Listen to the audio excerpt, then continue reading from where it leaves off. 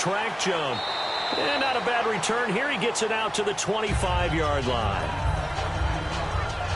So out come the Cardinals now for their opening drive. They'll be led out by their quarterback in his 14th year now out of USC. It's Carson Palmer. And what a home he has found in Arizona. Had success earlier in his career at other places, starting out in Cincinnati. But what's happened for him in Arizona? He's become the natural leader of that team and is enjoying throwing the ball downfield to some big-time receivers. And he'll maybe get it back to the 25 here on the first play, but no more than that. Michael Brocker's in on the stop. The inaugural drive for this offense today, and the guy we're going to talk about, Michael Floyd. Starting to develop into a #1 receiver, a guy that you'll count on downfield.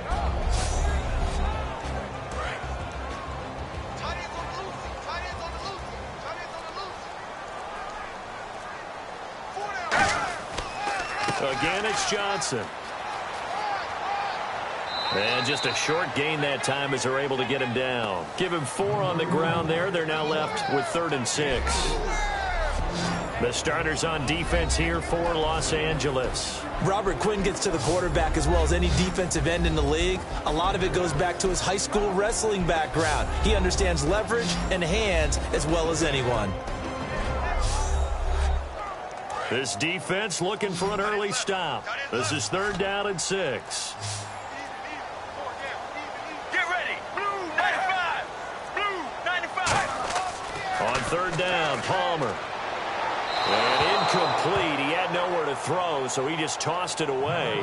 But that brings up 4th. Sometimes the coverage is so good, no matter what you're doing on offense, you just can't shake anyone free. They try their best to find someone open, but they took away every passing alley, every angle, and shut the play down.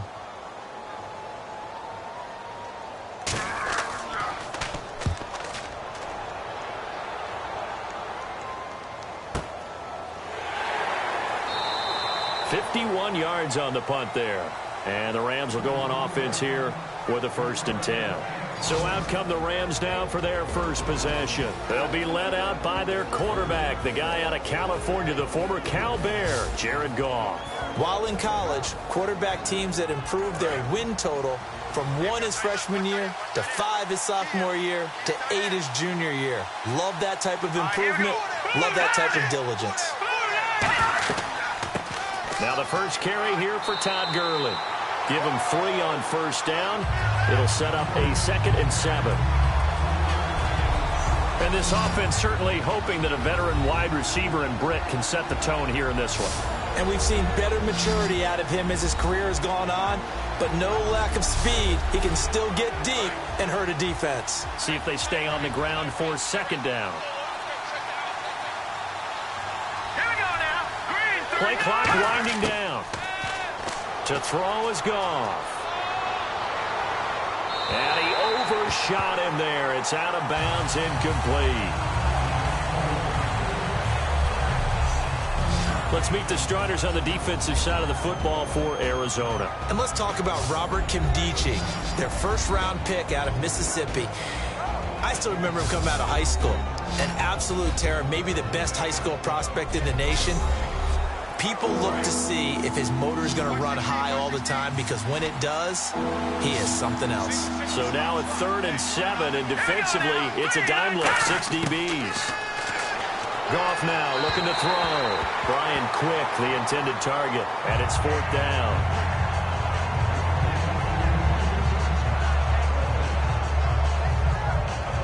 So the Rams call on Johnny Hecker here to punt it away on 4th down.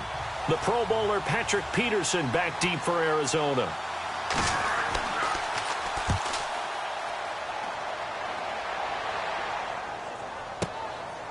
They juked him. A big boot that time. 57 yards the official distance. And the Cards will take over 1st and 10. Here's the Arizona offense now as they get set to take over. And they'll certainly be trying to do better than that first drive where they went 3 and out.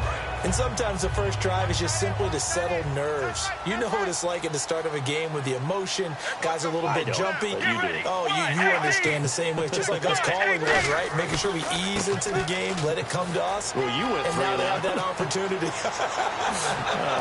No, you didn't go 3 and out. I went 3 and out on that first drive. I'll try to do better And he makes it all the way down to the 13-yard line. The ultimate speedster, showing that speed in front of this home crowd. They love that. Made me stand up on that run because right now all I want to do is wave to the crowd. More noise, more noise. You got to reward it for that one. A big-time monster run.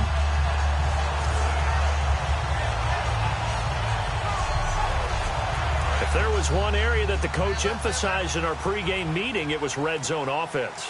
In a sense I got from it, and I think you did as well, they weren't real happy with how they were executing previously, so they put a lot of time and effort into it because getting points is paramount. Doesn't matter what you do otherwise, don't leave the red zone without putting points on the board. For so many years, I was convinced it was a myth, because you always hear about the smaller running back. Oh, he gets lost, you can't find him, and sometimes that's part of his genius. But it's true. You get behind big offensive linemen, the defensive line guys trying to find him, trying to peek around people to see him, and he gets lost. This guy gets lost in a good way for his offense, picking up big yardage. They'll run it with Johnson, and he will get into the end zone. Touchdown, Arizona. David Johnson, his 5th touchdown now on the year. And the Cardinals have taken the early lead. And he was excellent on that drive. He deserved to be the one to get across the chalk. Oh, I agree with you totally. A workhorse on the drive. And how about that last decisive run to punch it in? Here's Chandler Catanzaro for the extra point. And the Cardinals will go up 7-0.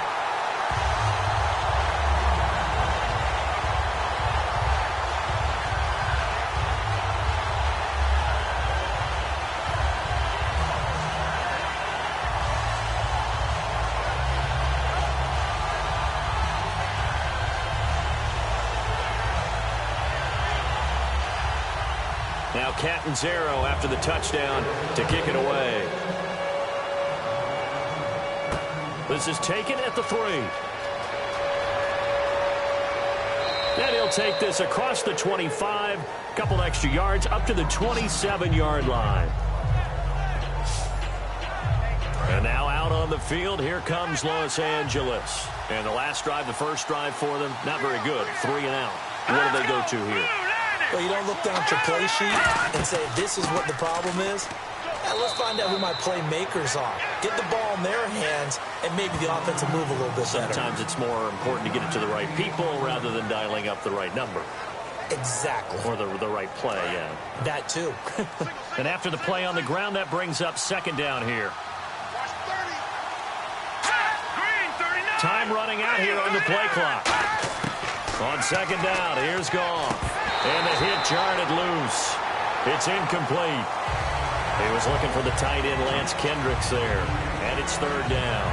Looked like they had an opportunity for a big play across the middle, but he didn't have the concentration or the focus necessary and dropped it before he could haul it in.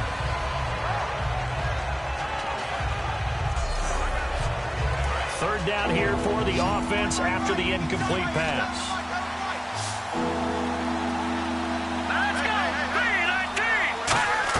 A play fake to Gurley. Now Goff. Surveying the field. Great protection. Looking left side and completing it to Thomas. And he brings this up to the 46. Good enough for the first. Well, all DBs that are worth their salt consider themselves good at man-to-man coverage. But the crossing routes, that is painful. Tough. Because you're going from one side of the field to the other. It's a lot of ground to cover, and you're always worried they're going to give you that one juke move and change the route and go upfield on you. So you're a little hesitant, but the hard part is if you're hesitant at all, they gain a step, and they're moving away from you when they catch the ball. They'll need to get the play off quickly. First touch of the game here for Benny Cunningham. And they went the wrong way there. Losing yardage back at the 43-yard line. There are so many times during camp and practice that you get bored as a player doing regular drills. But how about that shed and skate drill right there by the linebacker? You do it each and every day. Get the blocker away and get into the backfield and make a big-time tackle. That's what we just saw. I'm still astounded by the recovery of Todd Gurley from the knee injury at Georgia, the Offensive Rookie of the Year in his first season. Yeah, over 1,100 yards, and now they drafted the rookie Jared Goff. I see him as their future, but so much of the focus has to be on Gurley this year, doesn't it? And the future becomes now if Todd Gurley keeps running the football the way that we've seen him run it in the past, because that will make it easier to break in a rookie quarterback. The goal of every offense is to move the chains, pick up first downs. A nice job finding an open receiver for a completion.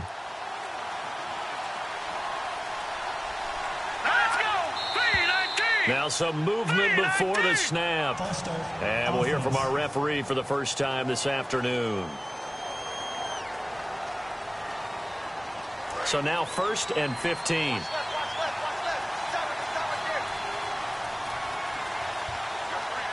we go. Blue, land it. Blue. Following the penalty, it's Gurley. And brought down, but not before they're inside the 25. They call it a gain of 19, and it moves the chains. And a nice little broken tackle run there by Todd Gurley, the 10th pick in the 2015 draft. And that's what you get with him, that full package of speed, power, able to catch the ball in the backfield. Many people doubted him coming out because of the knee injury in college. They're seeing the full Todd Gurley now, and it hurts. He was in search of his tight end, Tyler Higbee, and that'll bring up 2nd down.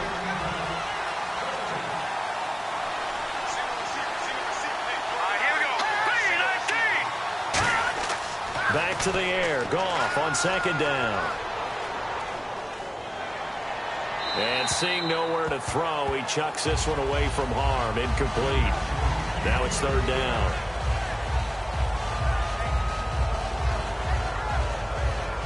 It's been a pretty long drive. This will be play number 9.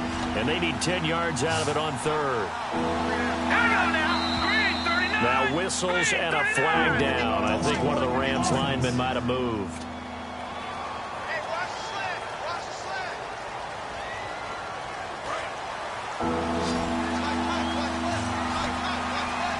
So 3rd and 15 and an extra defensive back in the game now. Flooding the passing lanes.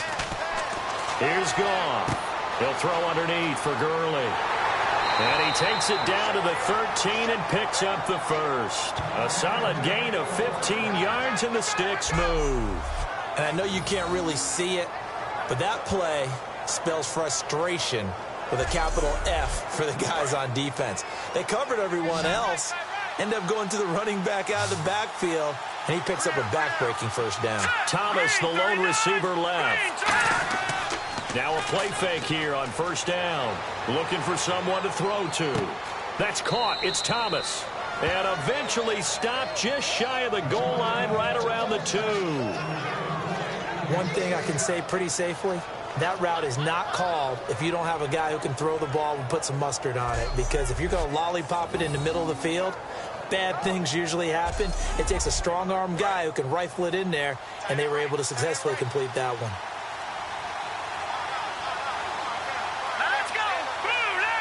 The play clock's running down. They'll try and push it in with Gurley. And this is not going to do it as he stopped at the 2-yard line. That's going to go as a loss of a yard, and it'll be 2nd down. Now, that was a terrific play. We're down here near the goal line, and only one word comes to mind for me, and that's overwhelmed, because they absolutely overwhelmed the offensive line. He came free and made the hit in the backfield. Well, just play after play after play on this long drive for the offense. Play clock winding down. They'll run it now out of the gun. And he's going to get this back to the 3-yard line and no further. And they'll lose a yard that time, and that's going to lead to a 3rd down. His path became similar to almost running a stretch play, didn't it? Trying to find a crease anywhere to put his foot in the ground and cut back.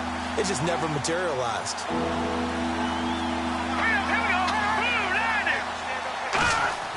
Now Goff on 3rd and goal. And this is going to be incomplete. Holding offense. Now it's Zerline to try the Ram field goal. From the left hash, a chip shot here.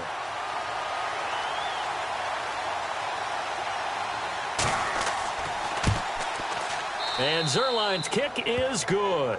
And they are on the board, but still trailing. It's 7-3.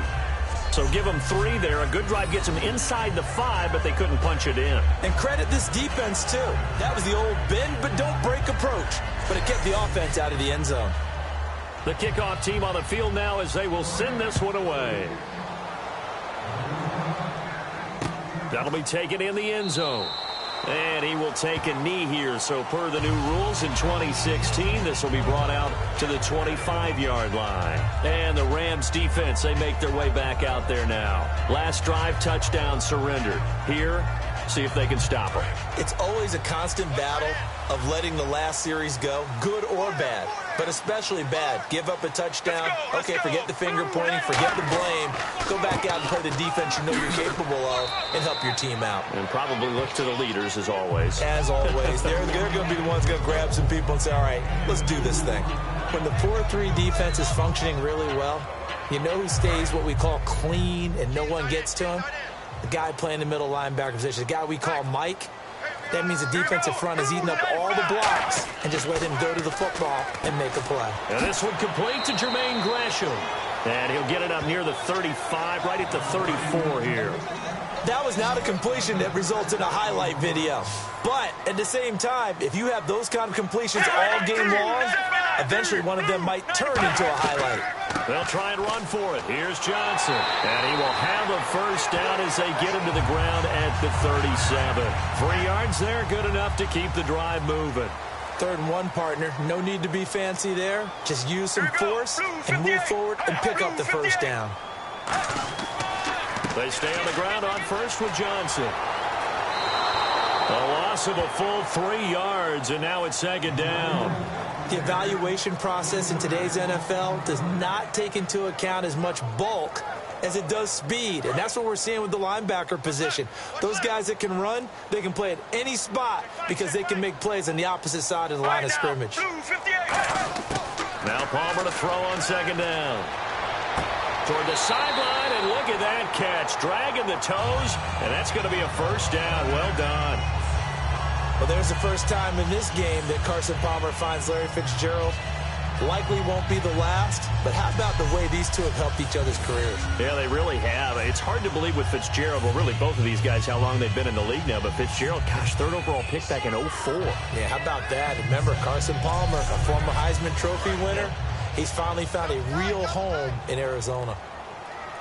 Hey, 4 down. All right, now, 1, 18. 1. A first down carry here for Johnson. And he's brought down. 1 quarter down. 7-3 the score. Back to Glendale after this timeout.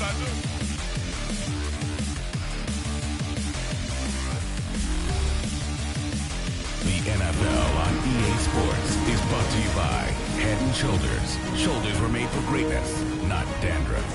Ready to go now in the 2nd quarter. Brandon Gaudin, Charles Davis. It's the Cardinals in possession of the football, and they're on the move here. They've got it 1st and 10. They go to Johnson again. And this one's going to go the wrong way. Losing yardage back at the 42. A loss of a full 3 yards, and now it's 2nd down.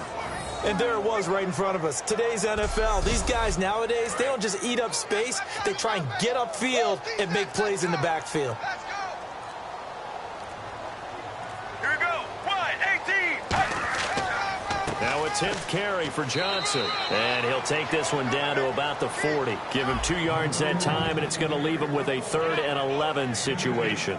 And that's why you see a lot of teams that like to play 4-3 defense, especially against teams that run the ball really well, because you count on your defensive front, the tackles and the ends, to eat up the blocking in the offensive line and keep that guy in the middle clean so he can roam to the football and make a tackle.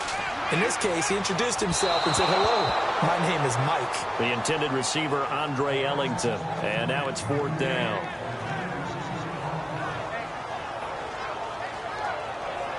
Here's Drew Butler now. On for his 2nd punt. He'd take a repeat of his first.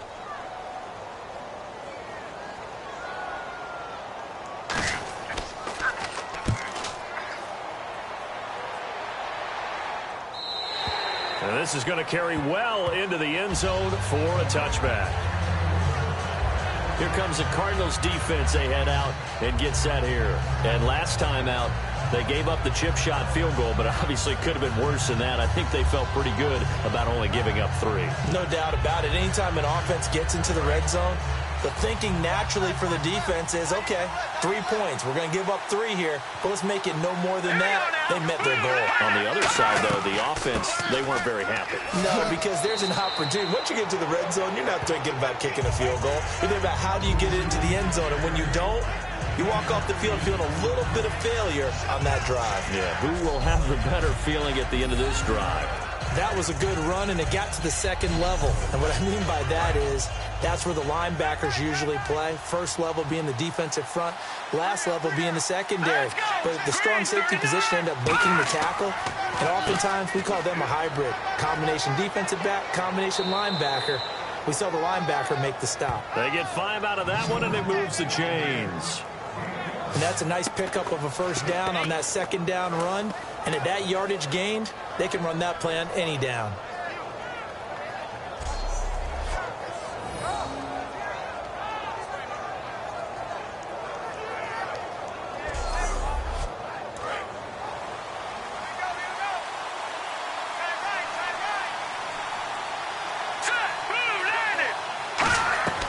Gurley again here on first down.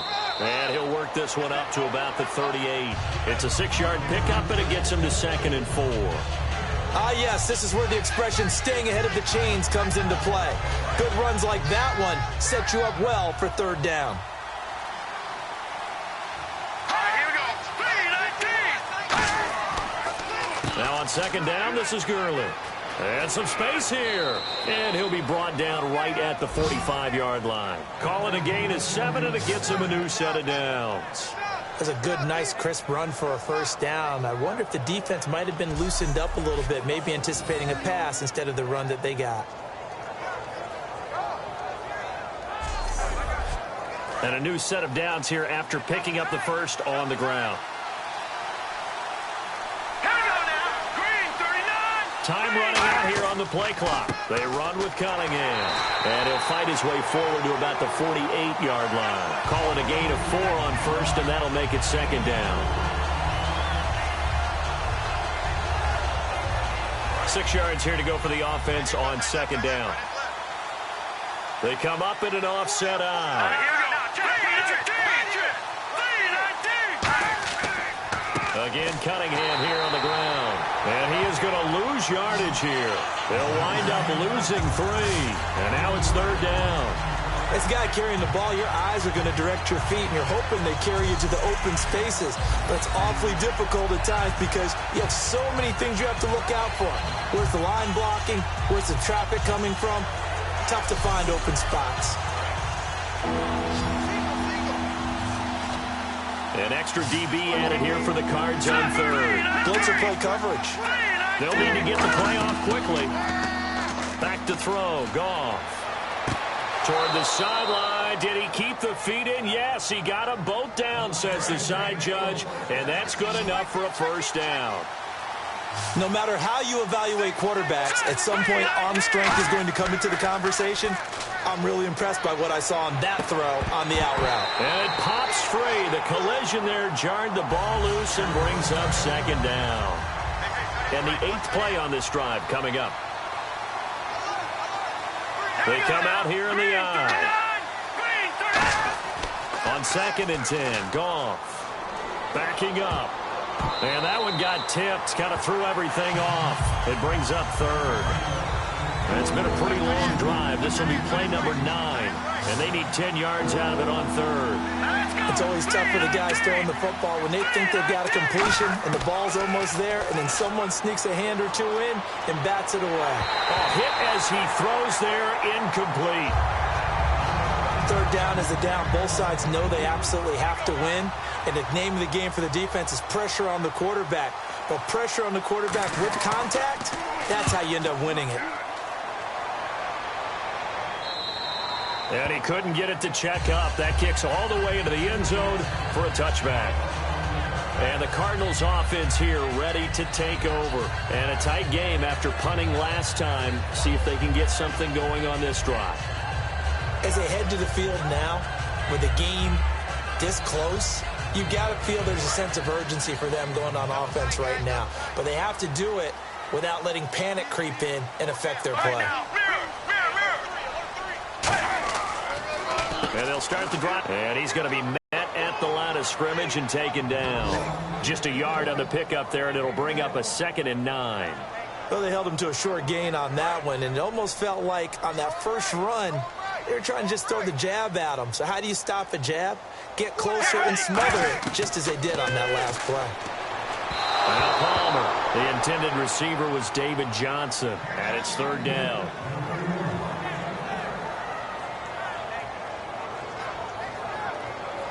So a 2nd down incompletion now brings up 3rd down. Let's go. Blue 95. Blue 95. On 3rd down, Palmer.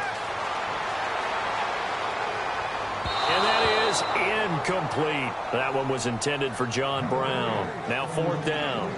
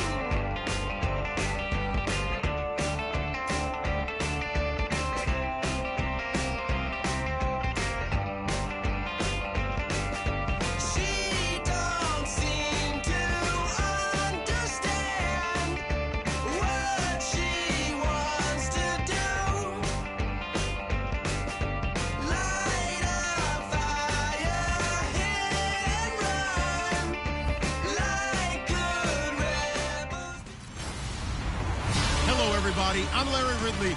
Welcome to the NFL on EA Sports. Some serious pride on the line in this contest as these two divisional rivals take the field together for the first time this season.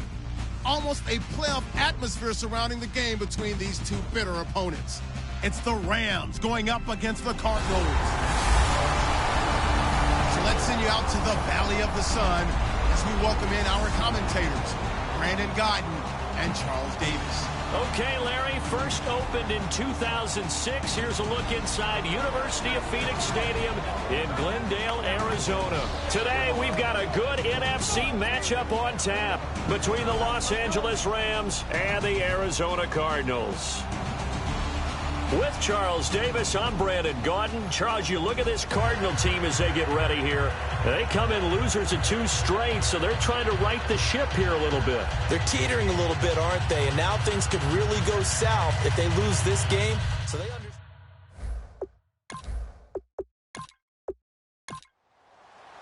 Seems like we were just starting training camp, but here we are in October, and off we go on EA Sports. This is taken at the 3.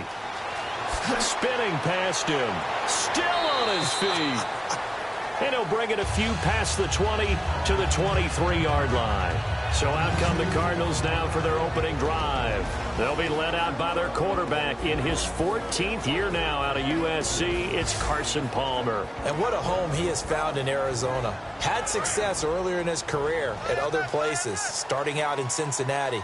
But what's happened for him in Arizona? He's become the natural leader of that team and is enjoying throwing the ball downfield to some big-time receivers. On the ground, this is Johnson. Credit him with a 1-yard gain there to make it 2nd and 9. And a look at the offense that is hoping to put some points up in bunches here in this one.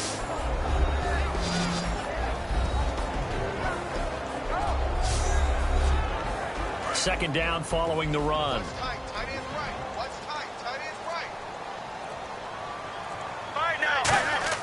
On second down, Palmer. Underneath for Johnson. And he'll be brought down right at the 30 here. Give him 7 on the play, and that'll make it 3rd down. I like it, I like it, I like it. Get everyone involved in the passing game, and you know you can create those great mismatches throwing it to your guys out of the backfield. And on the first drive, that can also help establish some rhythm, right? I think so. It gets everyone involved. They feel like they're part of it, and really gets them amped up as they go forward.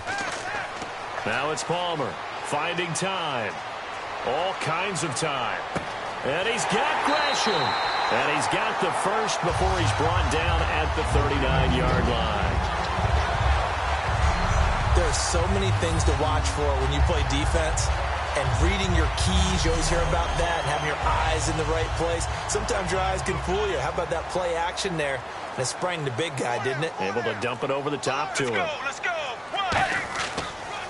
Johnson on the counter. And he gets this one to midfield before he's brought down. It'll go as a gain of 10 there. And the Cards are going to have a first down. Have you talked with your friends who are in the fantasy leagues? I keep hearing David Johnson's name is coming up in a big way. Boy, he was a steal 3rd rounder out of Northern Iowa. And I think last year started as a 4th string back, didn't he? He certainly did, but boy, he produces a year 1 out. Remember, can run it. He can catch it. He was a wide receiver at Northern Iowa before he became a running back, and also has great kick return ability. Ran 1 back for a touchdown in 2015. I've yet to meet a wide receiver who likes to block more than catching the football, but the best ones understand that that's how they'll actually get more passes thrown to them if they help in the run game. And anytime you get a run of that yardage, that means the wide receivers did help. They get down to what a lot of people call the 2nd level, the linebackers, or the 3rd level where the defensive backs are, and they get out in front and put their bodies out there and create more space for their runners to gain the yardage. Now Palmer on first down. And he gets this down inside the 35 before going out of bounds. It'll be a gain of 4, and that'll make it 2nd down. The defense here for the Rams. Aaron Donald's dimensions were talked about big time when he first entered the league. Many called him undersized. Now they just call him all-pro.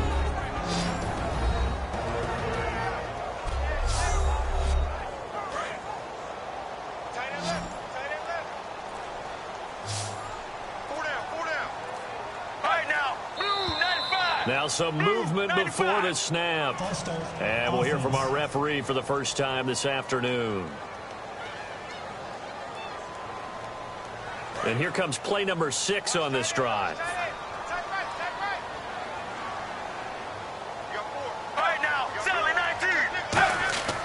Following the penalty, it's Johnson. And he stopped immediately there. They'll lose a yard, and it brings up 3rd. Partner, that defensive win reminds me of something a coach of mine used to say all the time. If you really want it, you'll find a way to go get it.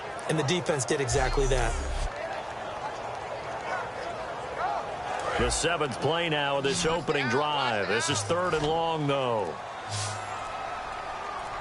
Get ready. Blue 95. From the gun on 3rd down, it's Palmer. He's got time. He's going to wind up and air it out. And it's incomplete, almost intercepted. He had a great shot at picking that off in the end zone. It brings up 4th down. Not only did they drop what looked like an interception in the end zone, they blew a golden opportunity to shift the momentum. He's got the distance, but it's no good. Wide to the right, and this will remain a scoreless game. It looked good when it left his foot, but he kind of sliced it a little bit, and he winds up missing it wide right.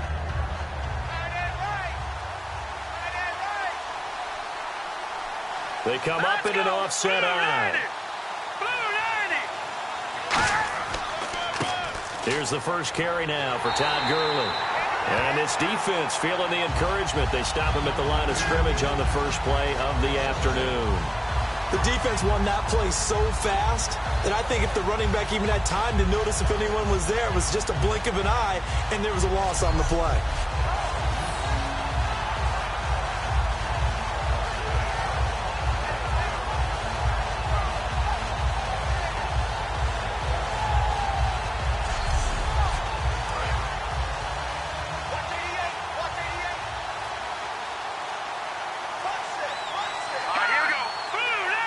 The play clock's running down.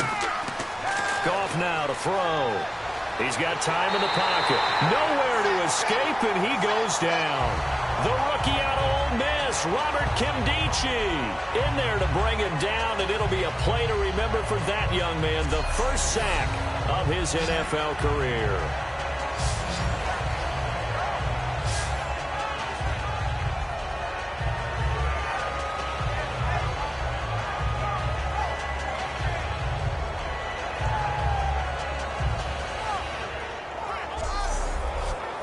And the defense will try and pin their ears back and get pressure again here after the sack. It's 3rd down. They go play action with Gurley. Now Goff surveying the field. He'll rifle this one deep right side. And incomplete. He can't hang on. Would have been a nice catch. Instead, it brings up a 4th down. And when all else fails as a defender, when you're not there in the coverage, your best friend is exactly what we saw there. A big play shot taken by the offense. Unfortunately, it ended in a big drop.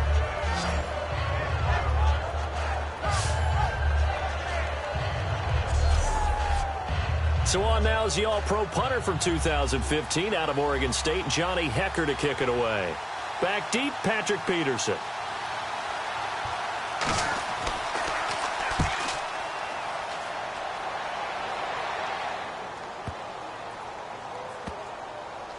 And a great job on special teams to down it, as this will be marked out inside the 5-yard line.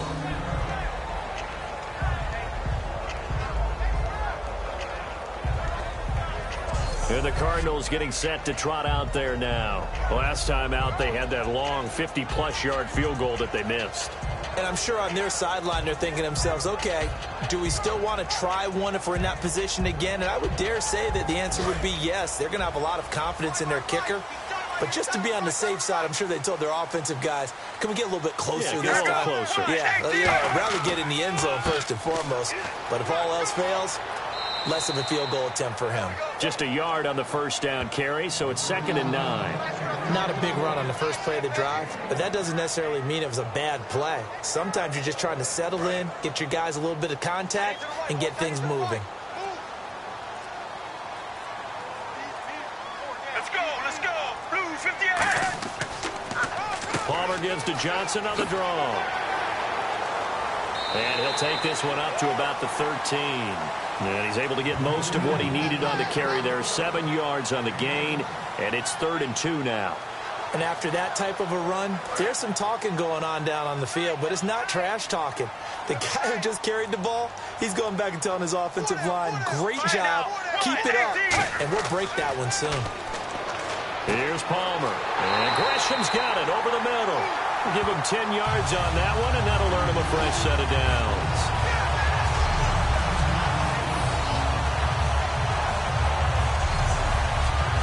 offense comes to the line now, 1st and 10.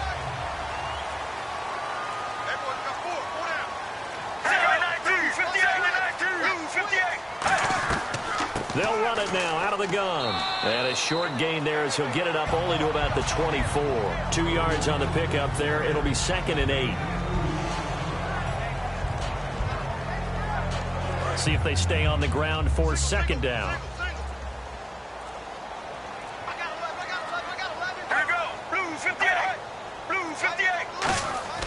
Now Palmer to throw on 2nd down. And Gresham has it left side. 5 yards on the pickup, and they're going to face a 3rd down. All right, I'm doing my rudimentary math here. That's his 3rd catch here in the 1st quarter. I don't know if it's just game plan or he's just finding his way open. And maybe a little of both. Short of the sticks after that completion, and now it's 3rd down for this offense. Let's go, let's go. 1-18. Palmer now to throw on 3rd down. And Gresham, the tight end, brings it in. You give him 5 yards there, and it's enough for the 1st. I'm wondering if the same thing went through your mind as mine. When I see a big man like that make a catch, all I keep thinking to myself is, big man with football. Look out, everyone. He may not juke you a whole lot, right? He may not run past you because of his size. You talk about a guy weighing in the 270 range. But, boy, once he gets his mitts on the ball, he's going to be tough to bring down. They were trying to get it there to Michael Floyd. And now it's 2nd down.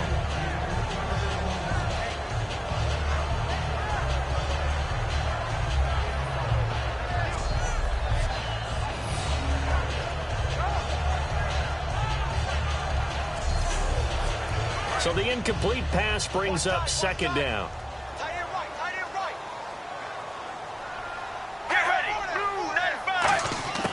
2nd and 10 now, and it's Palmer. He gets it into the hands of Larry Fitzgerald. A big play there on the catch and run. 38 yards. Anytime you call man coverage against Larry Fitzgerald, you're really holding your breath as a defensive guy, because his ability to run such precise routes and use that big frame that he has, that body against you, it's going to be very difficult to break passes up against him. Yeah, when you make 9 Pro Bowls in your first 12 years, you might want to give him a little bit more coverage than that. Yeah, it's not just athletic ability. He's a thinking man's receiver as well. They go play action here on 1st down. That is caught at the 7. And they do get him down, but he's inside the 5 all the way to the 3. So on that play, defense was in the zone. They ran a crossing route offensively, but the defense there, you got to be good with communication, don't you? You certainly do, and it's not something that is really evident when you watch it on the screen. But everyone's talking, communicating, pointing, and it keeps you from chasing receivers because you have a specific zone you have to cover. When a receiver's in your zone and he crosses to another one, you got to let your guy know. They got a completion there, but I like the discipline they showed to stay in their proper areas and then make the tackle. Now this will be the 9th play on this drive. Get ready. Blue 58. Blue 58. Throwing again here, Palmer. And incomplete. He dropped it in the end zone. Larry Fitzgerald was the intended target. That'll bring up 2nd down. After all the preparation, all the practice, a play like that will absolutely break your heart. They had everything they wanted, just unable to complete it. In the end zone, a big-time drop. Blue 95. Blue 95. Again, it's Palmer. That's caught at the 2. And he'll be brought down right on the edge of the goal line at about the 1-yard line. 7 yards on the play. And that is going to set up 3rd and goal.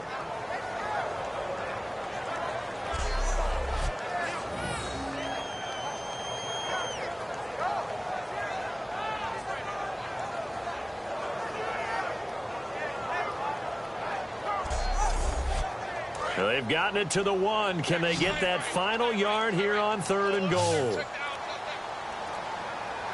Here we go. Blue 95. Blue. On 3rd and 1, it's Palmer. And that is caught. Touchdown, Cardinals. John Brown, his 2nd touchdown on the season. And the Cardinals have taken the early lead. Well, it was 3rd and 1. I was expecting runs. So much for that. They pass it, they score it. That had the feel of the head coach telling the offensive coordinator, you've got 4 downs here. We're going to go for it on 4th down unless there's a disaster on 3rd. Go ahead and take a shot if you want to. And he gratefully accepted the opportunity and did exactly that. If they didn't get it there, that had the feel that they would come back and try it on 4th down.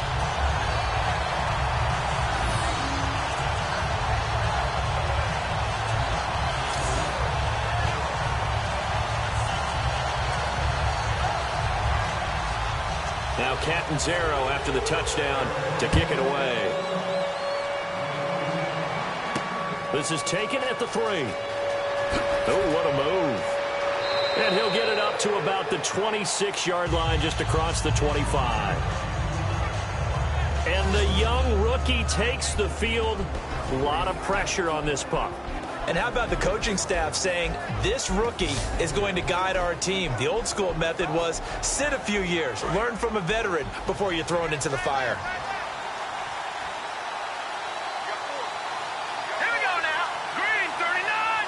Green 39. They'll start out on the ground with Gurley. Look at the spin. And a cutback left. And he's brought down, but not before getting across midfield to the 45. In scouting parlance, if you really like a player, they ask if you're going to pound the table for him. Well, when Todd Gurley came out of Georgia, I stood on a table and did backflips. Even with the knee injury he suffered his last year there, I thought he's one of the best runners I'd seen come into the game since Adrian Peterson. And the offense lining up 1st and 10.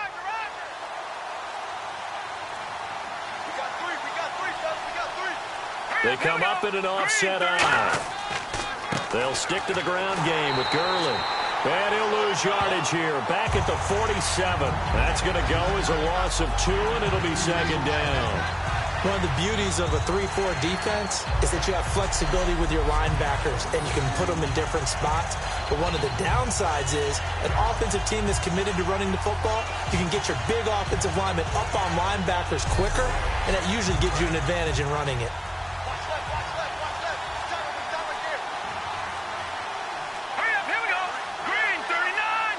Play clock winding down. Here's Gall. Got his man over the middle. This is quick. It's a gain of 5 on the play, and they're going to have a 3rd down.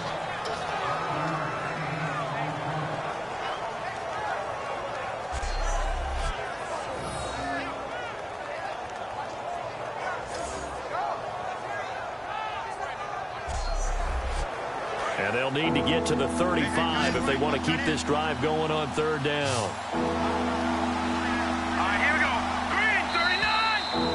So they'll get a little extra time to come up with his 3rd down play as we've hit the end of quarter 1. 7-0 is our score. Back to Glendale after this timeout. This presentation of the NFL on EA Sports is brought to you by Snickers. You're off your game when you're hungry. Snickers satisfies. Back live now to begin the 2nd quarter with Charles Davis, Brandon Gaudin. It's the Rams with a football to get us going. They're on the march, but facing a 3rd down here. Oh, he's got some breathing room. And he'll get this one down near the 20-yard line. And a nice gain of 21 yards.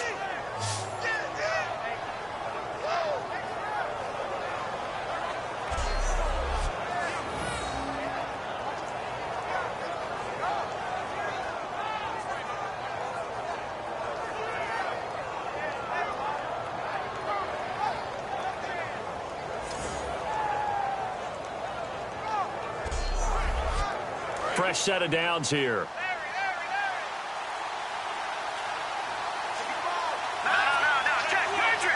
Time running out here on the play clock. Back to the ground, this time with Gurley. Call it no gain on the play, and it'll be 2nd down. So nothing there. I don't know that that's all in the back, though. You got to look at blocking there, don't you? I would agree with that totally. At some point, they have to win at the point of attack. Instead, it was the defense getting it done again and holding them to no gain.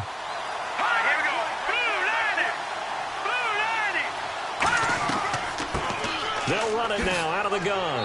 And he'll take this inside the 20 and down to the 18. It's a gain of about 3, but it's going to leave him with third and still 7 yards to go. 7 yards remain now on third down.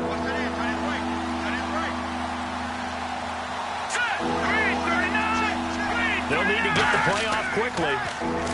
Back to throw. Goff. A bullet throw, but incomplete. So on fourth down, Goff will yield to Greg Zuerlein for the field goal try. This just a 35-yard attempt from the left hash. And Zuerlein's kick is good. And they are on the board, but still trailing. It's 7-3. So the drive stalls out, but they are able to put 3 points on the board. Yeah, just a yard or two shorter than an extra point, so no problems converting there. Set now to kick this one away, and off it goes. This is fielded a couple yards deep. And he's up past the 20 to the 22-yard line.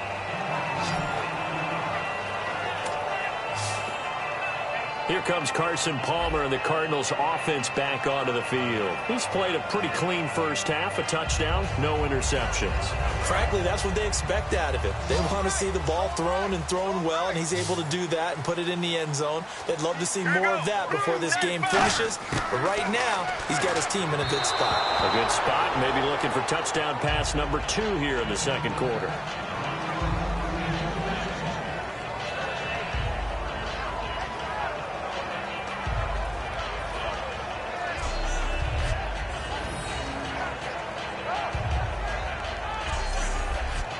So incomplete on first. Let's see what second down has in store.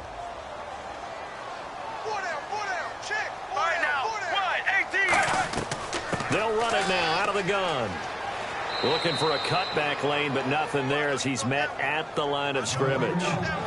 Tackle made there by Cody Sensabaugh.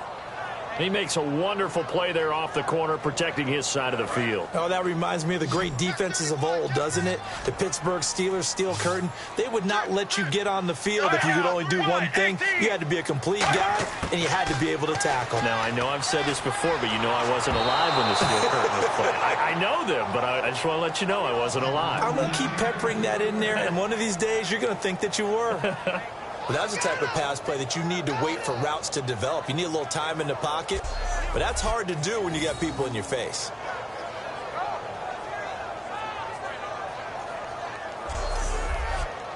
Now Drew Butler to punt for Arizona, the son of former Bears kicker Kevin Butler.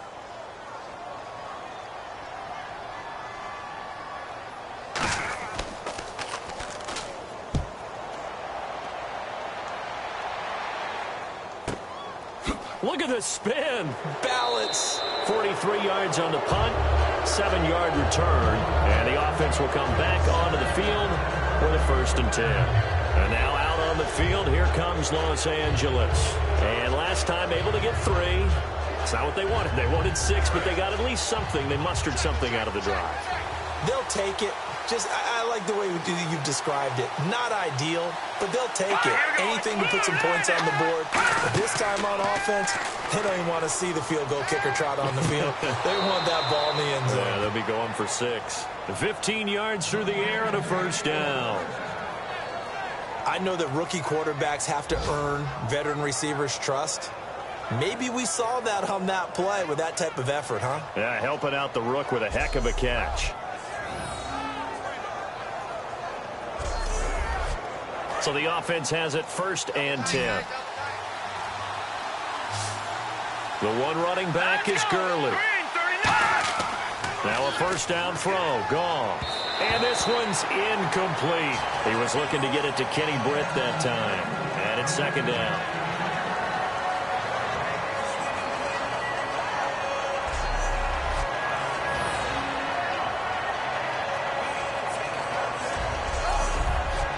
Second down now after the incompletion.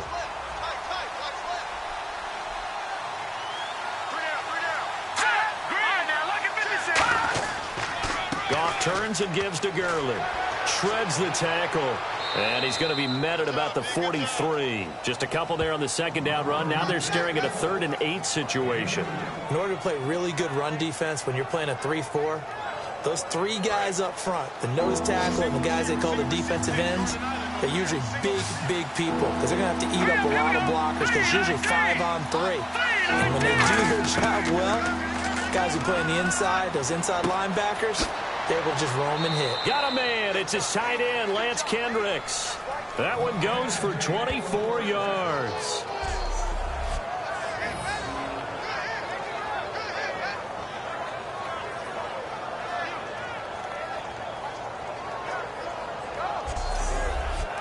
And now a first down following that long gain. They'll come out in the pistol. Here we go now. Blue 90. And the play clock's running down. On first down, it's Gurley. And he is swallowed up right at the line of scrimmage.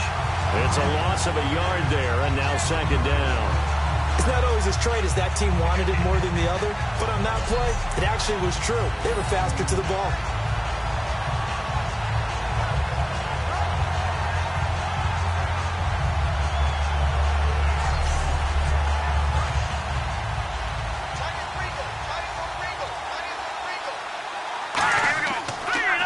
They go with Cunningham.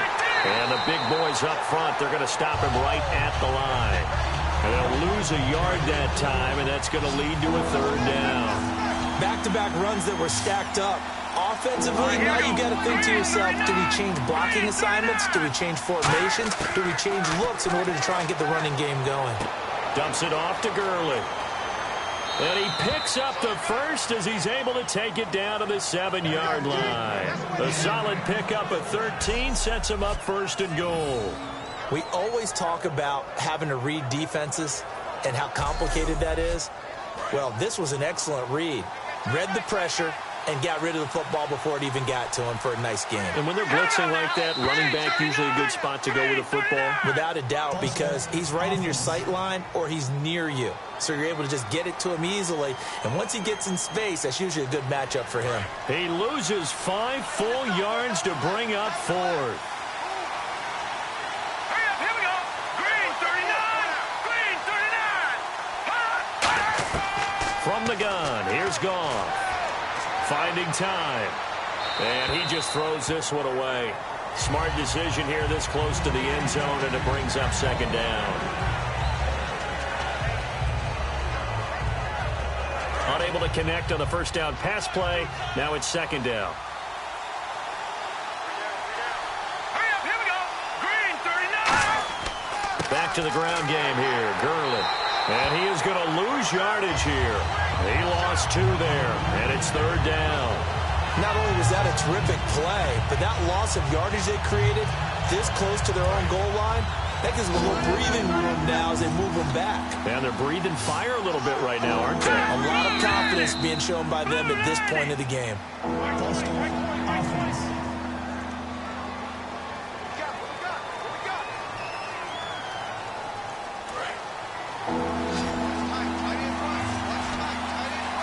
An extra defensive back on the field here for third and goal.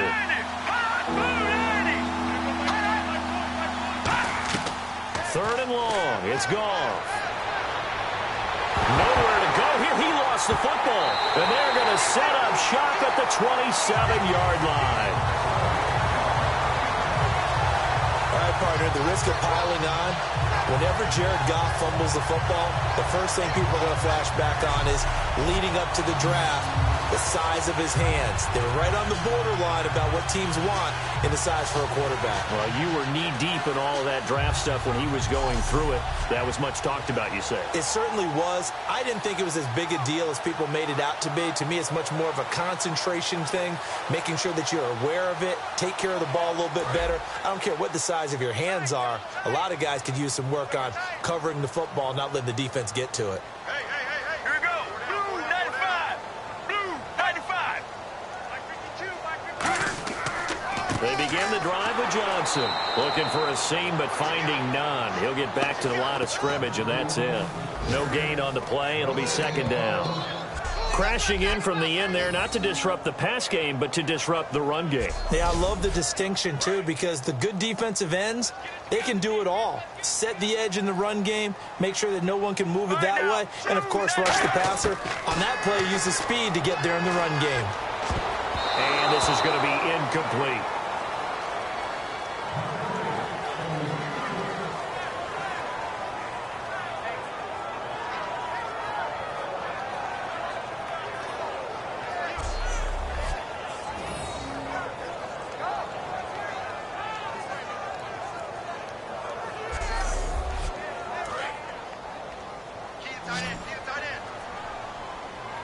The Rams go nickel here defensively on third. Play action. It's Palmer. It's brought in by Floyd. And they're going to get this one all the way out across the 45. Now we're going to get a stoppage here as we've got an injured Cardinal on the field. While the training staff works on him, we'll step aside and be right back.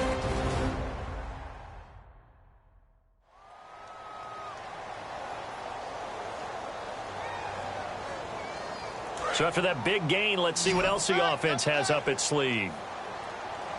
Hey, let's go. Blue 95. On 1st and 10, it's Palmer. Over the middle here to Brown. And he's brought down. That one good for 16, and the drive will continue. One of the feature points of the in route is being able to make a nice throw to the middle part of the field. And for a quarterback, that's one of the better throws and better looks that he'll get. But he has to be careful not to wait too long and let his receiver wander into some tough territory. If he's late with the ball, he can get his receiver hit and hit hard. Four down. All right, now, blue 95. Blue 95. Oh, barely. They snapped it at 1. Now Palmer. He's going to let this one go deep. And incomplete there. A nice hit. Jars the ball free and brings up 3rd down. I'm not quite sure how he wasn't able to hold on to that one in the end zone. A great opportunity lost, but a lot of relief for the defensive guys. When they get into film next week, they're going to want to know what happened. Where was the breakdown that almost allowed a touchdown? On 3rd down, Palmer. He's got time underneath for Johnson. And he'll work it inside the 30 to the 29-yard line. Call it a gain of 5. And that's going to make it 4th down. One hallmark of good defenses is understanding the game, understanding positioning, and tackling immediately in the secondary after catches. I think we just saw that on display right there. Got to him before he ever had a chance to think about turning it upfield.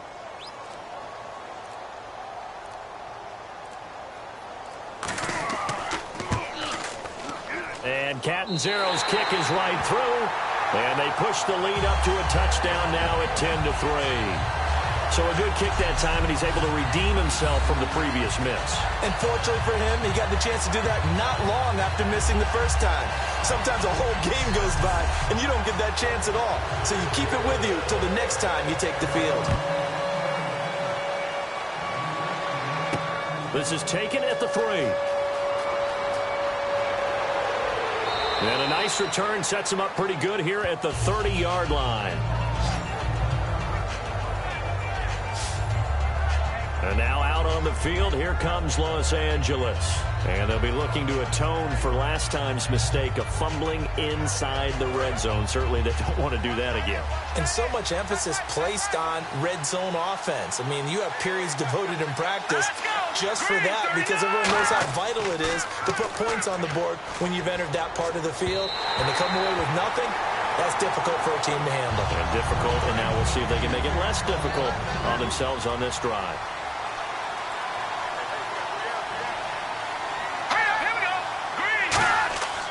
Now Goff will hand this one to Gurley. Oh, nice move. A nice job to get 8 there after the incompletion, and now they'll look at a 3rd and 2 coming up. You know what really fires up offensive linemen? When the guy that is carrying the ball behind them can create his own space and break a tackle along the way. So they run it on 2nd down. Now let's see what 3rd down brings here for the offense. They'll try and pick up the first with Gurley. Just a 1-yard pickup there, and it'll be 4th down.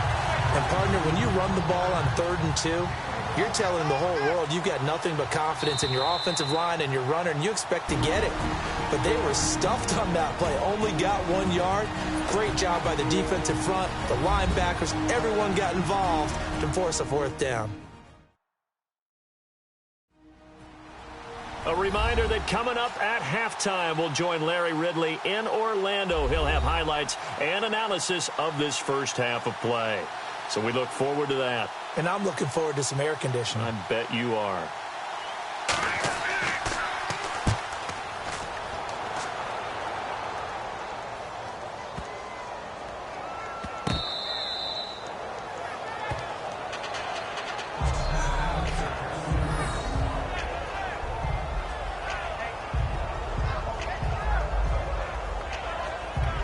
Cardinal offense now making their way back out onto the field. And they're not going to play this conservative, I don't think. They had the field goal last time, and they're up, but they're looking to put a drive in the end zone. Oh, I agree with you totally. No one goes out on the field and says, all right, let's just settle for 3, except in certain situations, trying to ice a game, that sort of deal. Most of the time, it's end zone, and that's what you're thinking, and I believe that's exactly what they're thinking as they begin this one. Yeah, no quarterback ever goes out there saying, hey, let's get 3, right? Not one that I've ever met. Yeah, that wasn't a big run, just a short one there. But guess what? Sometimes you treat it like boxing. You throw that jab out there, and you throw it again, then you come with a big punch later. Maybe they're just trying to set them up. Again, it's Johnson. And he'll take it. And now the Rams are going to halt things as they want a timeout. It's just their first, so they'll have 2 remaining here before we get to halftime.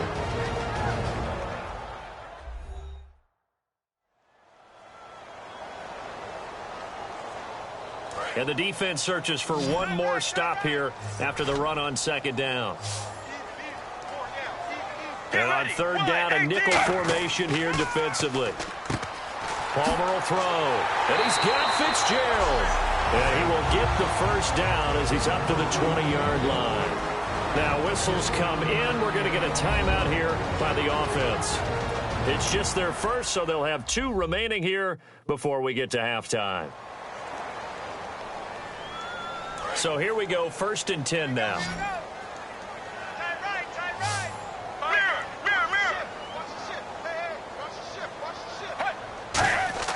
On 1st down, it's Palmer. And he'll get this up past the 25 before he's out of bounds. Give him 6 on the play, and it'll bring up a 2nd down.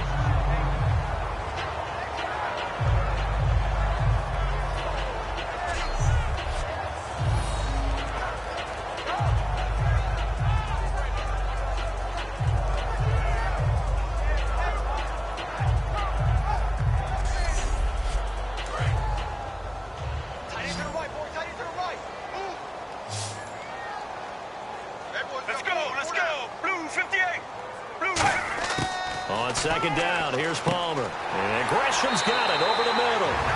And he's able to get out to the 32, brought down there. Now hold everything here. We're going to get a timeout by the offense. So that means they're down to 1 remaining here as we head toward halftime.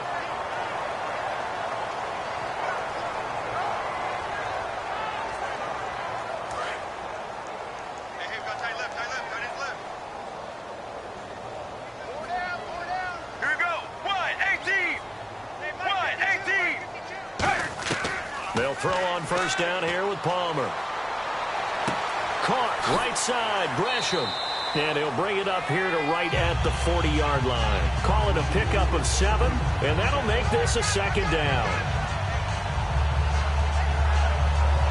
So 2nd down, 3 yards to go now. Here we go. Blue 58. Blue 58. Throwing again here, Palmer. Looking middle, and it's incomplete. They were looking for Johnson that time, and it's 3rd and short.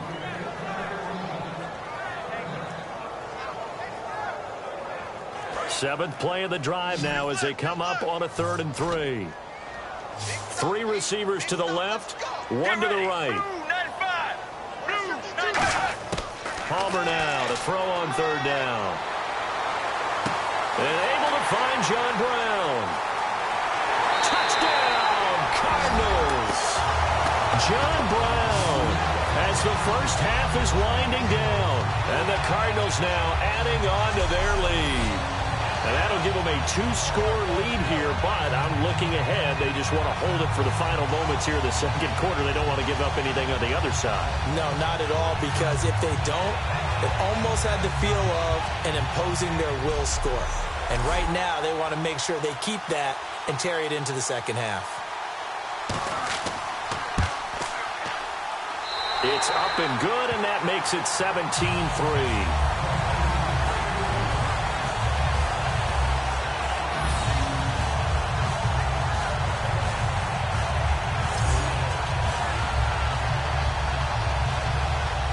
Now Catanzaro after the touchdown to kick it away. This will be taken in at the 1. And he'll take this across the 25, a couple extra yards up to the 27-yard line.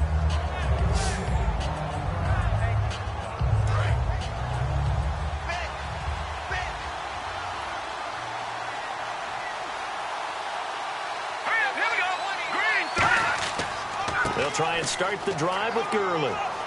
And able to stay on his feet past the 30 to about the 33-yard line. Now whistles come in. We're going to get a timeout here by the offense. So as they take it over, we step aside. The final shot before break here. Goff. And his throw's going to be incomplete. So we have come to halftime in what's already a 2-touchdown game. As we send you on to Orlando, we hook back up with Larry Ridley. He's got our EA Sports Halftime Report. Thanks, Brandon, and welcome to the EA Halftime Report. I'm Larry Ridley. Let's take a look back at the first half. The Cardinals are looking good right now as they will just try to keep up the good work in the second half. The Rams are coming off a bad game, and they haven't been able to get out of that funk here today. All right, let's get it going. Let's roll those first half highlights. Cardinals on offense. First quarter winding down. The catch in traffic made by Fitzgerald. Cardinals now later on the drive. Browns the target on the quick pass, and after the short pass, he'll score. The Cardinals up by a touchdown. Third down from the 40. Palmer's got a receiver near the sideline, and he'll win the sprint to the end zone. Cardinals up by 2 touchdowns. All right, Larry, these two teams back out there as we get set and ready for this second half. This fielded at the 2. And he'll take it up past the 25 to the 26-yard line. And now out on the field, here comes Los Angeles. They have the ball here for the inaugural drive of the second half. Pretty big deficit, though. We'll see what adjustments were made in that locker room. And I never want to make something more important than it actually is, right? I don't want to create more hype than what is there. But this is I'm doing it, though. This is a really important drive. And we often talk about teams scripting plays to start a game. A lot of them script to start the second half, too. And they're scripting something that they expect to get them into the end zone and back into this game. We'll see if that script is a good one for them. And the offense still has a couple plays to go to pick up the first on second down and 3. Play clock winding down. On second down, here's Goff. Looking left side and completing it to Thomas. It's an 8-yard pickup and leads to a new set of downs. A little football 101 there. You just see the receiver try to run down the defender, meaning he goes right at him and really trying to move him a little bit towards the center of the field so he can put his foot in the ground and break to the out, to the sideline, and make a catch.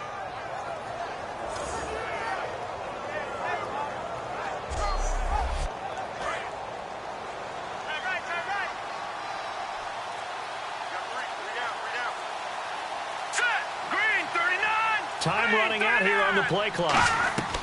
They'll run it now out of the gun. Trying to run inside, but nothing there. No gain on the play there. Second down.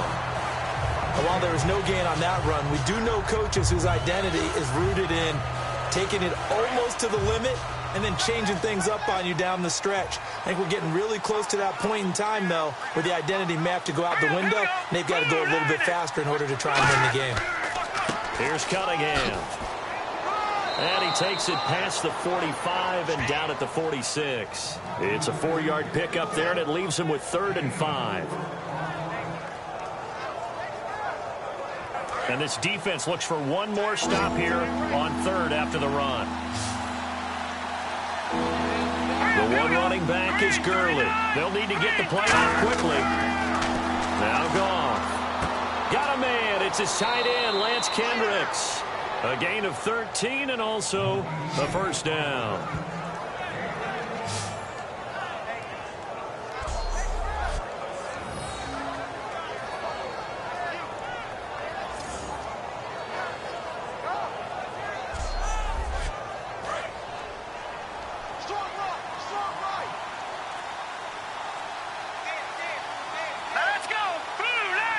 The play clock's running down. They'll run it now out of the gun. And he'll take it inside the 40 to the 39-yard line. Give him a couple on the carry there. 2nd and 8.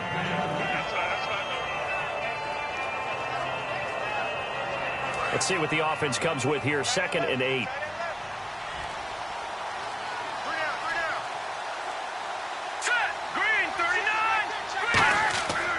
Cunningham. And he'll take this one down to the 36. Give him 3 on the run there. Now they're looking at a 3rd and about 5.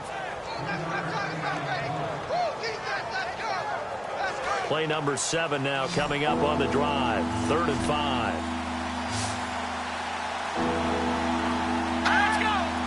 Play clock winding down.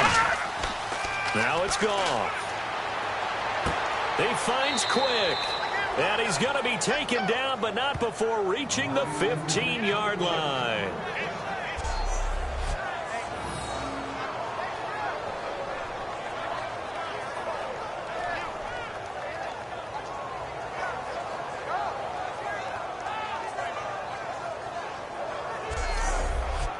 So after that big play, let's see if they can catch their defense maybe on their heels.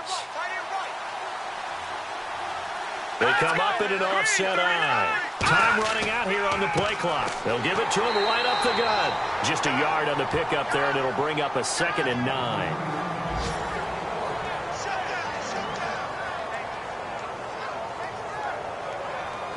So this will be the 9th play on this drive.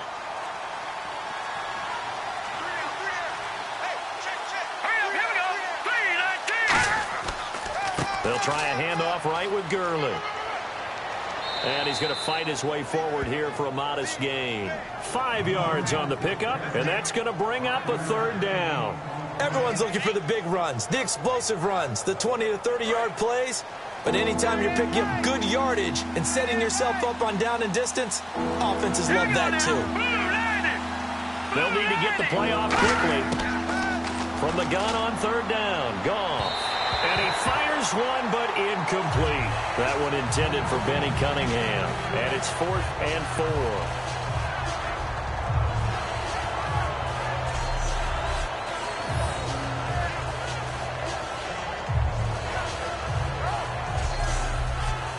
So on 4th down, Goff will yield to Greg Zuerlein for the field goal try. From the right hash, and this one just a chippy. And Zuerlein's kick is good. And a second field goal here gets him back within 11 now. It's 17-6. And Charles, they get the field goal. Took him a dozen plays, though. Work with me on this one. You know what I'm about to say, right? Bend but don't break. That's what came into play here for the defense. 12 plays were run at them. They only gave up 3 points. In a lot of ways, that's a win for the defense. This will be taken in at the 1. And he'll take this across the 25, a couple extra yards, up to the 27-yard line. The Cardinals offense now ready to get their first opportunity here in the second half.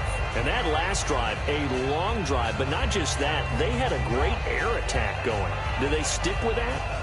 I would think that they would, because if they were confident enough to do it on the last drive, starting backed up in their own territory, why would you change anything? They've got to be confident about what they're presenting and continue to do so. Yeah, because the secondary, they really look clueless. And that was amazing because that drive went and went, no adjustments, and no big plays by the defense to knock the ball away. And they finally bring him down, but he reaches the 16. A big run there by Johnson. 57 yards. He had been held in check. Now he breaks that big run. Shows the explosiveness we all knew was there. All right, tell the truth now. You knew it was just a matter of time, didn't you? Time. We've seen this so many times from him. Hold him down, and then breaks out. They'll run it now out of the gun. And he'll push his way up to about the 14. 2 yards on the carry there, and it'll be second down.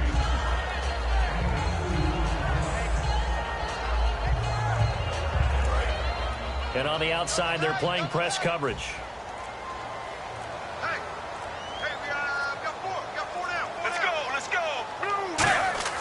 On second down, here's Palmer.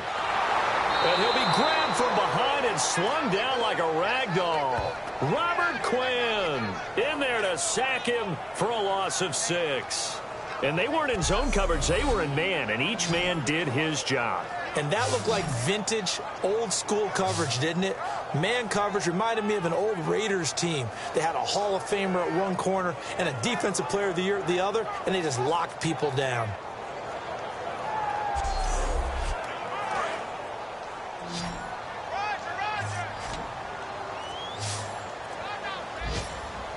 Get ready. Blue 95. Blue. Now Palmer on 3rd and long. Got a man, and he hits him in stride. And he'll be taken down, but he does have first down yardage. 19 yards on the pickup there, and now they'll have it 1st and goal. Get ready. 1, 18. They'll run it now out of the gun. And this one will wind up with him losing yardage back to the 4-yard line. A loss of a full 3 yards, and now it's second down. Well, we just saw the recipe for success right there. Big body, strong, agile, playing with great leverage in hands. Not really able to be blocked on that play. Close things down inside. Now Palmer. And he'll take this one in for the Arizona touchdown. Jermaine Gresham, his first touchdown on the year. And the Cardinals will extend their lead. Boy, it's nice to have that big, reliable target you can go to. Each and every time. A lot of people see that position as a fallback. Throw it to them when all else fails. Not at all. This guy can make plays, and that's exactly what he just did. Yeah, play here for a touchdown. And the lead is up to 18 now. Now Catanzaro after the touchdown to kick it away. This fielded at the 2. And a nice return sets him up pretty good here at the 30-yard line. The Rams offense now making their way out to take over. And last time they got 3 points, but it was a chip shot field goal. And when you go to the sideline after a chip shot field goal, maybe the offense not too happy. It's a balancing act, isn't it? Because you're exactly right. They're none too pleased that they didn't punch it in for 6 points. But you also have to remember, they did put points on the board. 3 points is 3 points. And in this league, you take points when you can get them. Not easily done. 12 yards there as they move the chains. It's really come into vogue to talk about the different gaps that the defense tries to attack in an offensive line. And most of the time, we're talking about blitzes. How many times have you heard double A-gap blitz? Well, where is the A-gap? It's the space between the center and the guards, either side. So when you're having a double A-gap blitz, that's 2 guys coming through that gap. In this situation, though, that A-gap wasn't open for the defense to exploit. The offensive line took care of it, protected it, and moved the defensive guys out of the way to allow for that nice run. It's a 7-yard carry to set them up with a 2nd and 3. Offense staying ahead of the chains here, 2nd and 3. And while the guys with the ball are having a whole lot of fun keeping it on the ground, the guys on the opposite side, they are having 0 fun. They've been getting pushed around the entire game and haven't found an answer yet to slow down the running game. Got his man over the middle. This is quick. A nice pickup there of 11 yards, and it'll move the sticks. And he was able to find a very soft spot in that zone coverage. I love that term, Brandon. That soft spot where you find the open area, set up, and catch the football before the hard collision comes afterwards. 4 down. Hurry up, here we go. Blue line. The play clock's running down. Back to throw. Goff. Throwing left side here, and it's complete. And he's brought down. A good gain of 14 there, and it moves the chains.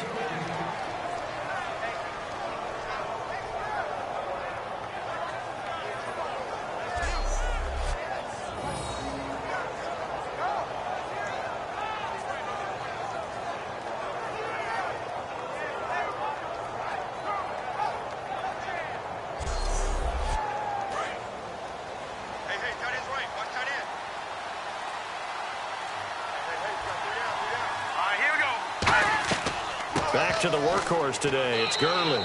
And he'll take this one down near the 15. 2 yards on the pickup there. It'll be 2nd and 8. Well, praise has to go to the guys on the offensive line because they've had a very nice, productive day running the football. How about that poor defensive line? They've been knocked around the entire game, and while they slowed them down on that run, can they continue to do so? Because they haven't had much success throughout this ball game.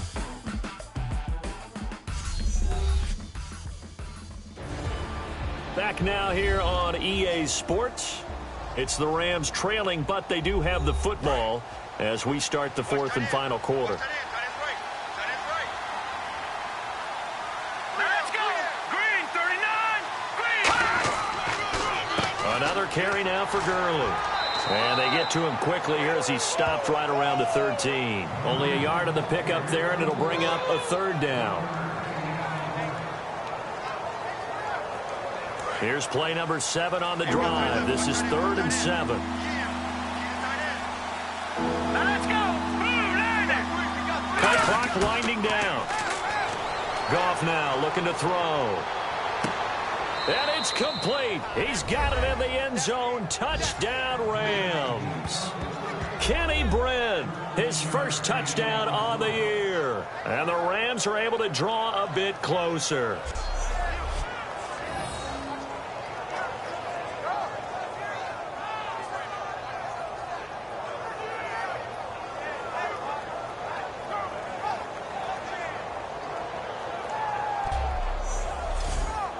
Now Greg Zuerlein on for the extra point. And it is good. That cuts the lead now to 11, 24, 13 our score.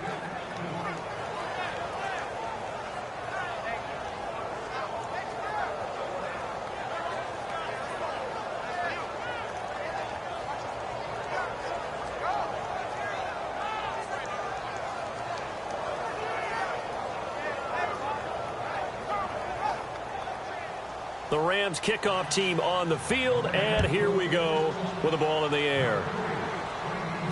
This fielded at the 2. And a pretty good return here. He'll be stopped just shy of the 25 at the 24-yard line. David Johnson now gears up to help lead this offense back on the field. He is fully awake now. If he didn't get off to the start that he normally does, they've got his attention. He's running it well. You think they set off the alarm clock at the half? I think that's what went down. I know this, having played on the defensive side of the ball, if you do a really good job against a great runner and you go into the half, you're excited, you're fired up, you think the game plan is working, but in the back of your head there's that little bit of nagging doubt. Can we do this for 4 quarters? So far, that's not happening. But that kind of run on first down, that's a winning type of a run. That just sets things up for them moving forward as they begin the drive. They come up in an offset eye. Now Palmer to throw on 2nd down. He's got the hook up to John Brown on the right side. It's a 4-yard pickup, and they'll be faced with a 3rd and inches. He decided to run a hitch route. It really helps to have a guy who can turn it loose. And, boy, he rifled one in there on that one. Not much run after catch, but it worked really well. They'll try and run for it. Here's Johnson. And Johnson lost the football. It's loose, poked out. Wow, that ball gets knocked free, but a teammate comes along and scoops it up. It's almost like baseball. Guys at bat, people are on base in scoring position. One guy doesn't get him home. The next guy comes through and picks him up. And avoids the turnover. They stay on the ground. This time it's Johnson. Trying to find a lane, but instead he'll get back to the line of scrimmage. And no more. That's going to go as a loss of a yard, and it'll be 2nd down. Brad, wasn't that long ago that the guy playing that spot was an outside linebacker type of a guy. Now, as a defensive end, how about the speed that he used to get into the backfield and make the play? 15 yards there on the catch and run.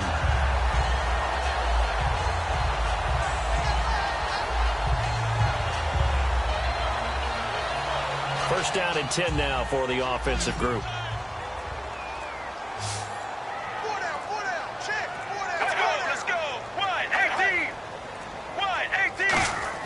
Now Palmer on first down. Fitzgerald bringing it in over the middle.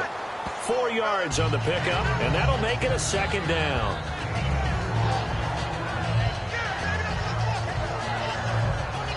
Six yards to go here on second down.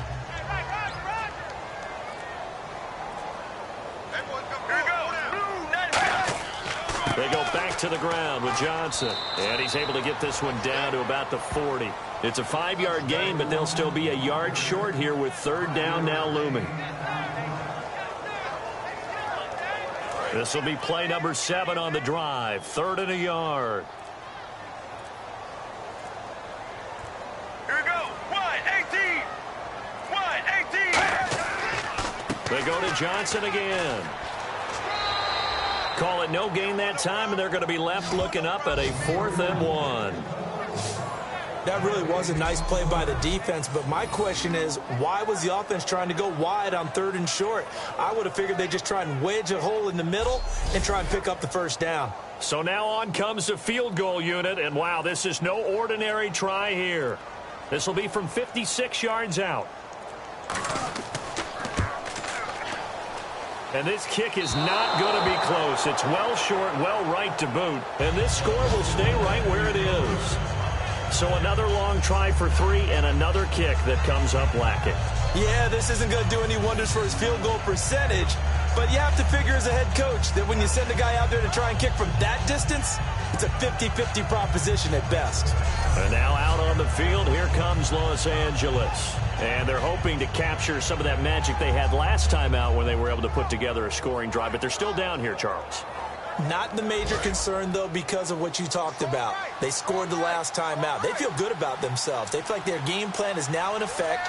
They know how to attack and what plays they want to put together. But they've got to keep it moving in the right direction because, as you did note, they are down on the scoreboard. He gets it to Thomas. And he'll get it down to the 47 here. It's a gain of 7, and it'll make it second down.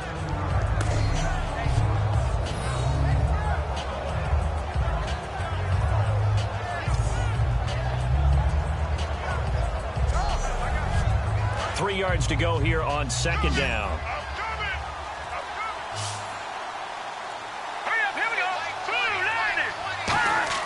Here's Goff now on second down. Dumps it off to Gurley. And he's brought down. They pick up 12 on the play there, and they move the chains.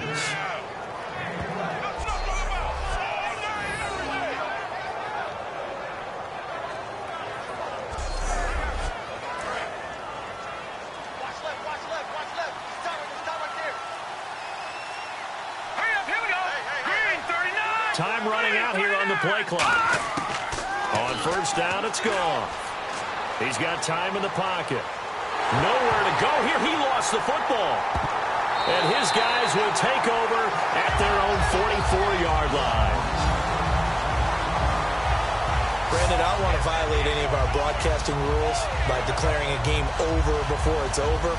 But that one, that puts them in real jeopardy there. Absolutely. It was a two-possession game. It is a two-possession game at this stage in the fourth. They needed points out of that drive. And obviously now, no chance at all to get those points that they so desperately needed. So out now come the Cardinals. And they had compiled a pretty long drive last time. Unfortunately, though, it ended with no points after the missed field goal. And that can hurt the psyche of a team because as they drove downfield, you know you're never supposed to count points in your mind until they go up on the board. Well, let's face it, we've been there. We've seen teams before. They were counting on those points. They didn't get them.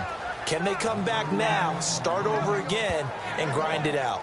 Partner, you know I love to point out when teams break tendency and do something a little bit different from the norm. But when you run the ball in the first play of the drive, that's not a tendency breaker at all. That's just trying to establish yourself as you move forward. Here's a 20th carry for Johnson. And he's going to be hemmed in and brought down right at the line of scrimmage. On the stop was Aaron Donald. So he runs it for 1 yard, then no gain. I don't know that you go back to that well here on third down. Yeah, I don't know that you do as well, but if you want to get the ball to him, if you want him to have it, maybe you get him into space and throw it to him. On third down, Palmer. And he'll just toss it away. So he throws it away, and that brings up fourth down. Whether they deserve credit or not, the defense is going to take credit for that incompletion because it always feels good when you slow down an offense. Here's Drew Butler now as he'll punt it away for the second time.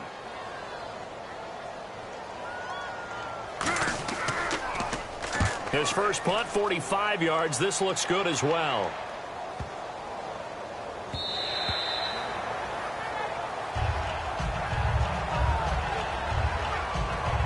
The Cardinal defense, they head out to get set here. Forced the fumble last time, up on the scoreboard, things going their way. Things are rocking easy now, and they feel good about themselves, confident, taking the ball away in the last possession.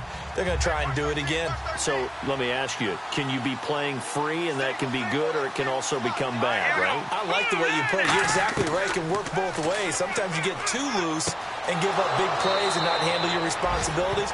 But oftentimes when you're playing free and easy and locked in, as they are today, you see the end result.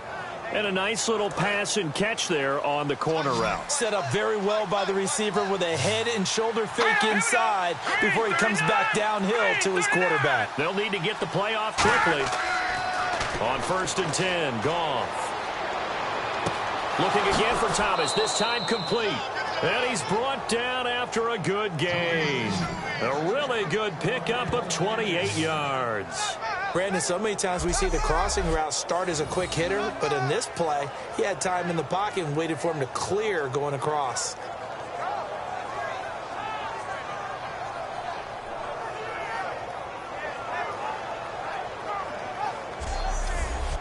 Offense comes to the line now, 1st and 10.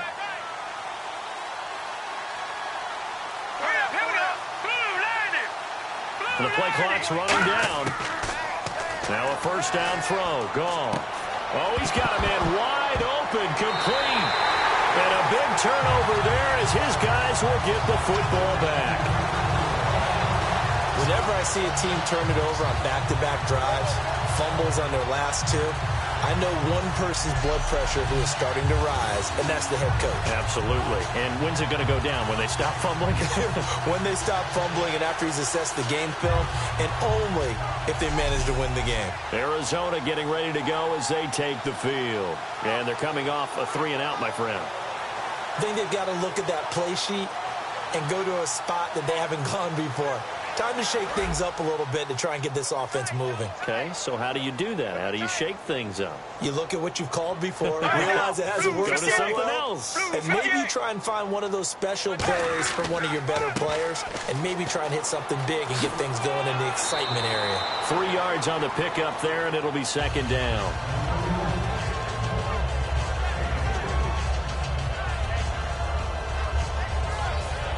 Decent chunk of yardage still left here. 2nd and 7.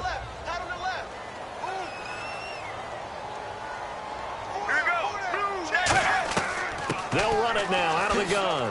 Ooh, with a juke. And he'll find some space up to about the 25. That's going to be a 6-yard gain. It leaves him with 3rd down and just a yard to go. Yeah, another good run there. He's been such a big part of their success here this afternoon. And that last carry, it puts him over 100 yards now for the day. And I see an extra defensive back on the field. Little surprise here on 3rd and 1. Throwing is Palmer. He gets it to Brown. Complete. And he's going to have the 1st down yardage to the 35. And they're on 3rd and short. They just tried to spread the field. It worked. And I think that the spreading of the field, the extra receivers, has really become the next in the evolutionary chain in the NFL.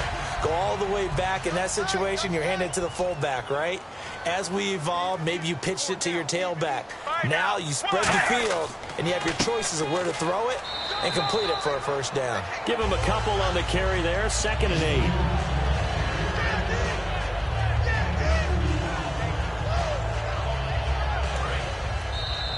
Time for a break. We'll come back to wrap this one up after this.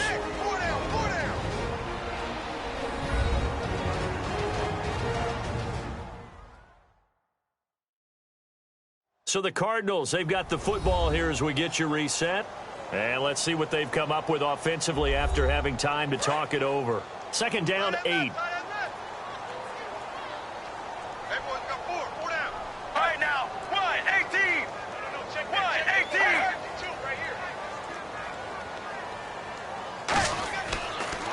And Palmer gives to Johnson. And for one of the few times here today, this run's not going to go anywhere.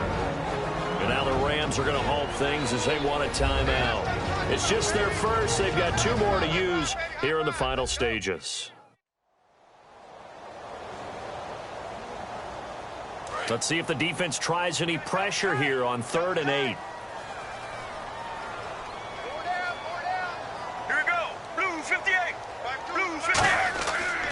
Palmer gives to Johnson. And he'll get... And the Rams are going to go ahead and take another timeout. That'll leave them with just 1 remaining in this 4th quarter of play.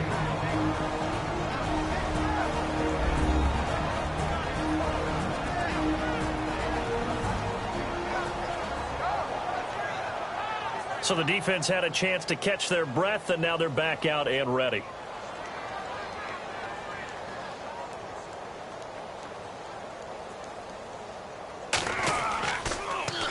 Averaging 50 yards a boot so far as this one's away.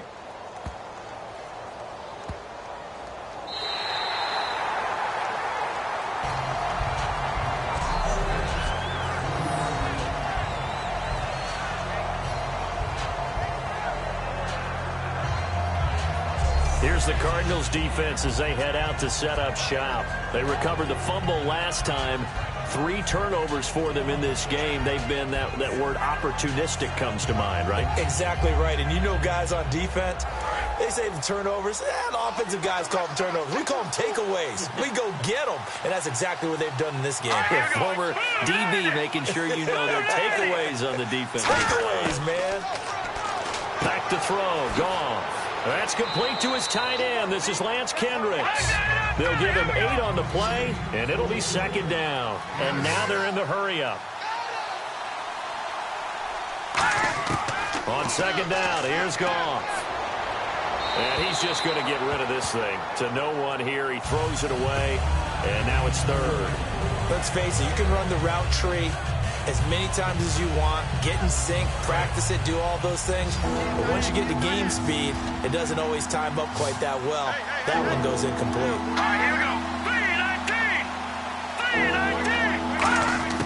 3rd and 2. Goff dumps it off to Gurley. And he's got the first as they'll bring him down at the 28-yard line. It's a pickup of 16 there, and it'll lead to a new set of down. And they're going to hurry back to the line now. To throw is Goff. And he will find his man on the outside. Give him 13 on the pickup there. And that leads to a Los Angeles 1st down. And after that rough game last week, you see the improvement here in this one, no doubt. I thought they might defensively take the blueprint and try to hold him down, but whatever they've tried to do, it hasn't worked as well. And I think the reason it hasn't worked as well is that they found the gaps between coverage. And what I mean by that is ordinarily, with a player of this caliber and stature, try and make sure you're on him right off the line of scrimmage. Bump him, get him off his route. What he's doing, though, is getting off the line of scrimmage, and before the second guy can get involved in the play, the ball's being delivered. That allows him to get upfield and make even bigger plays. Now Goff finding his safety valve here. That's complete. And he's taken down, but not before he gets this into enemy territory across the 40. They'll come up with split backs in the backfield.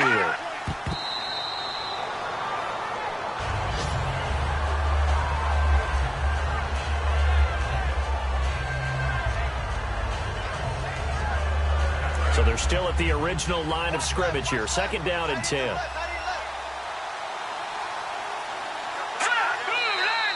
Now whistles and a flag down. I think one of the Rams linemen might have moved.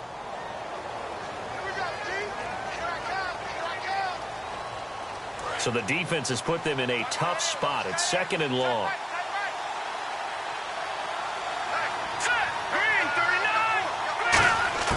Throwing again is Goff. And he'll go out of of bounds after taking it a little further down inside the 40. It's a gain of 5, and it'll be 3rd and 10 now. He's been a busy man here in this one, and they're showing off some nice footwork to stay in bounds. And with those types of catches and the volume that we've seen in this game, wouldn't you keep him busy as well? I would. Of course. You got to keep throwing it to him. He keeps making plays.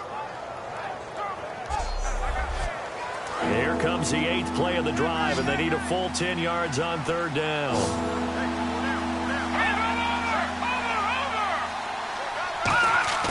Throwing on 3rd, Goff. Wide open receiver, complete. He goes for 18 there as the drive will continue. Looking to speed things up here, going with some tempo.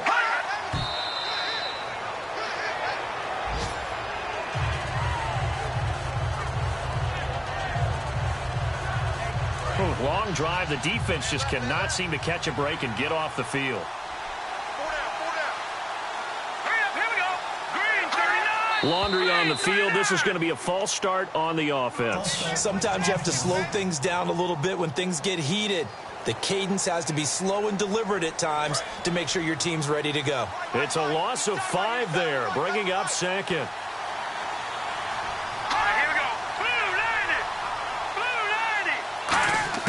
Goff throwing again.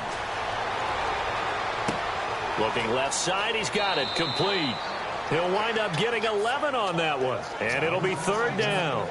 And he's the epitome of what we call the move tight end, a guy that you can line up anywhere, in the slot, out wide, in tight, doesn't really matter. Because he has such great skills, you want to utilize him in all aspects of your passing offense. And there he was in the slot for the catch.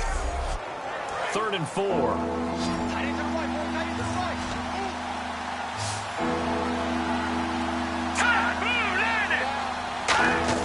To the air again, Goff.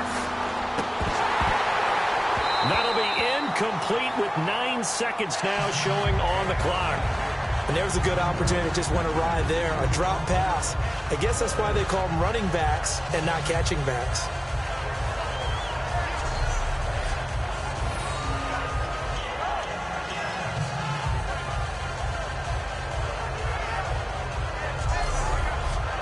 NFL teams last year a little under 50% on 4th down conversions. This is a bit tougher. 4th and 4. All right, here we go. Oh, and now movement and a whistle, and they may have to rethink their plans on 4th down.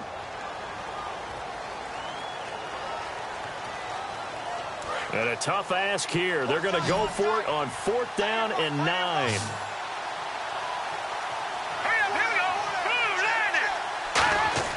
Desperation time for Goff on 4th.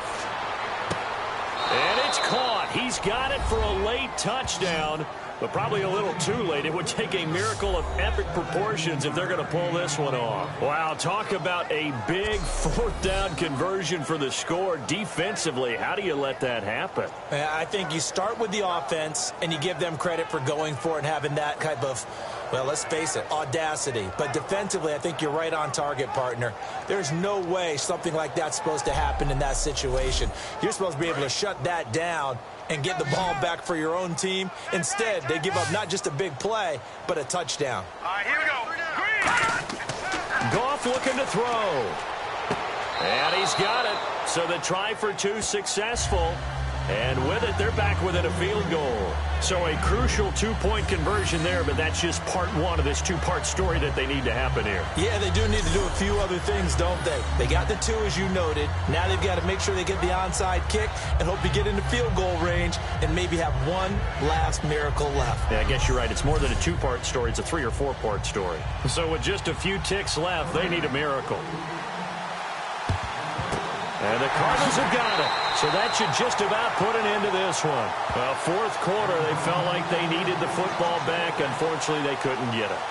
And I know we brought analytics into the game, and someone has said here that the data says that when a team's expecting an onside kick, 80% of the time, the team expecting it, they do actually recover the ball, which is what we saw here.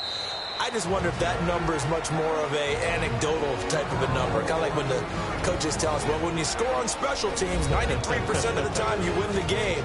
I'm still waiting to see that number is empirical. So a defensive timeout, chance to regather, regroup, and get set as we resume action. Let's go. Down to a knee goes Palmer, and that should wrap this one up. But, Charles, we saw a comeback bid fall just a little short, but give them credit. They were able to hold on, withstand that comeback, and ultimately win it by the slim margin. And bottom line, when it's all said and done, they don't ask you how much you won by. They just want to know, did you win? And that they did.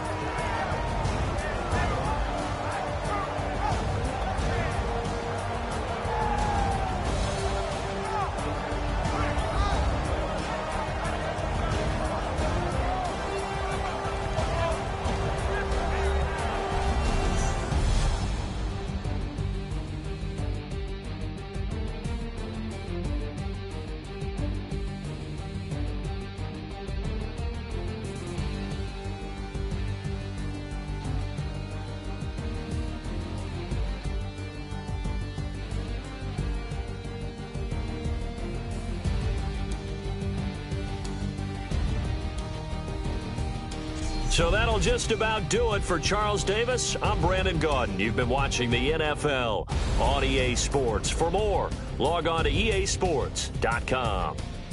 It's a win for the Cardinals as we say so long from Glendale.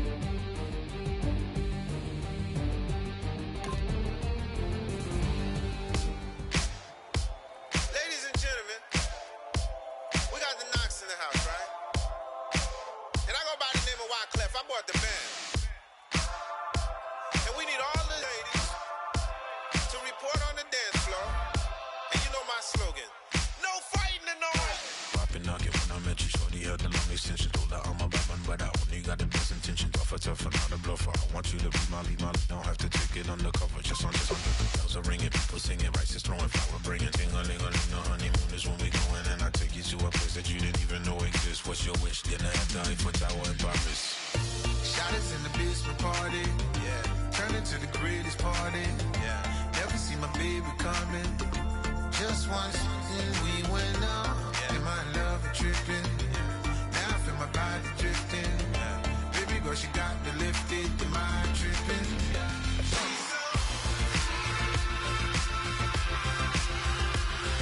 Excuse her while she kisses the sky. Excuse her while she kisses the sky.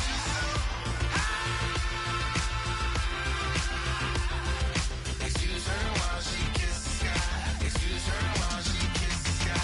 Jaws dropping when she walking, kind of thing that happen often. More than just a little. I be shutting down the city, black the latest gears. When she where you see that sun in the air. Fashion week all year, throwing money in the air. She's happy with my lady, other girls they wanna hate her. It comes with the territory, ball players wanna date her. All we got is loyalty, I'm treating you like royalty. I'ma spoil you every day of the week. Shot us in the basement party, yeah. Turned into the greatest party, yeah. Never see my baby coming. Just once, then we went up, yeah. And my love tripping, now I feel my body drifting. My body drifting. Baby girl, she got me lifted, the mind tripping.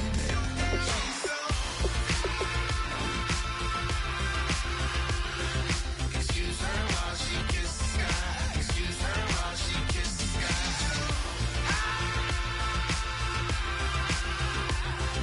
Excuse her while she kisses the sky. Excuse her while she kisses the sky. Hey baby, baby, hey baby. Hey baby, baby, hey baby.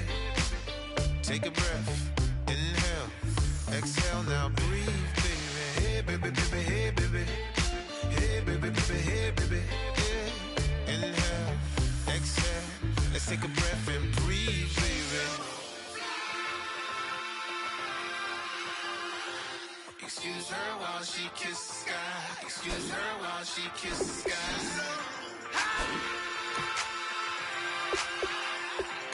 Excuse her while she kisses the sky. Excuse her while she kisses the sky.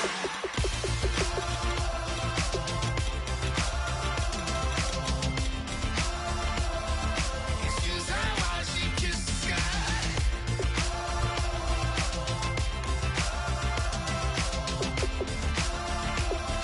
Excuse her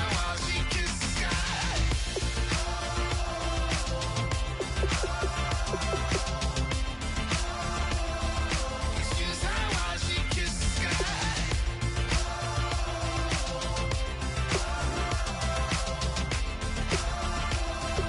Excuse her while she kisses the sky. Fresh, DJ Fresh. Now I've been in New York, Texas, Midwest, and it all reminds me of California. Cause there's no place like California. California, AATLMIA-DMV. All reminds me of California. Cause there's no place like California.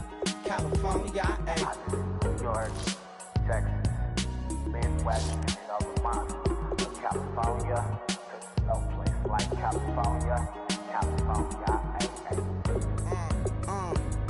I got some $1,000, now I'm smelling like LA. Met it from Miami to the Machiavelli. Left the kids on the belly, left the vid on my celly. She ate like spaghetti, I'm hitting gas and Dreddy. Met some killers in Memphis, like they from Oakland. Give me my flowers while I can smell them. Ain't talking about roses, literally I'm lean. Mix it like a bought it in Nashville. Then I woke up in Tulsa, Oklahoma. It's sunny, California, but nothing like Compton. It's more like Calistoga, and it's hot as Arizona. I pop me a Fresno, hard colder than Minnesota in October. Don't interrupt, darling, I'm in the zone. Why does everywhere I go just remind me of home? You know that state of gold with the bed. Them other places come close, but they don't compare. Now I've been in New York, come on, Texas, yeah, Midwest, and it all reminds me of California. Cause there's no place like California. California, AATLMIA-DMV. All reminds me of California. Cause there's no place like California. California, California, cause there's no place like California. Fresh off a flight to Boston, got a BZ in Maryland that I pipe too often. Headed right to Austin, most likely flossing. Tight, exhausted, high as a forklift. Handful of goons out in Colorado. Any given afternoon, you can catch a hollow. Honestly, it's the same out in Richmond, Virginia or California. Either state, you can get it. I done seen everywhere from Russia to Delaware. Trust me, I'm well aware. Barcelona to Bel Air, Petty to the deep. Hello, everybody. I'm Larry Ridley. You're tuned in to the NFL on EA Sports. It's hard to imagine this not being a fun game to watch. It's the Saints going up against the Chargers. With that, let's get you out to San Diego. Here are Brandon Guyton and Charles Davis. America's finest city on about as fine a Sunday afternoon as you're ever gonna see. Coming up, we've got a good matchup on tap between the New Orleans Saints and the San Diego Chargers. Hi, everybody. Brandon Guyton alongside Charles Davis. And, Charles, we take a look at this Charger club entering play here. We're in October now, so everybody should be coming into form, shouldn't they? They really should, and what you have now is a full routine established about what you want to get done and full focus on the season. Meanwhile, for the visiting Saints, they too were winners last time out, so something's got to give here. And I love it when both teams come in off of wins. Great mindsets, and it usually leads to a really well-played game. Seems like we were just starting training camp, but here we are in October, and off we go on EA Sports. This one fielded at the 5. Oh, a heck of a move. Man. And not a bad return here. He gets it out to the 25-yard line. So here's the Charger offense making their way out. They'll be led out by their veteran quarterback out of North Carolina State. It's Phillip Rivers. In some ways, he reminds me of a past NFL great who played the quarterback position as well.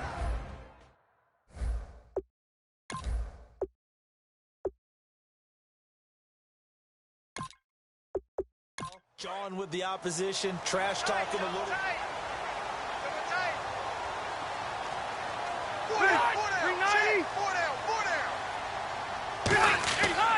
They'll run with a second-year man. It's Melvin Gordon.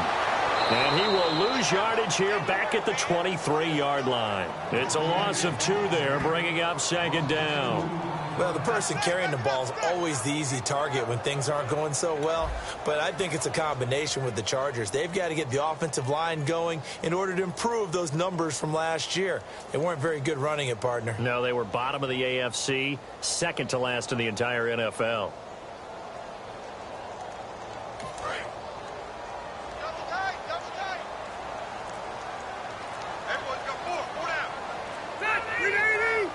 Play clock winding down. Play fake to Gordon. Now Rivers surveying the field. And Jones has it over the middle. And he's brought down after a good gain. A good pickup there at 22.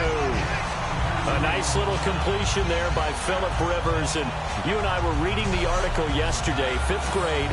Rivers had to do a project where he had to make a poster about his dreams and aspirations. So he clipped out a football player from a magazine article and pasted his face on the helmet. That's what he wanted to be, and it turned out okay. Not so bad at all. Remember, he's the son of a coach. And on that play, I think he made the old coach proud with that completion. Time running out here on the play clock. Now Gordon on first down. And nowhere to run on the interior of that defensive line. He'll get back only to the line of scrimmage. And, Charles, here's the offensive lineup. Melvin Gordon, the exciting young runner out of Wisconsin. Well over 2,000 yards his last year with the Badgers. This is a guy who can catch it and run it.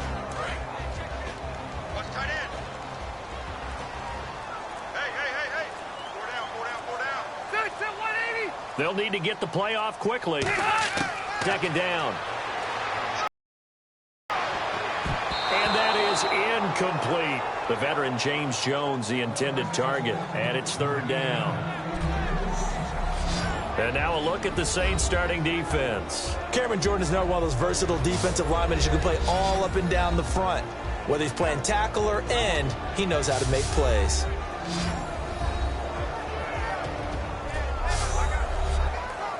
So incomplete on second down. Now they'll look to convert here on third.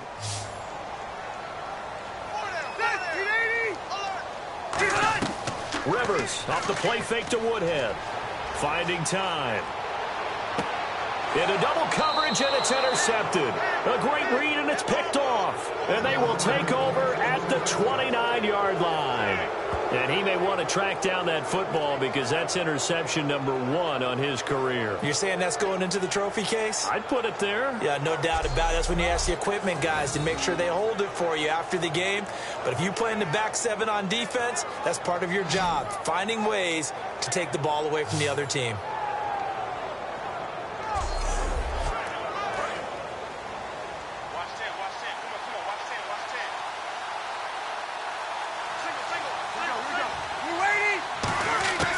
So after the INT, it's Breeze. And his first look is incomplete. Kobe Flainer, the tight end, his intended target. And that'll bring up second down. As tight ends go, he might not provide the super flashy plays very often, but he's pretty reliable. Usually an excellent target and normally catches what's thrown to him, but he didn't on that play. Give him 11 yards that time and a new set of downs. And the ball carrier there, Mark Ingram, in his 6th season now with the Saints. Yet to have a 1,000-yard season, but any guy who wins the Heisman Trophy, you know the potential's always there. Yeah, but you're right, yet to get to 1,000. Had 769 last year in 12 games. Officially no gain on the play, and it's second down. Big boys down there in the trenches and a nice play to stop them cold. Nothing there. Yeah, when you talk about big boys, you're talking about those defensive tackles, those nose tackles. They're not just big, they're immense. And what a big-time play there. On second down, Ingram. And here's another tackle made at the line. So they're converging well on the football now. No gain that time, and it leaves them with 3rd and 11 coming up. Then he got off the end there very quickly to make that play. Yeah, it was almost like the bullet train, wasn't it? I mean, just zoom. Quick, quick, quick. And what a terrific play, holding them to no gain. I see an extra DB on the field now for San Diego. Yeah, indeed. The play fake to Ingram. Now it's Breeze. And he's got Snead. And he has the first down yardage before they bring him down right at the 45. And when an offense is doing a nice job selling the play-action pass, a lot of responsibility shifts to the linebackers. They're the ones that have to determine run or pass and get to the proper places on the field.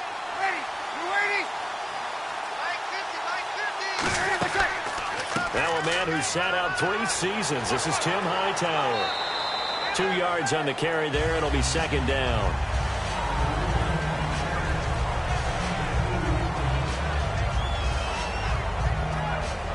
And here comes play number 6 on this drive.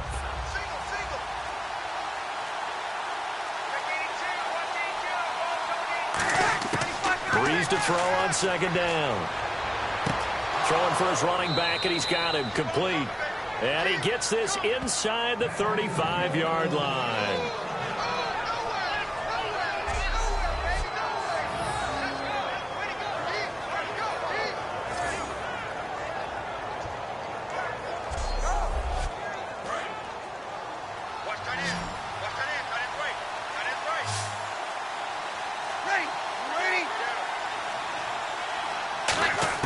Throwing on first down is Breeze.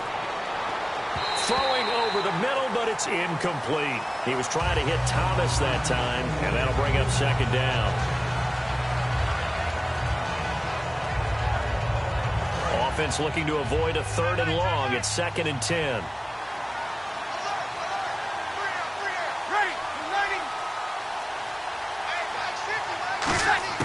Breeze again here on 2nd and 10. And that is incomplete here. He was looking for Mark Ingram there. And it's 3rd down.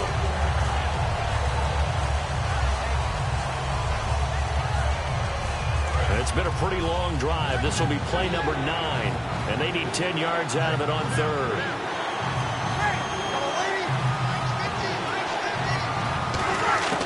Now Breeze on 3rd down. It's complete to Flainer. And he will have a first down at about the 21-yard line. They give him 13 yards there on the play and a fresh set of downs. We heard them talk before the game about utilizing the intermediate passing game this week. It works for them there. They move the chains. And we saw them work on it in practice as well. And most teams take a period at a time to work on different things. They put a couple of periods of work into the intermediate passing game, and now we know exactly why. They got the look that they were seeking, and they were able to take advantage of it. It's a really nice 15-yard pickup, and now it's 1st and goal. Almost not fair. The big guy running the corner route, being able to lean and push and get to where he wants. So how do you stop it? A lot of times you want to have a linebacker on him, a bigger body guy who can handle him physically. But a lot of times that doesn't work as well because his quickness often wins the route. Now some movement before the snap. And we'll hear from our referee for the first time this afternoon. And a really long drive here, and it goes on and on.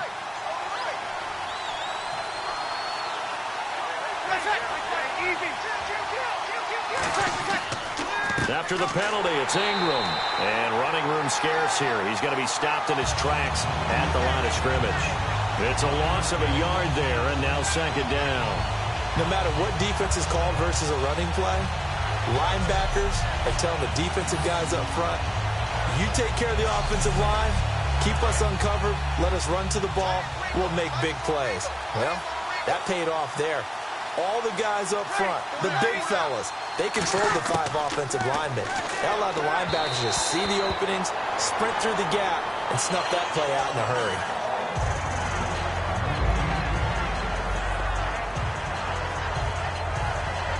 This is turning into a bit of a death march here, the 13th play of this drive.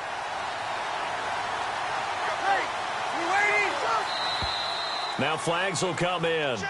And I think this is against the Saints up front.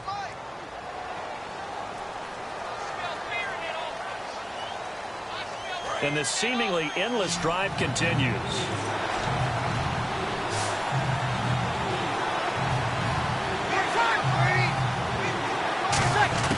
On 3rd and long, it's Breeze. That's caught. It's Thomas. And he'll take it into the end zone for the Saints touchdown. Their big-bodied receiver, his 2nd touchdown on the season. And the Saints have taken the early lead. When you're a great route runner, it makes you that much better as a receiver because now your quarterback trusts that you're going to be where he expects, and he's able to deliver the ball on time. And it's good as the Saints have a 7-0 lead.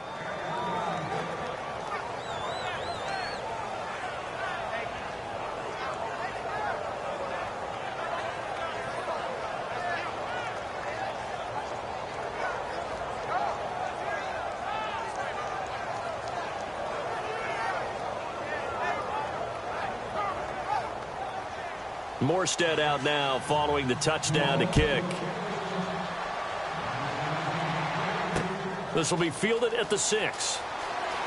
Oh, he shifts past him. And he'll take this one near the 25, call it the 26-yard line. And now San Diego getting set to go. And following the interception, just any interception, are you a little bit more cautious when you start that next drive, or no, you just throw that out the window? I think you are. I don't think that there's any way you can run back out there and go, totally didn't affect me. Let's just go ahead and be loose with the football again.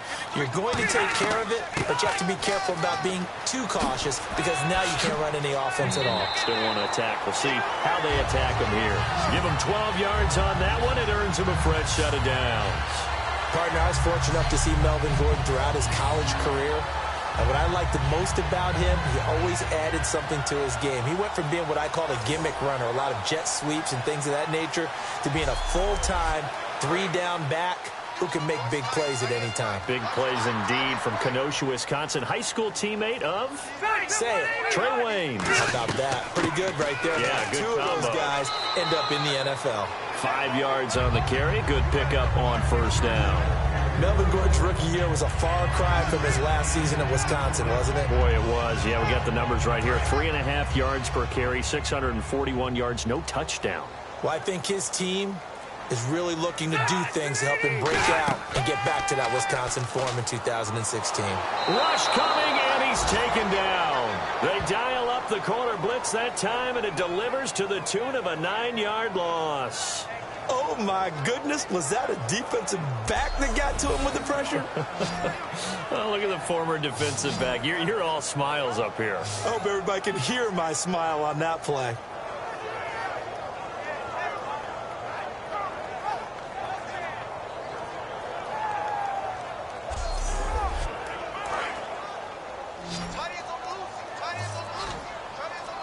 And they'll add a DB in the secondary here on 3rd and 14.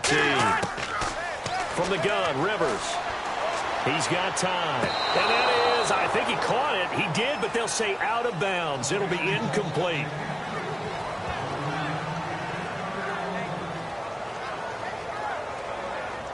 Here's Drew Kaiser now, as he's on to punt for the first time this afternoon.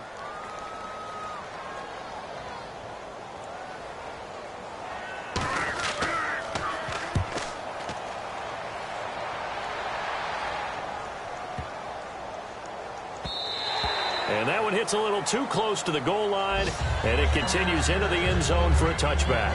And this is a quarterback who certainly played awfully well last week in their win. I know he's looking to replicate that one here today.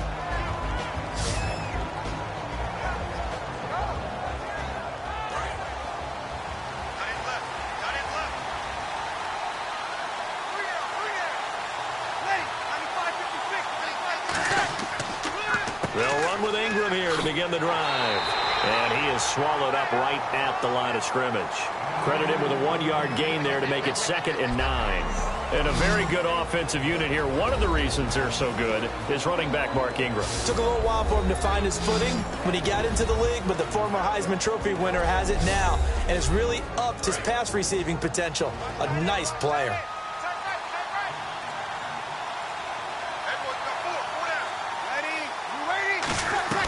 Again, they'll run with Ingram. And he'll be brought down here at the 28. And he's able to get most of what he needed on the carry there. 7 yards on the gain, and it's 3rd and 2 now. And that's the kind of run that gets everyone excited on offense. And, you know, oftentimes the guys who carry the ball are the ones in the huddle doing the chirping. Right now, I think it's the offensive line telling them, run it again. We are right there about to break a big one. Caught by Snead over the middle. And he's got the first down as he's up to the 45-yard line. 17 yards on the pickup there. The drive will continue. It's a first down. One of the selling points of the in route is it gives the quarterback a really nice sight line to his receiver and almost on a direct shot able to throw the ball into the middle of the field and have a great chance of success as they did on that play. Give them 11 on the gain there, and the Saints are going to get a first down. You have to control the guy playing over the nose in order to run the ball up the middle against a 3-4, and they did that very well on that play. And that hurts the linebackers because what they're counting on, especially the guys in the middle, is that nose taking on 2, sometimes 3 blockers, eating those guys up around the linebackers to run free and make a play. But when they control the nose, it allows other guys to get upfield to that second level and block the linebackers, and now the running back's got some room to roam. And there's a nice completion to Kobe Fleener, and no one can be happier than Drew Brees. Yeah, he had Jimmy Graham for all those years, Ben Watson last year, and now coming south from Indianapolis, Fleener.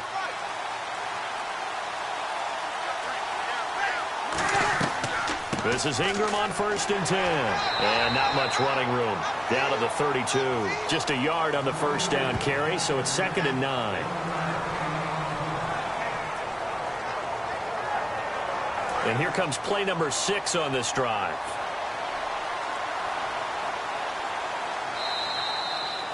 At the end of 1, it's the Saints in the lead early here. And we'll come back to San Diego after this.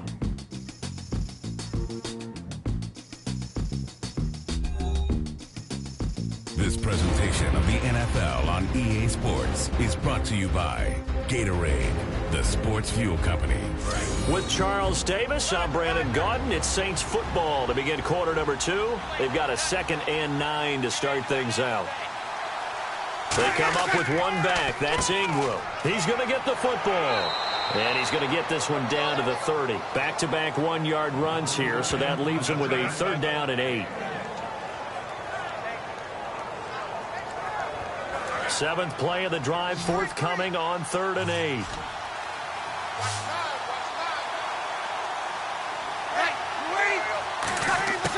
From the gun on third down, Breeze.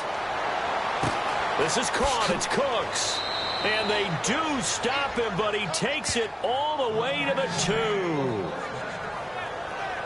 2. Never make the mistake that the slot receivers, especially the little guys like we're watching here, are just quicker than fast. A lot of them combine quickness and speed, and they catch a lot of footballs, as we just saw there.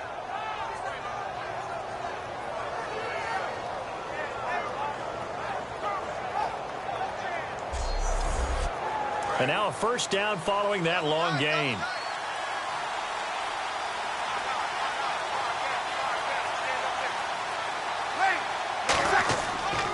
They go with a big back Hightower. And this one will wind up with him losing yardage back to the 4-yard line. That's going to go as a loss of a yard, and it'll be second down. Well, there they went blitz defensively, Charles, and things were paved well coming from the linebacker position. I love the way that you described it, paved well. Oftentimes, the guy who gets home on the blitz, he's going to get all the credit, but his teammates did all the dirty work, right? They ran into people on purpose. They sometimes tugged on jerseys to hold linemen to create space and gaps, and that play finished off really, really well. Well conceived, well designed, and even better executed. So they're back at the 7 now for 3rd and goal.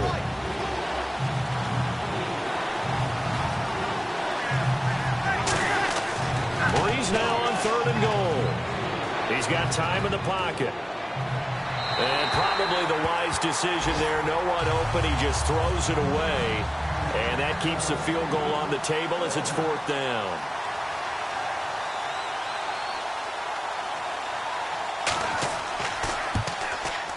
And Sweezum will get this one to go. It's good.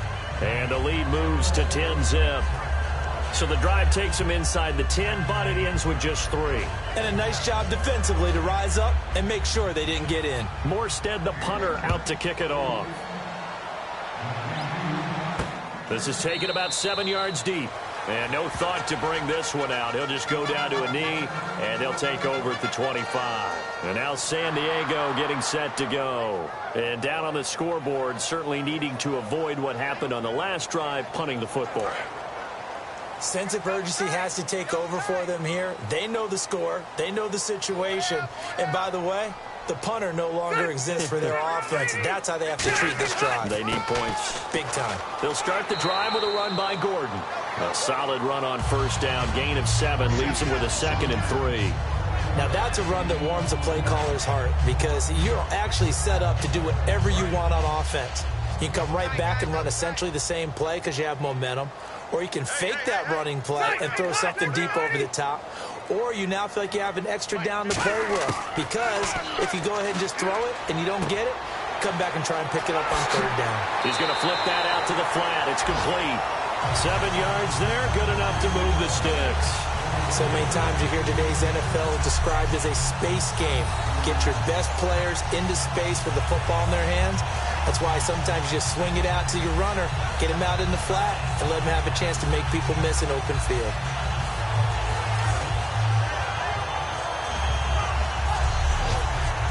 And the offense lining up 1st and 10.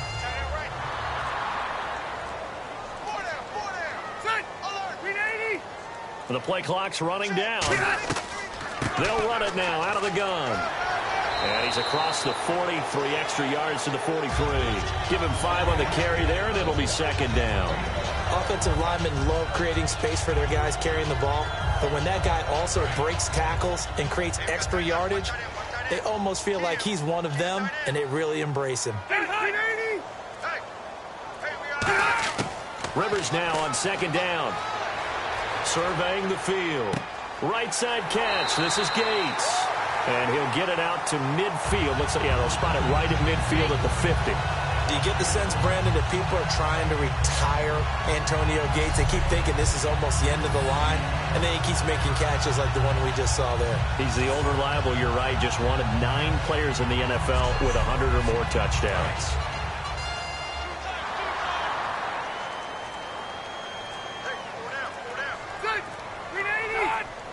Play clock winding down.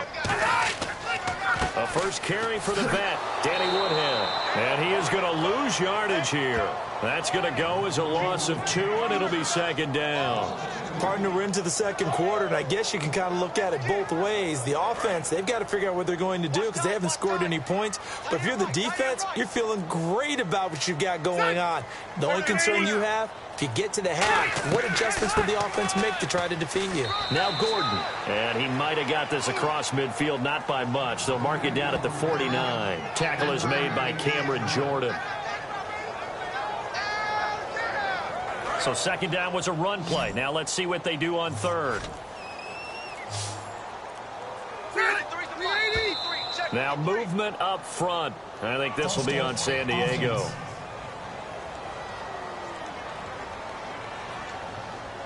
A long way to go here for the offense on third down after the penalty. 3rd and 15. Rivers off the play fake to Woodhead. It's caught. Jones. And he's brought down after a good gain. And they're able to convert on third with a solid gain of 23. Love the call by the offensive coordinator, recognizing the situation very well, calling for the play-action pass, and completing it.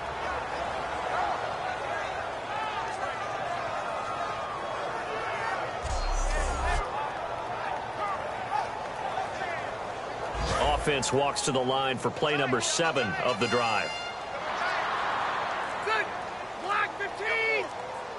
Time running out here on the play clock. Rivers going to turn and give this one to his running back, Gordon. Yeah, give him 4 yards there. It'll be 2nd and 6. But if you're going to have a relay race, you're probably going to pick your backs and receivers to run it, but don't underestimate the conditioning of the offensive line. They're out there just dictating things, staying on the field, and keeping a long drive going. They come up in an offset eye. Now a second down throw for Rivers. And right side, Henry's got it. And he's in for a Charger touchdown.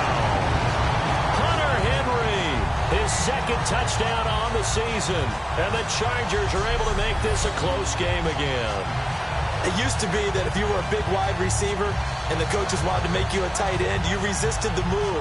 Now it's almost a glamour position because they have the mismatch advantage.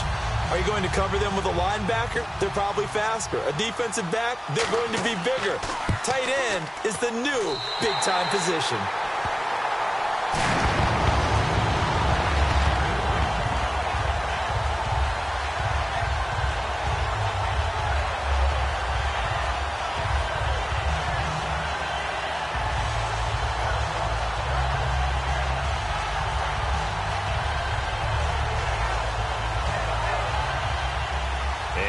Now after the touchdown, he'll kick this one away. Set to return. This is Brandon Cooks. And a nice return sets him up pretty good here at the 30-yard line. Drew Brees getting ready to go again on offense. They've got the lead. He's a big reason why. Looking sharp so far. And as we travel around the league, we see quarterbacks get it done in a variety of ways. But today's NFL does tell us one thing. If that guy doesn't play well, their team's not going to win. And right now, he's got his team in the lead. And now they'll look to extend that lead. That's going to go as a loss of 4, and it'll be 2nd down.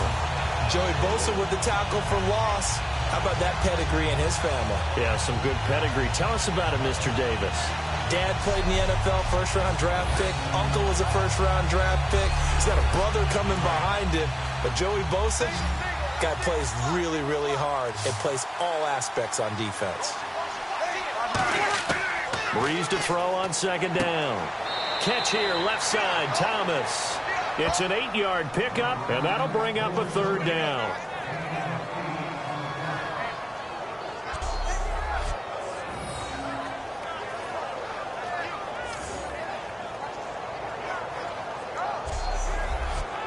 Still in search of the 1st down after that last completion.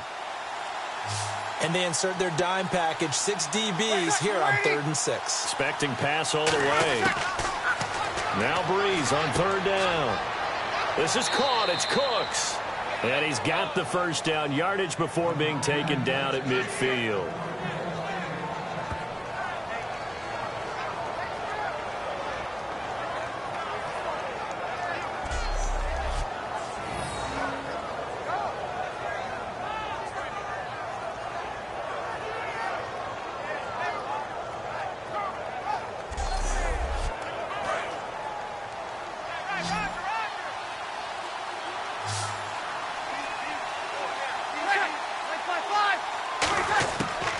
midfield. Here's Breeze. It's complete. Fleener, right side.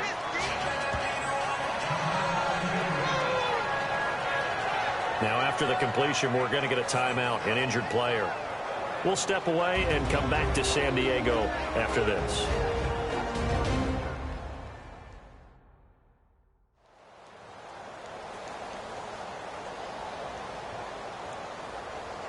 Just 2 yards to go here on second down for the offense.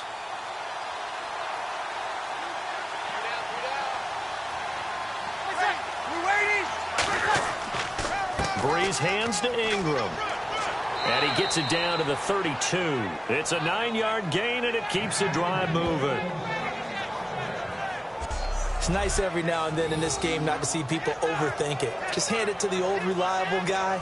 Let him pick up the first down. And a new set of downs here after picking up the first on the ground. They'll come out in the pistol. Ingram again, a first down carry. Trying to bounce it outside, but he's only able to get it back to the line of scrimmage. Calling no gain on the play, and it'll be second down. So nothing there, but maybe you blame that on the blocking. Yeah, at some point you've got to win at the point of attack, and on that play, that was all the defense. They made it happen.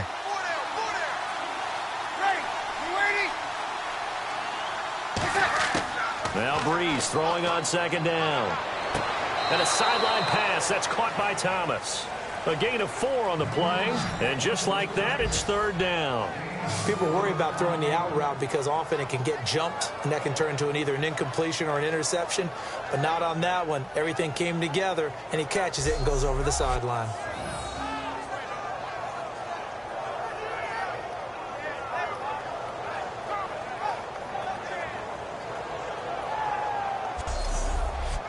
Seventh play of the drive upcoming here on 3rd and 6.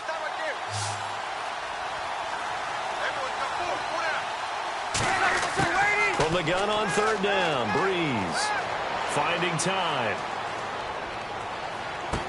And this is going to be incomplete. Brandon Cooks, the receiver he was going after, and it brings up 4th down. And for the second time this half, on comes the field goal unit here.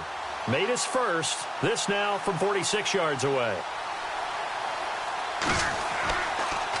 Oh, they get to the football. It's blocked. Now it's scooped up, and this is a live football. Personal foul. Face mask. Defense. And the dreaded face mask penalty, that's going to cost him 15 yards. And it's such a dangerous play. Body going one way, and then your head gets yanked back the other. 15 yards is the right call.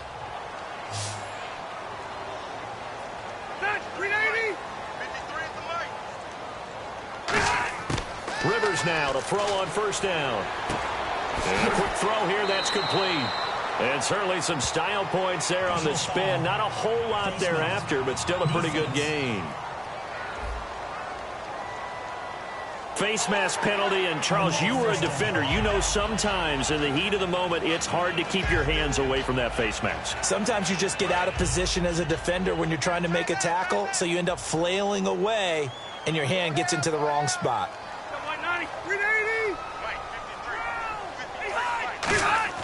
Rivers on first down.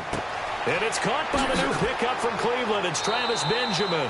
And he's brought down. 1:57 to go in this first half. We'll come back to San Diego after this timeout.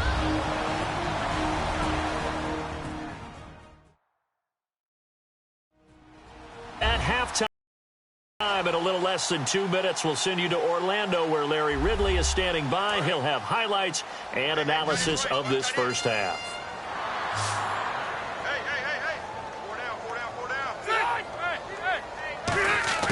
First down, Rivers. Going underneath for Gordon. It's a 10-yard pickup, and it moves the chains.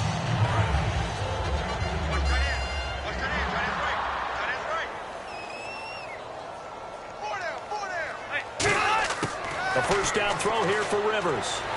Caught on the left side by Benjamin.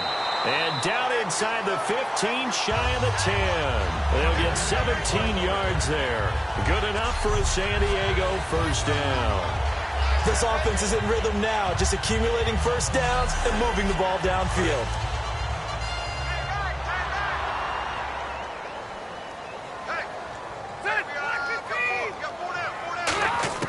On 1st and 10, Rivers.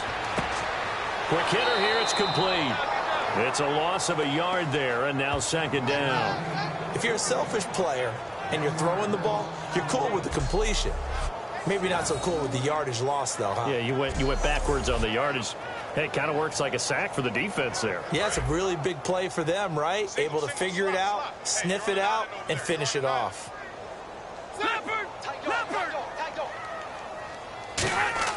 Again, it's Rivers. To the sideline, and oh, a nice catch there. Made sure the feet were inbounds, and they were.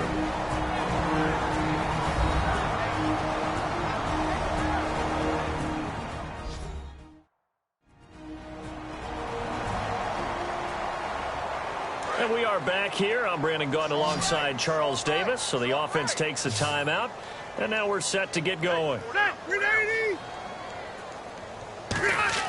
On 3rd down, Rivers. And the incompletion there, so that breaks a string of 5 straight hookups. It also leads to a 4th down. So now on 4th down, on comes Josh Lambo and the field goal unit for the Chargers.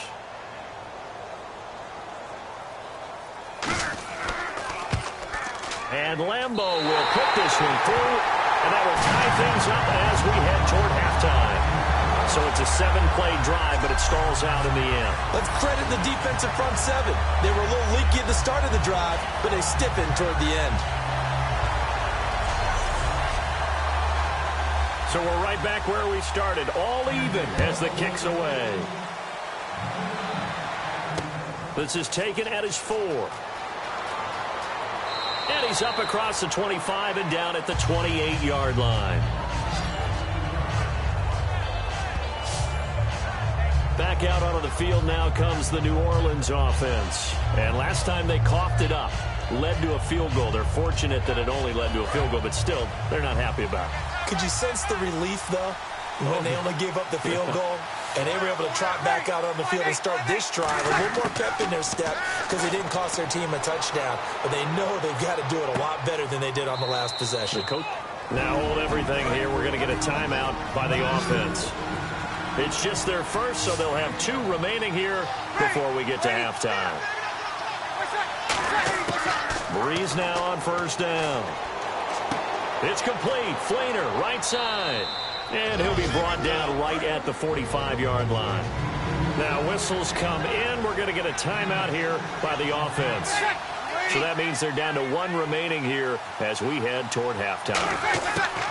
Now Breeze throwing on 2nd down. And seeing nowhere to throw, he chucks this one away from harm. Incomplete. Now it's 3rd down. Not too many things get to a quarterback of this magnitude, but I think it's safe to say that pressure can get to any quarterback. Now, he's obviously a great franchise quarterback, but felt the pressure, threw it incomplete. And he has the 1st down yardage before they bring him down right at the 45. And they're going to speed things up here. Breeze now on 1st down. And after that completion, you can understand why so many teams in the league are emphasizing speed on defense in every position. The tight ends have created so many tough matchups now. If you can't run with a tight end as a linebacker, this is going to be the result every time. Again, we'll see the pistol here. Breeze again here on 2nd and 10. Catch here, left side, Thomas. And brought down, but able to get it to their 30-yard line. Now hold everything here. We're going to get a timeout by the offense. And with halftime on the horizon, they'll be out of timeouts from here forward.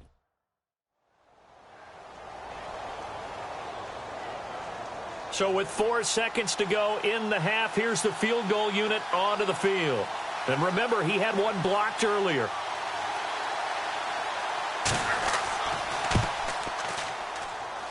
And Sweezum will get this one to go. It's good.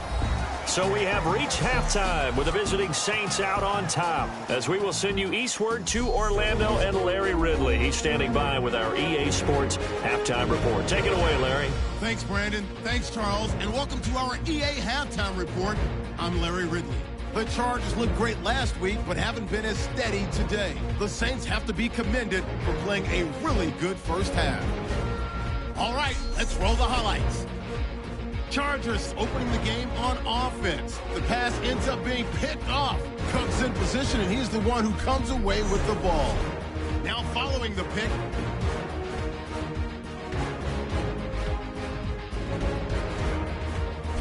Third down at the 49.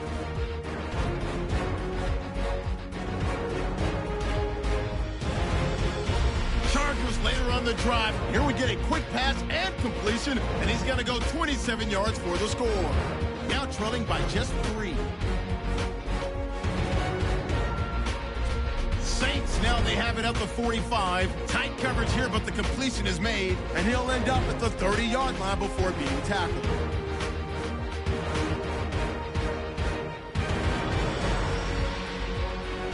So that'll do it for us. We'll go back now to San Diego for the second half. Thank you, sir. A field goal separates these two teams as we come back for this second half. This is fielded a couple yards deep. And the decision to bring it out, a good one, as he's up a yard or two shy of the 30. Now the Chargers, their defense heading back out there. They're losing here as we begin the third quarter, trying to stop this from being a bigger deficit. I used to play for a coach who always talked about getting the other team's attention.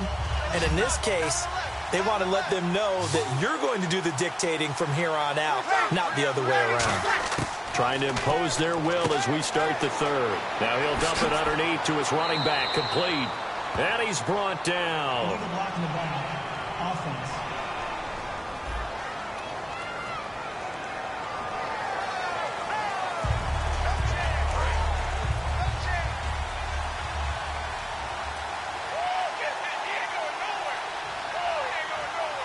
They come up with one back. That's Ingram. He'll get the football here.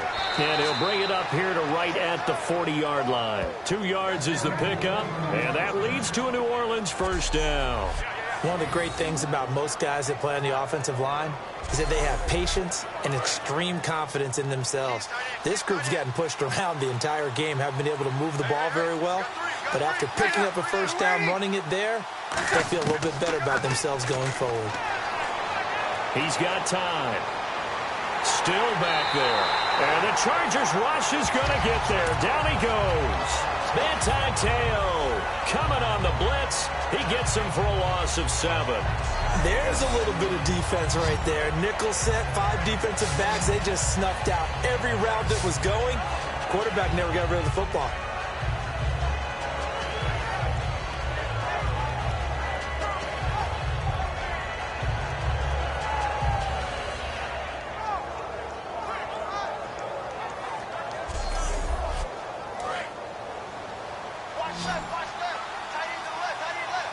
Another pistol look here.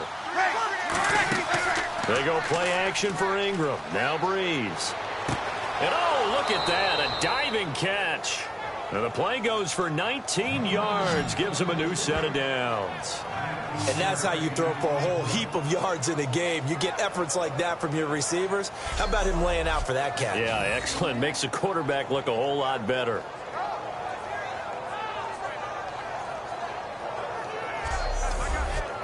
Fresh set of downs here.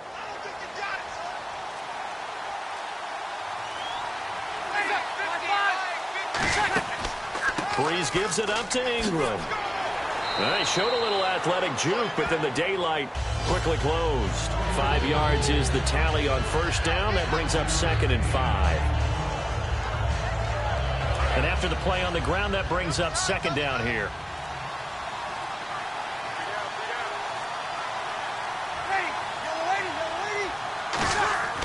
Ingram again. And he'll take this one down to about the 40. Call it a gain of 4 there, so it sets up a big play here. 3rd and a yard.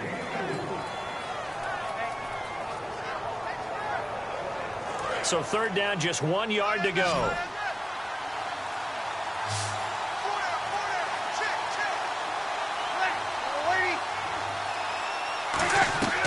They'll try to run for the first with Ingram.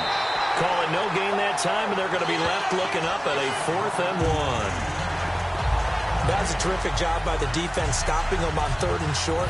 But sometimes you get some visual cues from the offense because when they're going in short yard situations, you might see the offensive line come in tighter together, a little more shoulder to shoulder, trying to wedge a hole in the middle. They didn't get it done on that play.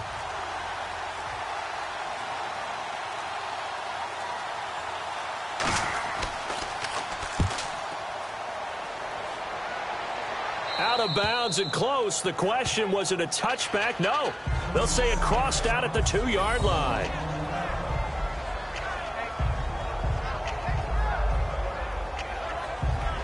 And trotting back out there now, this Saints defense. And last time out, they gave up the chip shot field goal, but obviously could have been worse than that. I think they felt pretty good about only giving up 3. No doubt about it. Anytime an offense gets into the red zone, the thinking naturally for the defense is, okay, 3 points. We're going to give up 3 here, but let's make it no more than that. They met their goal. On the other side, though, the offense, they weren't very happy. No, because there's an opportunity. Once you get to the red zone, you're not thinking about kicking a field goal. You're thinking about how do you get it into the end zone. And when you don't, you walk off the field feeling a little bit of failure on that drive. Yeah, who will have the better feeling at the end of this drive?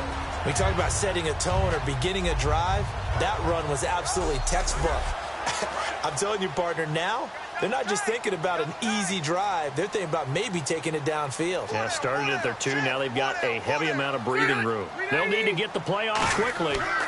They keep it on the ground. Again, Gordon. And he'll be taken down, losing yardage back at the 9-yard line. So he loses 3 yards there. Now 3rd down. And frankly, Brandon, we're talking about things I'm not sure we ever thought we'd talk about in the NFL, and a lot of that is the speed at the linebacker position. A lot of these guys in college, they were safeties. They moved them up to outside linebacker to combat the spread offenses, and now we're seeing it in the NFL. Those same guys using their speed to make plays in the backfield, similar to that one. Quick pass play there on the slant, Charles. Works out well for the offense. The offense loves it. The defender hates it. Hard to get through the body of the receiver to get to the football trying to cover a slant. So the offense has it 1st and 10.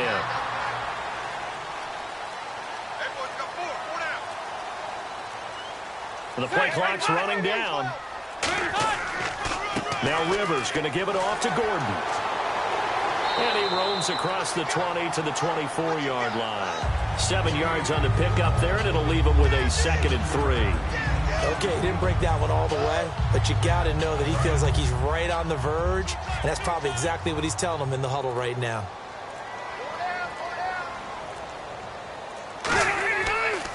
On 2nd down, they'll run with Gordon. And this time not as successful as he'll get back to the line of scrimmage and no more. Credit the tackle there to the rookie Von Bell. And the evidence shows last week's game, it's really leaked into a 2nd game now, Charles. What do you think of this? And it's a surprise, isn't it? Because when we spent time watching them practice, talking with the coaches, they felt like a bounce back was going to happen this week. They were very confident in the game would present great opportunities for big-time runs. They're not getting that so far. I don't know if this is a game plan or if they're just being overwhelmed by the defense they're facing. Hunter Henry out of the University of Arkansas was definitely the consensus top tight end in the 2016 draft. I thought he might sneak into the 1st round. He didn't, but I think that Phillip Rivers is really happy to have him in San Diego. They're already starting to make that connection. Just a yard on the pickup there, and it'll bring up a 2nd and 9.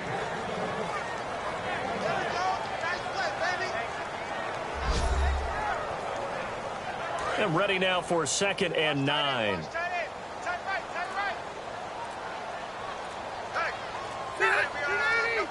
Play clock winding down.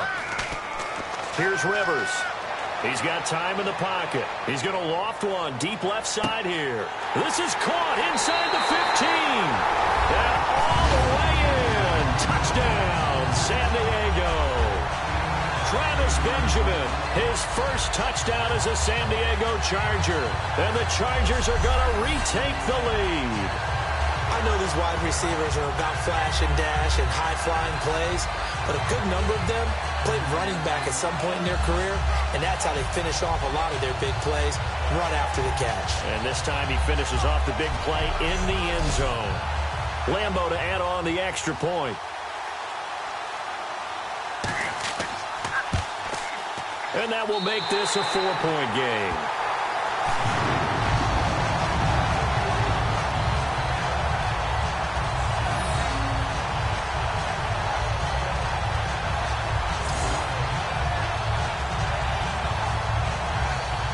And Lambo now, after the touchdown, he'll kick this one away.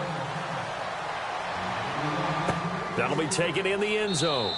And this will be a touchback. Last year would have come out to the 20. This year they'll move it out to the 25-yard line. A chance for us to look at this Chargers defense again. They'll be hoping to come up with that same type of effort they had last time when they forced the punt that led to a touchdown. And that type of effort just continues to carry over. Because once you get it done once, you feel like you can do it again and again. It's no guarantee, but you got to like the confidence that they take back out into the field. Now will they keep that confidence? Time to find out. The drive starts here with a carry by Ingram. And he'll go down right at the 30-yard line. 5 yards on the carry. Good pickup on first down. So we've got a 2nd and 5.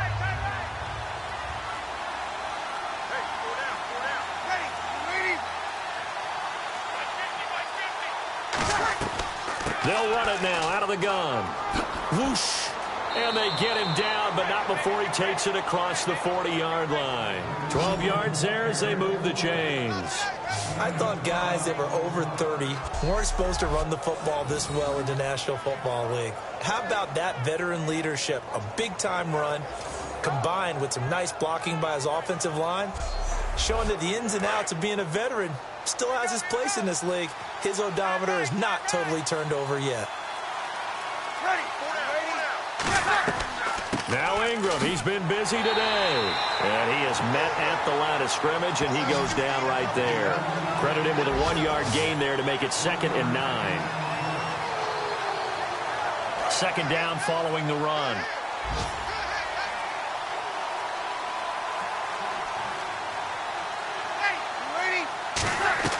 And a 20th carry now for Ingram.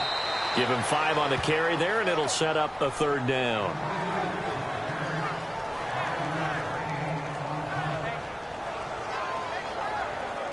Third down and 5.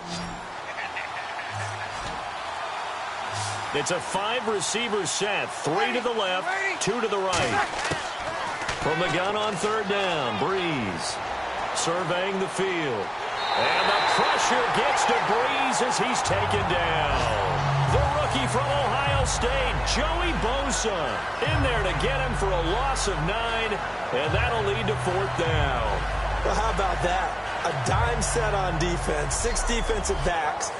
None of them blitz. They're just back there in coverage. Defensive lineman gets the sack. That's where the O-line, they go to the sideline, they keep their helmets on so the cameras can't find them, right? Yeah, the cameras can't find them, but I know one thing. The O-line coach will. Here's Thomas Morstead now as he'll kick it away for the 2nd time.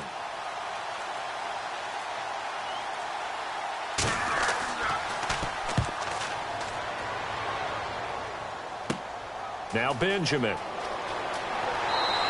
Nice job bringing that one back. 14 on the return. And out will come the offense as they take over. And now San Diego getting set to go. Good drive last time. Really effective passing the football. Do you maybe mix it up, now go to the ground game and surprise the defense a little bit? I would anticipate the defense making some changes, but I wouldn't necessarily just absolutely go in the opposite direction. They're doing so well throwing the ball. Yeah, why I wouldn't change it up until they showed me a reason to do so. Oh, he's got a man wide open, complete. And he's going to get this down to the 35-yard line. And defensively, they were in zone coverage there. Do you have to be a little careful? You're losing, playing against a good quarterback like he is, to not play too much zone? Yeah, you have to be careful about how much time you're giving up. I think it's a good point you just brought up. So maybe if you still want to play zone, you go to a zone blitz scheme. and you can drop anyone out of your defensive front. Defensive end, defensive tackle. It doesn't matter. You just exchange someone to bring more pressure towards the quarterback and still try and cover downfield. Now the handoff comes to Gordon, and that play went nowhere. Losing yardage. It'll be back at the 36. It's a loss of 2 there, bringing up second down. Textbook defense. Nowhere to go for the runner. They get there. They make the tackle. Play over.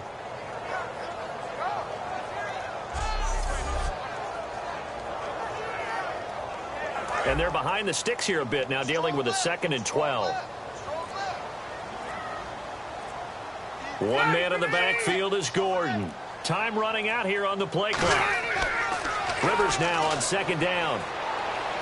Gates has it over the middle. And he'll be brought down at the 27-yard line. And now time is called as we've got an injured Charger down there on the field. We'll step away and come back to San Diego after this.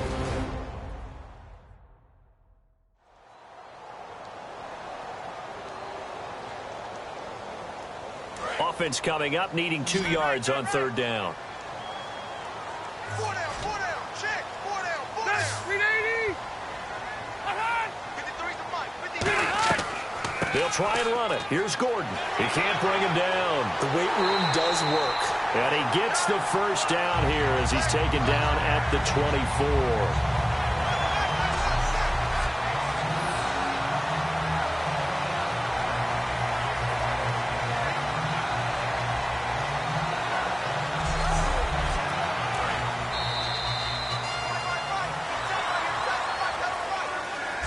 3 quarters in the books. We'll return with more after this. You're watching the NFL on EA Sports. Now in Mission Valley and San Diego. It's Charger football, and they've got the lead as well as we begin the 4th quarter.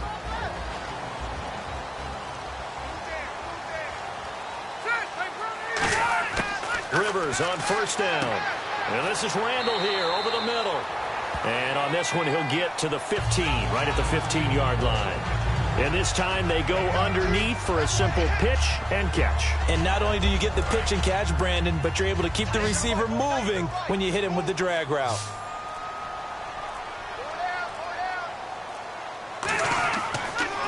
Now Rivers going to give to Gordon on the draw.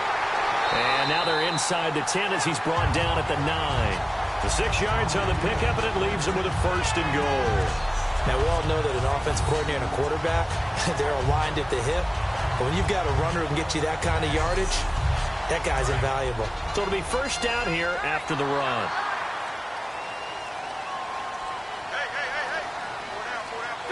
They'll need to get the play off quickly. 1st and goal, Melvin Gordon. And he'll be stopped just outside the 5 at the 6. It'll be a 3-yard pickup, and it brings up 2nd and goal.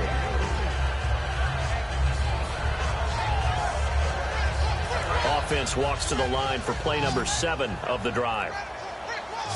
Alone to the right is Jones. Ready, 380. 2nd down, Rivers. That's caught at the 2. And he'll be brought down right on the edge of the goal line at about the 1-yard line. He's a rookie, and you don't want to get hung up on the word potential. But when you see him make catches like that, you keep thinking to yourself, he's good now.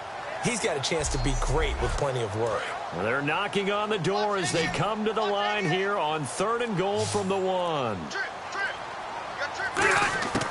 From the shotgun, it's Rivers. And almost intercepted. Would have been a huge pick in the end zone, but as it stands, that brings up 4th. A missed opportunity for an interception would have killed off a drive. They had a chance there to finish things off. Didn't get it done. I guess that's why a lot of those guys do not play offense.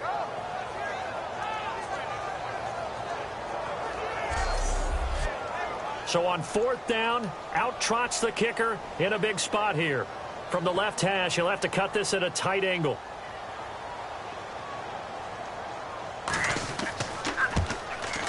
And Lambeau will put this one through, and that'll make this a 7-point game. So, Charles, I think from a defensive perspective, you have to look at that field goal there and consider it a win. You were able to keep them within a touchdown, so no question about it.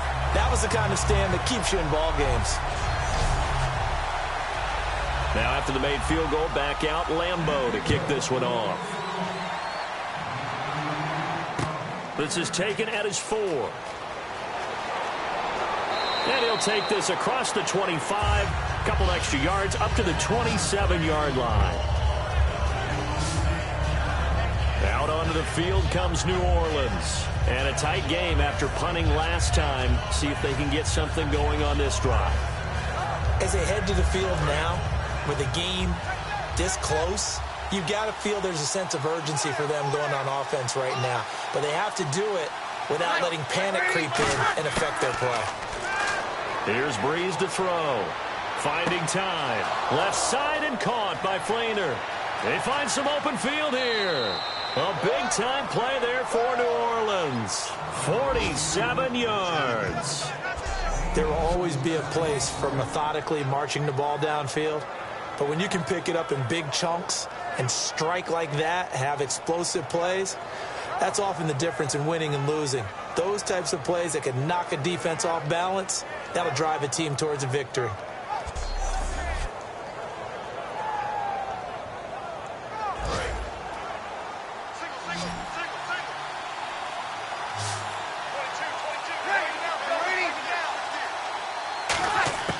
Breeze now on first down.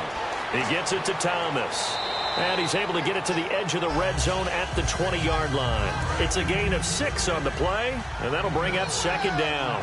Sometimes the most effective routes are the ones that you run in the backyard, and you probably ran them when you were 5 years old. How about a little curl there against zone?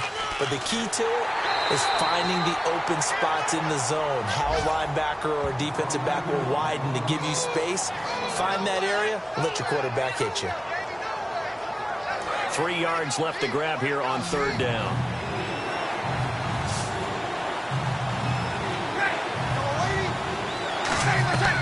They'll run it now out of the gun. And he picks up the first down yardage as he takes this one down to the 15. And 5 yards on the play there as the drive will continue. Let's face it, when you have a guy who can pick up those types of runs and keep the chains moving or stay ahead of the chains, you're making everyone else on offense happy because you're opening things up to allow for a whole lot of different play calls. Now flags will come in. And I think this is against the Saints up front. First and 15 here behind the chains.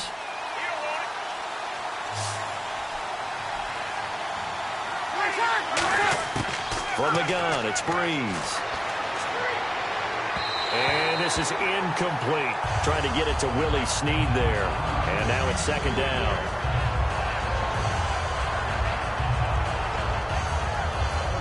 So the defense has put them in a tough spot. It's second and long.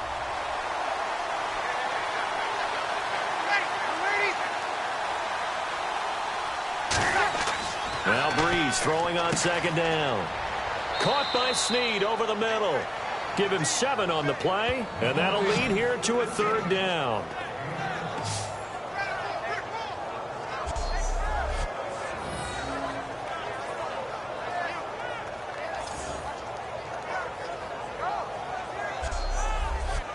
And here comes play number 6 on this drive.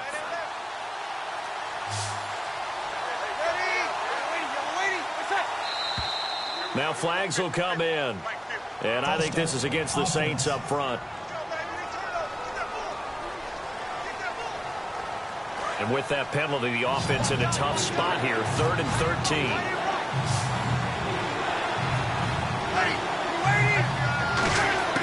On 3rd and long, it's Breeze.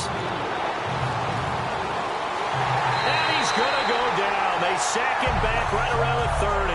Joey Bosa able to get him down for a loss of 11 on the play. And it'll be 4th down. Well, this has been a pretty sizable drive. They've had some success.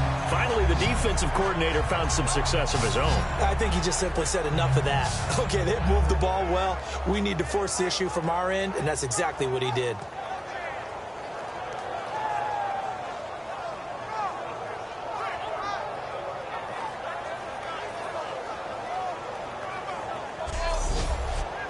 So on 4th down, out trots the kicker in a big spot here. And remember, he had one blocked earlier.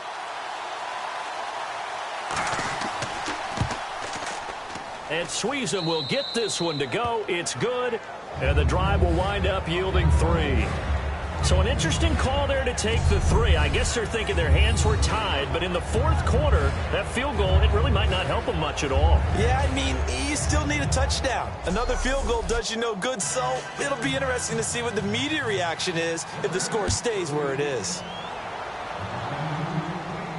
That's fielded in the end zone. And no run back here. This will be a touchback, and it comes out to the 25-yard line.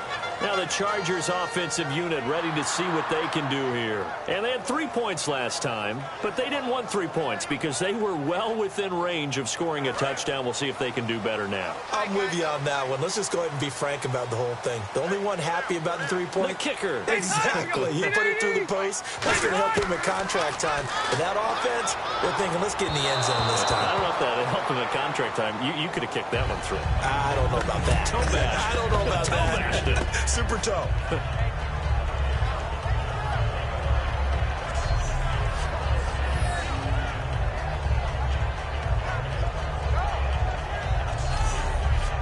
Second down following the incompletion. Alone to the right is Jones. Throwing again. Rivers on 2nd and 10. And that'll be incomplete. He was looking for his tight end, Hunter Henry. And it's 3rd down.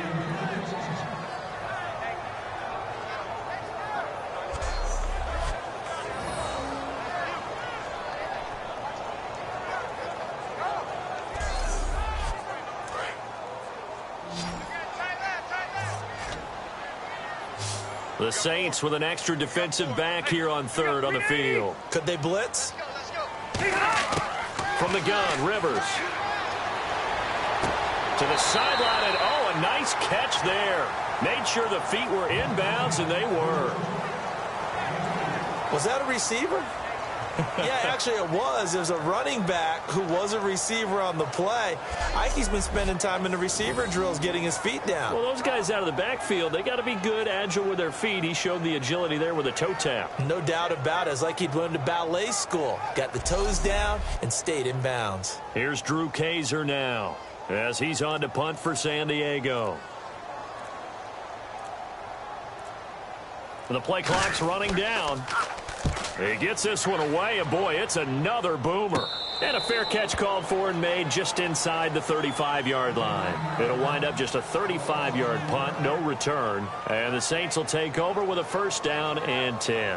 Here comes the Charger defense now as they get set back out there. A field goal last time is what they gave up in a close game. All these drives start to feel so critical.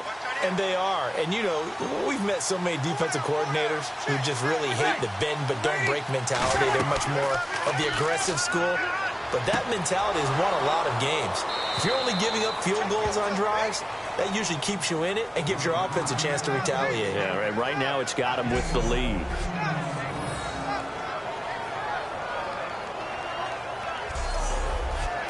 So here we go, 1st and 10 now. They come up with one back. That's Ingram. They go play action here on 1st down. He couldn't quite hold it. Got hit. Ball pops out. Incomplete.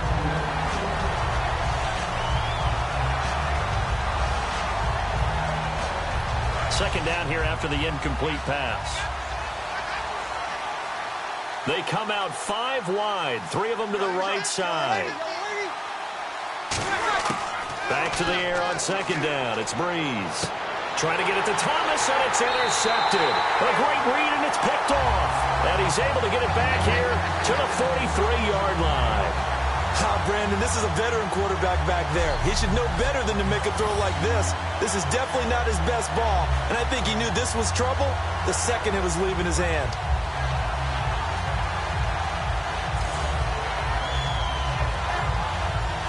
The Saints defense, we watch them get set to go. They have a little something to build off of from last time with a 3-and-out. And what they have to build off of, great confidence right now. Being able to stuff someone on a 3-and-out, you feel like you're in control now. You're doing the dictating. They want to see if that can continue as this game progresses. Will it continue? We'll see.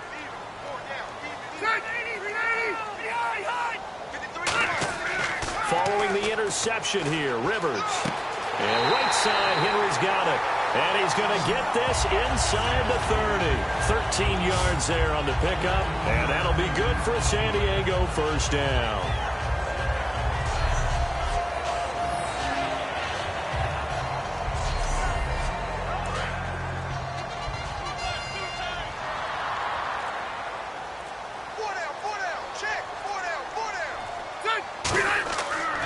Another tote for Gordon. He's been busy this afternoon. And he's swallowed up right near the line of scrimmage. Face mask. Defense. Charles, I know it's hard when live bullets are flying, but you cannot keep your hand up around the face mask area. It is absolutely inexcusable nowadays. We talk about target areas all the time. You have to aim lower so that your hand doesn't get involved in the face mask. The first down throw here for Rivers. To the sideline, and oh, a nice catch there. Made sure the feet were inbounds, and they were. I know they don't like to hear it when they get to a certain age, but then you have to start to use your skills, your wiles, right? Your mind to beat guys to the football, and getting your toes tapped in bounds definitely qualifies as that, doesn't it? The veteran showing he still has the agility. Give him 3 on the run there. Now they're looking at a 3rd and about 5. Looks like the defense in press coverage here. 3rd and 5, so they bring in an extra defensive back. Expecting pass. Play clock winding down. Rivers now. He's got time. Oh, incomplete. Nearly the pick they needed. They would have loved one there, but at least it does get them to 4th down. Pretty nice coverage there, but a missed opportunity for an interception. Let's face it, a lot of these defenders, they've got it all. Speed, athleticism, hands, a little bit questionable.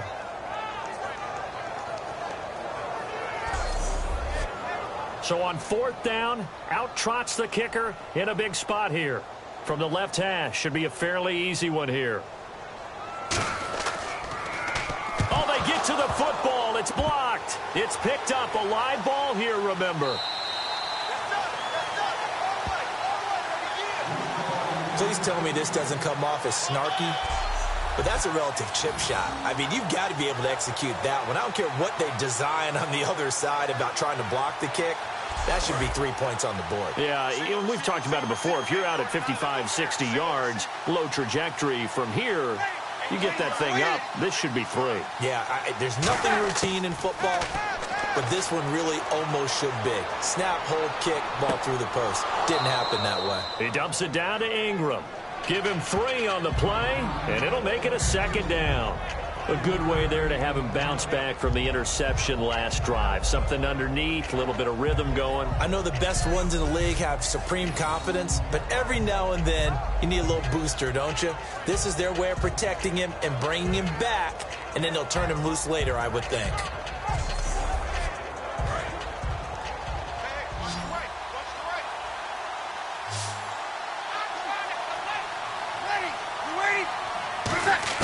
On 2nd down, here's Breeze. And the pressure gets to Breeze as he's taken down. Joey Bosa in there to drop him for his 5th sack of the year. Big Joey Bosa. He gets sacks a variety of ways. That's his 2nd one of this game, but he can get them with speed off the edge. He can get it with power, but his hands, I think he has such great hands that oftentimes he uses those either throw offensive guys away or show the hands and then get past them when they try and block it.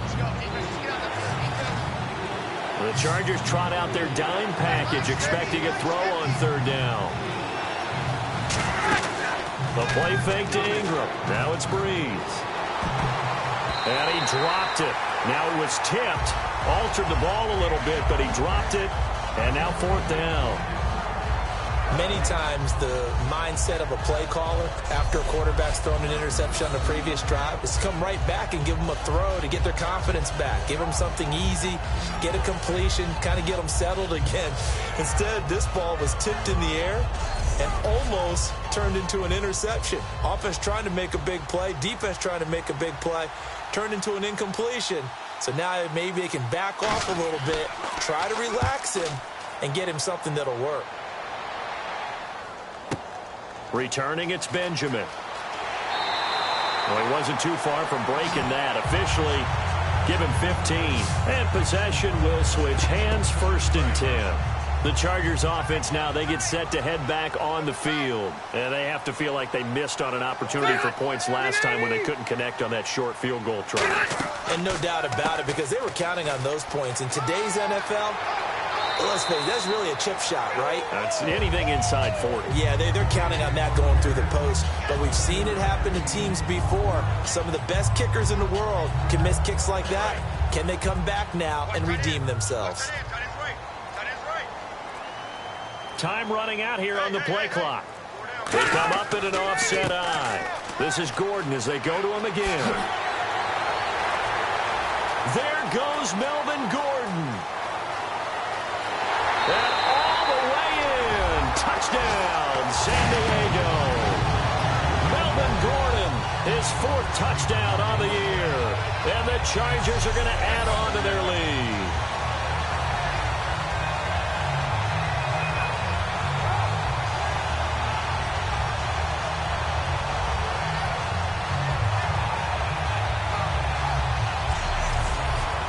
Still an important piece of business to take care of, the extra point.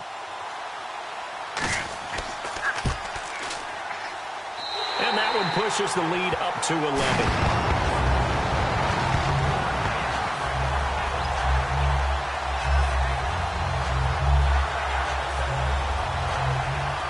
And Lambeau now, after the touchdown, he'll kick this one away.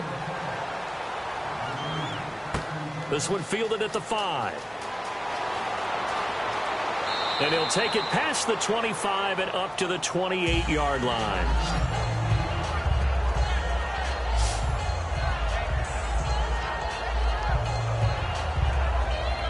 Out onto the field comes New Orleans. And on the last go-around, they really couldn't get anything going. They had to punt from deep inside their own territory, which means you're going to lose the field position battle as a general rule. What they're looking for now is a little more consistency, move the ball at least a few times on offense, get a couple of first downs, and hopefully flip the field. Yeah, just something to build off of. That's what they're looking for here. And he's got it over the middle. Fleener. And he'll get it out near the 40 to the 39. It's a pickup of 6 and good enough to move the chains. And the offense moving quickly to the line. Breeze now to throw. Oh, there's that man again. It's complete. It's a 9-yard pickup on the play, and it'll be 2nd and about a yard to go for the 1st. Again, they'll throw with Breeze. And brought in here by Fleener. And he's able to get this one down to the 40-yard line. That one goes for 13 yards, and it moves the sticks. On 1st and 10, here's Breeze. And the tight end has it, Fleener. And he works it to the 30-yard line here, right at the 30. And now it looks like they're going to be in the hurry-up. Again, it's Breeze. And the tight end has it. It's Fleener. And he'll be brought down at the 21, just shy of the 20 in the red zone. Breeze now on 1st down. Shakes off the sack. And not able to get it that time. He hit on 6 straight passes. Not there. 2nd down. And that one was knocked away, and I think the defenders are going to be a little upset with themselves. They made the play on the football, but that one felt like a forced pass by the quarterback. Thought he had someone open. He really wasn't. Maybe an example of having too much confidence in his receiver. And he takes this one into the end zone, and all of a sudden, here in the final minute, things get a little bit tighter. And there's the touchdown that they needed, so they'll celebrate. But the guys on the sidelines, they've got to stay focused. The onside kick team, they need them to get the ball back. Yeah, part 1 of the equation done. Now they need to convert, then get that onside kick.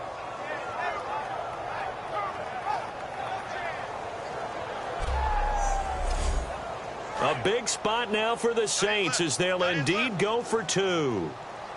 3 down, 3 down. Ready. Breeze is going to throw. And he's got it. So the try for 2 successful. And with it, they're back within a field goal. I guess the coach looked at the 2-point cheat sheet, said go for it, get it to a 3-point game, and they did it. Yeah, and sometimes you just throw out time of game. You don't worry about that. There's just a feel sometimes in making that call, and he felt good about what he had for a 2-point conversion, and now they're only down 3 and feeling great about themselves. The risk-reward of the onside kick, when you don't get it, the risk comes out to play, and here they gave up great field position. And that's the key to everything, because you're trying your best to press advantages when you have them, and field position leads you to that type of play calling, and whether you want to blitz or whether you want to throw the ball deep, those types of things, now that they've given up that type of field position, the advantage is switched to their opponent.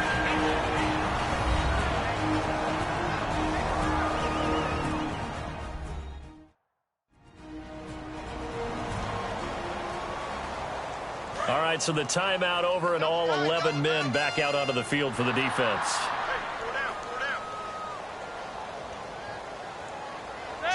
Down to a knee here. The defense still with a couple of timeouts. We'll see if they want to use them. And the Saints signal for another timeout. That'll be their second, so one more chance to stop the clock here. And we'll be back.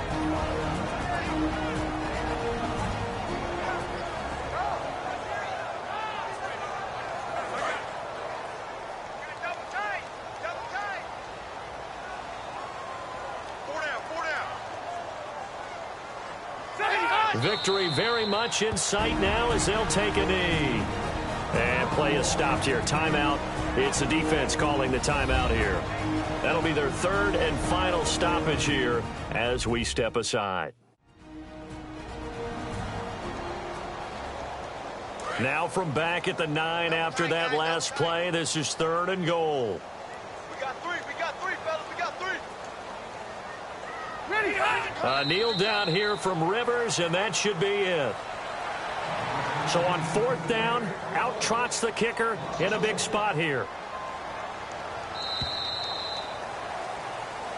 Well, I know at points in this when you wanted to close your eyes because of all the points that were being put on the scoreboard. You're a defensive guy, but it was a fun little track meet, wasn't it? It was, and you know the people really enjoyed this game?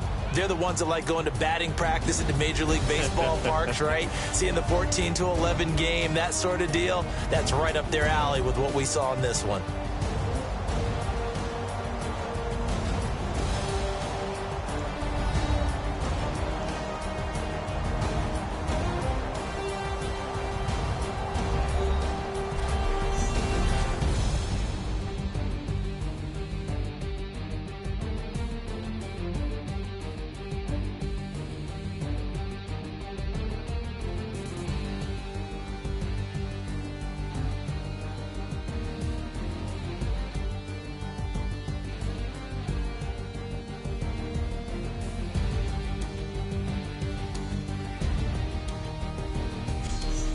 So that'll do it for us. For my partner, Charles Davis, and all the hard-working men and women on our crew, I'm Brandon Gaudin. You've been watching the NFL right here on EA Sports.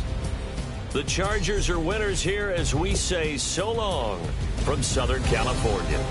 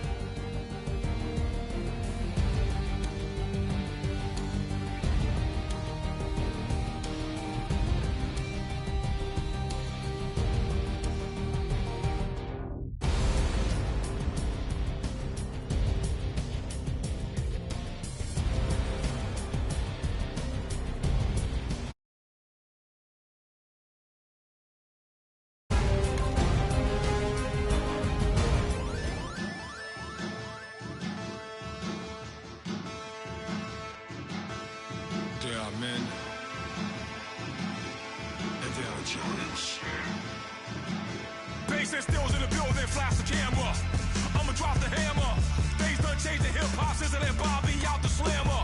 Hip-hop start on the East Coast, then it move west, down to Bama. I'ma bring it back to New York, photos, then throw your hands up. Pass me a cup of the club with the juice in the get bent out. Then I'ma slide with it to my ride and head up to my penthouse. Oh, I'm not trying to take it slow, working hard, cake and dough. Open up 24, we striving for that goal. I'll stop for nothing, I will play this game that's so easily started, not so easily parted. Oh, giants, everything is shaking through the walls. 'Cause we are giants,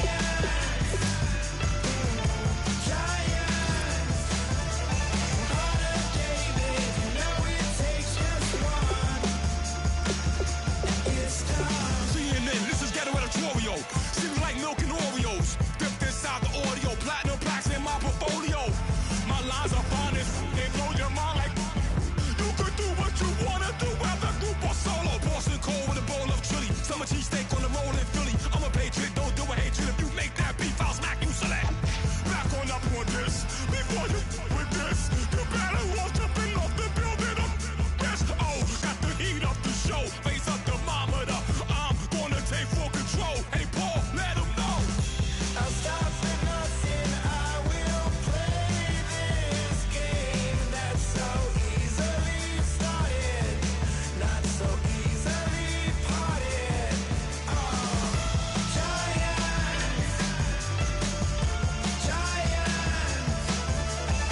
everything is shaking through the walls.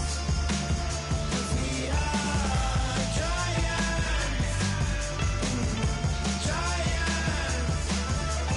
heart of David, you know it takes. Hello, everybody. I'm Larry Ridley, and this is the NFL on EA Sports. For two teams outside each other's division, this matchup has evolved into one of the great rivalries in the NFL. It should be a thrilling contest, and we can't wait to bring you the action. It's the Cowboys going up against the 49ers. So with kickoff approaching, let's send it over to our commentators here this afternoon, Brandon Godden and Charles Davis. Thank you, Larry. EA Sports coverage of the NFL brings us to the home of Super Bowl 50, Levi's Stadium in Santa Clara. Today, we've got a good NFC matchup lined up here between the Dallas Cowboys and the San Francisco 49ers. Hi again, everyone. Brandon Gaudin alongside Charles Davis. And, Charles, you take a look at these 49ers as they interplay here. We're in October now, so everybody should be coming into form, shouldn't they? They really should, and what you have now is a full routine established about what you want to get done and full focus on the season. Meanwhile, for the visitors here, the Cowboys, they too were winners last time out, so something's got to give here. And I love it when both teams come in off of wins. Great mindsets, and it usually leads to a really well-played game.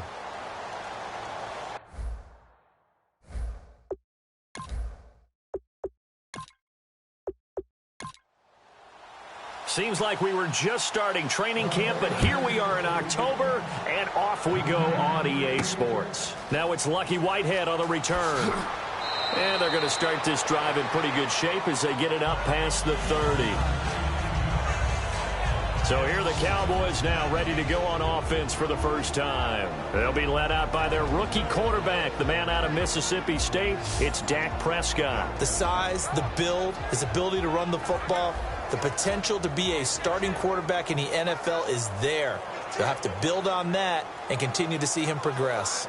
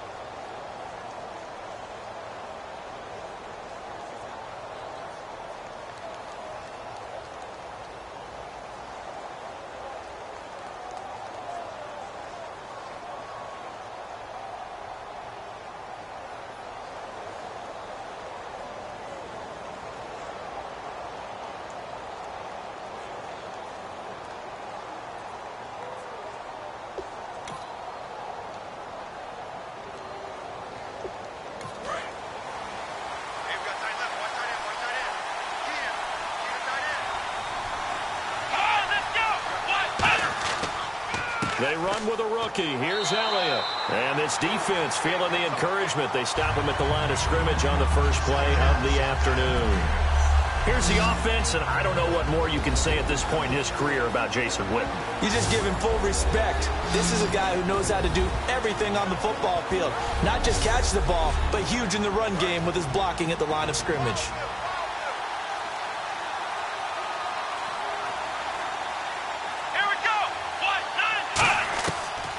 On second down, Elliott. So a nice job to break the one tackle, but not much daylight after that as he's brought down. Credit the tackle to Navarro Bowman. And a look now at the defensive starters for San Francisco. Ahmad Brooks came out of the University of Virginia with speed as the #1 part of his game. But since then, he's gotten stronger at the point of attack. An early tough test on the opening drive. This is 3rd and 8.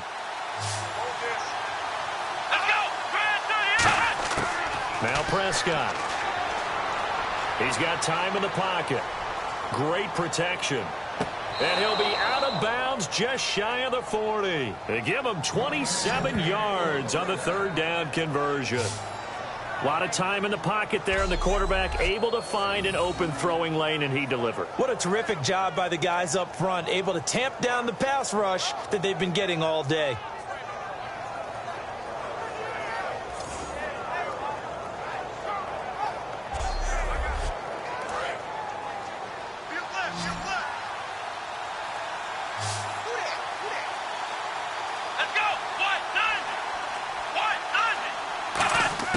Here's Prescott.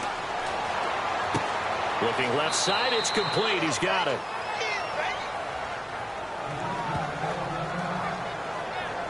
Now after the completion, we're going to get a timeout, an injured player.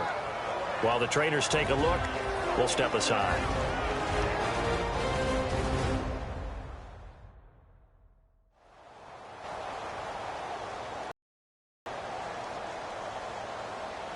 First down and 10 now for the offensive group.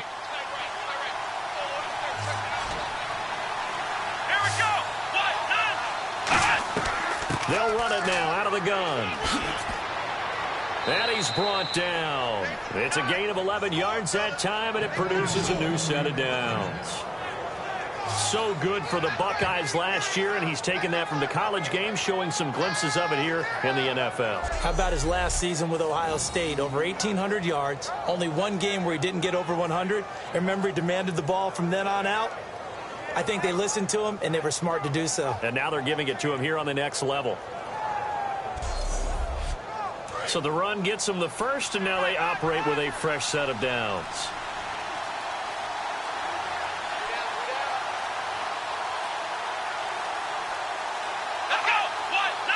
Now the play clock hits 0 here, and we're going to get a delay. Delay of game, offense.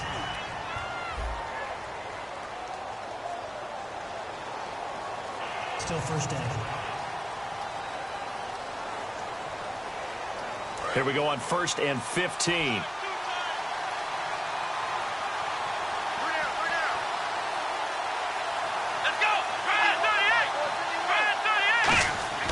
Looking to throw. That is caught right at the 10-yard line. And he's brought down. It's a really nice 15-yard pickup, and now it's 1st and goal.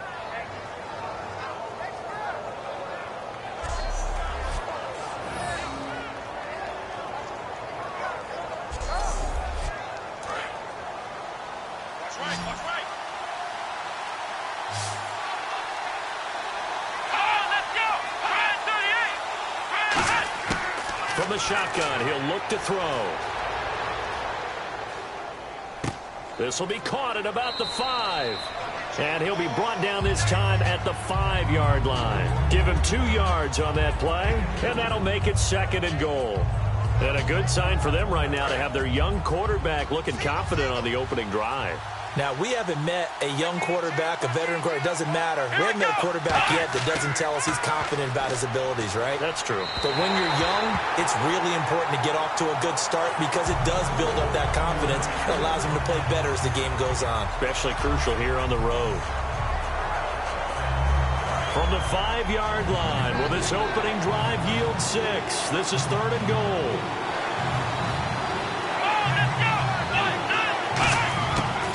Again, he'll drop to throw.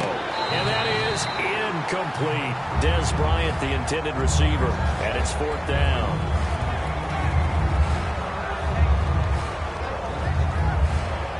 And the Cowboys will call on Dan Bailey here. From the right hash here, should be an easy one.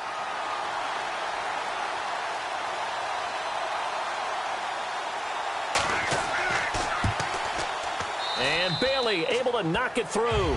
And the Cowboys are going to jump out to a 3-0 lead. So it's our visitors who make the first dent in the scoreboard as they get 3 here on the initial drive of the ball game. Yeah, it's hard to say who actually won that opening drive. On the one hand, anytime you can come in as a road team and get an early lead, you're going to be thrilled. But at the same time, to have the ball as deep in enemy territory as they did and come away with only 3, that's got to be a little bit of a disappointment. And this will be a touchback. Last year would have come out to the 20. This year they'll move it out to the 25-yard line. So here's the first drive now for the 49ers. They're led onto the field by their big mobile quarterback. He can throw it. He can run it. Colin Kaepernick. I think years from now we talk about the zone read in the NFL. We may attach Colin Kaepernick's name to it first because he really made it popular and allowed a lot of other NFL teams to decide to put it into their own playbooks. First carry for Carlos Hyde. And able to stay on his feet past the 30 to about the 33-yard line. Carlos Hyde's a physical, tough runner. Had a few dings, but I don't think he should change a thing in terms of style. And I think that playing in Chip Kelly's offense gives him a chance to catch the ball more as well. He can do both with him, Kenny, and he said he's excited to be in that Chip Kelly offense. I think the versatility will really be to his liking. Throwing now is Kaepernick to the sideline, and oh, that's well done. Able to drag the feet. He's going to have the first down. And Cap, of course, was a great baseball player, drafted as a pitcher. He kind of showed his arm right there, didn't he? Yeah, he let that one go, didn't he? That was a catcher putting down the #1 signal for the fastball and turning it loose. It was needed in that situation, though. He had to throw a tight spiral and a hard one in order to get it in there for a completion. 3 yards to go on 2nd down.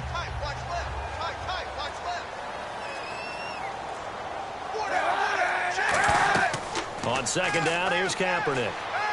Surveying the field. It's caught on the right side. It's Smith. They'll lose a yard, and it brings up 3rd. And now it's a 3rd and 4 situation for the offense. And on 3rd down, the Cowboys bring in an extra defensive back. Now that was well defended, and as a cornerback, what you're taught when you see a wide receiver screen, either you get underneath the play before the blocking forms, or you're going to have to fight your way through it by getting through some blocking. That was a really nice play there.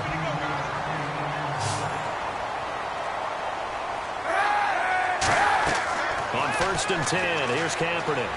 He's going to float this one deep right side. And, oh, what a catch at the 2. And across the chalk into the end zone. It's a 49er touchdown. Rod Streeter, his 2nd touchdown on the season. And the Niners have taken the early lead. And that time, he came out of the slot for that big play downfield for the score. I think what we just saw there, partner, was what we call scheming a guy open. Put him in the slot, know that he has tremendous speed. What you're doing with your other receivers is likely running shorter routes to draw the attention closer to the line of scrimmage, to give him a chance to get downfield and turn it into a one-on-one route, often against the safety. You like your odds when he's running against the safety. His speed usually wins, and it did on that play. This will be taken about the 12. Oh, look at that. Oh, look at him turn. And a nice return sets him up pretty good here at the 30-yard line. We get a look now at the 49ers defense as they get into position. And they did well down near the goal line last time, forcing him to settle for a short field goal. And in today's day and age, settling for a field goal of that distance is amazing. You can get 3 points now, where it's going to give you only 1 point for the extra point, which would be a little bit longer. But they have to feel fantastic about only giving up 3 in that situation. It could have been so much worse. Yeah, could have. Now can they carry that over? Just a yard on the 1st down carry, so it's 2nd and 9.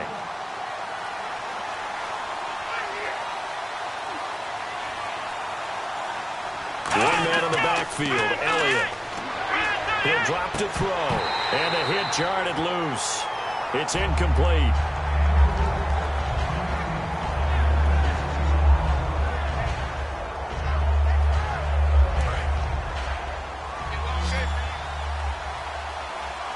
An extra DB for the 49ers now on third. Here's a play fake as they set up to throw. Finding time. Escapes the sack. Look at the time. Throwing left side, it's complete. And he's brought down after a good gain. They chalked that one up as a gain of 34 on third down. We just saw him hit a big play there on a deep post. And most of the time, the post isn't available because usually you have defenders in the middle of the field. But if you throw enough curls and crossing routes and underneath routes, I know from experience, they get tired of watching those balls get caught. They start to creep up a little bit, and that's when you can hit them big over the top. So after that big gain, let's see what else the offense has up its sleeve.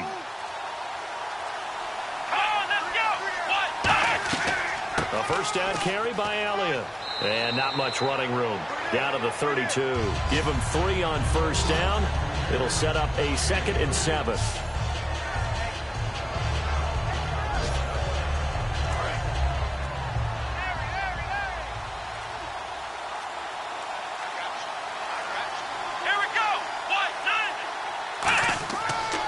They go to Elliott again. And he'll take this inside the 30 to about the 29, maybe the 28-yard line. 4 yards on the pickup there as it'll leave him with a 3rd and about 4 more for a first. These are not the runs that you worry about early in the game. These are runs that you're establishing now for later in the game. Trying to wear a defense down and create holes that you'll exploit later. He completes it to Bryant. And he will have the first down across the 20 to the 19-yard line. And a nice pitch and catch to pick up the reception against man coverage. Both of them read how much yardage they needed, figured what they had to do, and were able to beat the man coverage for the completion. Offense comes to the line now, 1st and 10.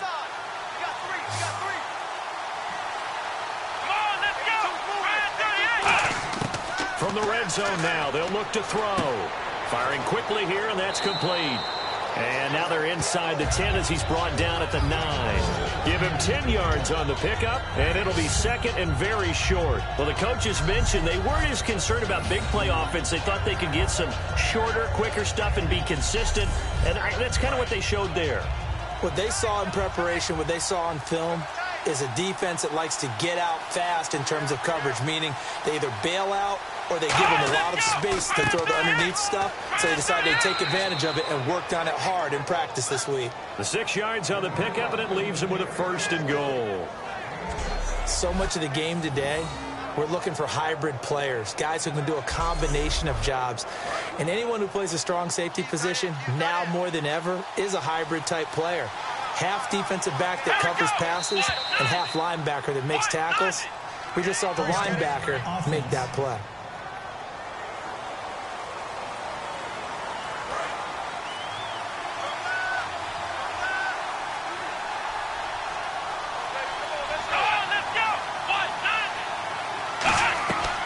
After the penalty, it's Elliott. And they're going to get him down, but not before a pretty good run right there.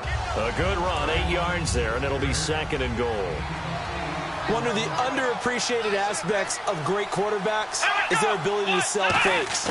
And on draw plays, when they can sell the pass really hard to the defense and then hand it off, that's when that play's successful. Bryce Butler, the intended receiver. And now it's 3rd down. The defensive coordinator came into this game with a plan to get to the quarterback with whatever type of pressure is necessary. It's working to perfection for him today. They come out here in the eye.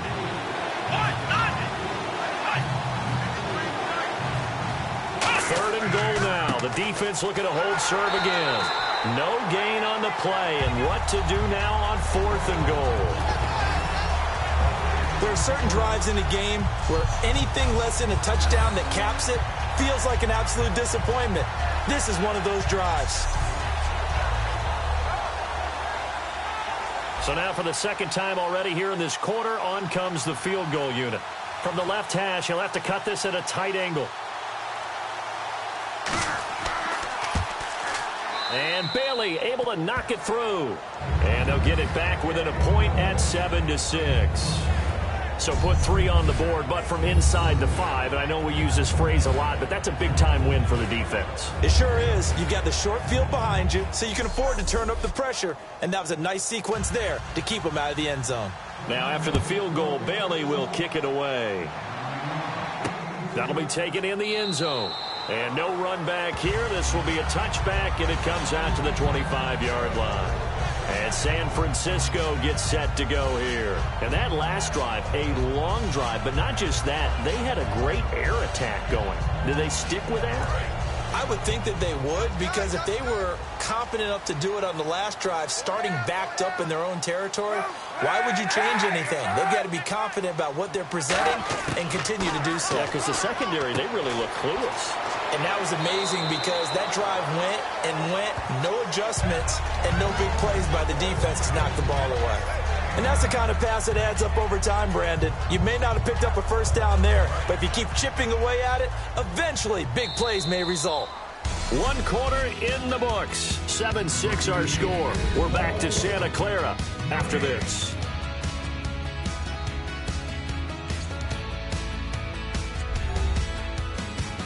This presentation of the NFL on EA Sports is brought to you by Snickers. You're off your game when you're hungry. Snickers satisfies.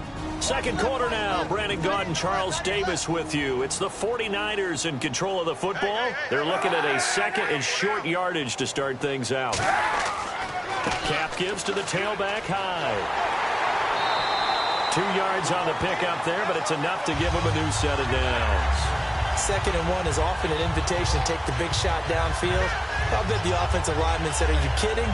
We just get on our backs and let's go get the first down. They love being physical.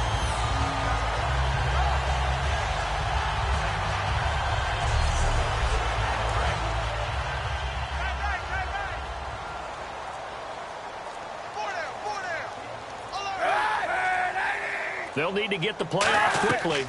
Kaepernick to Hyde on the draw. And he's going to get hit at the line of scrimmage and driven backwards. No gain on the play. It'll be 2nd down.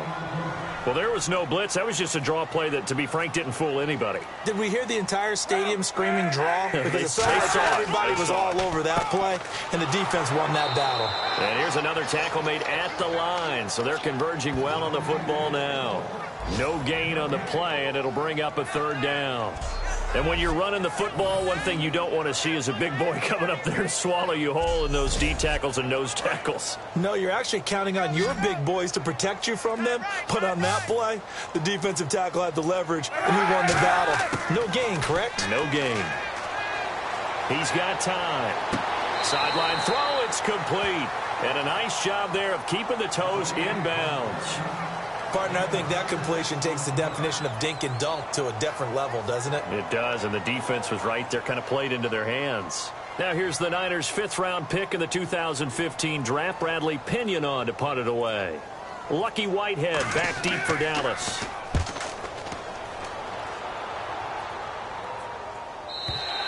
And not what he was hoping for there, as this will hit in the end zone for a touchback. The offense for the Cowboys now working their way back onto the field. And last time they got 3 points, but it was a chip shot field goal. And when you go to the sideline after a chip shot field goal, maybe the offense not too happy. It's a balancing act, isn't it? Because you're exactly right. They're none too pleased that they didn't punch it in for 6 points. But they also have to remember they did put points on the board. 3 points is 3 points. And in this league, you take points when you can get them. Not easily done. Just a yard on the pickup there, and it'll bring up a 2nd and 9. See if they stay on the ground for 2nd down.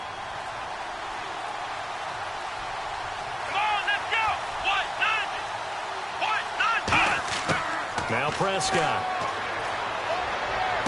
And he finds his target, Terrence Williams. And he's going to get this one across the 30-yard line. They pick up 12 on the play there, and they move the chains.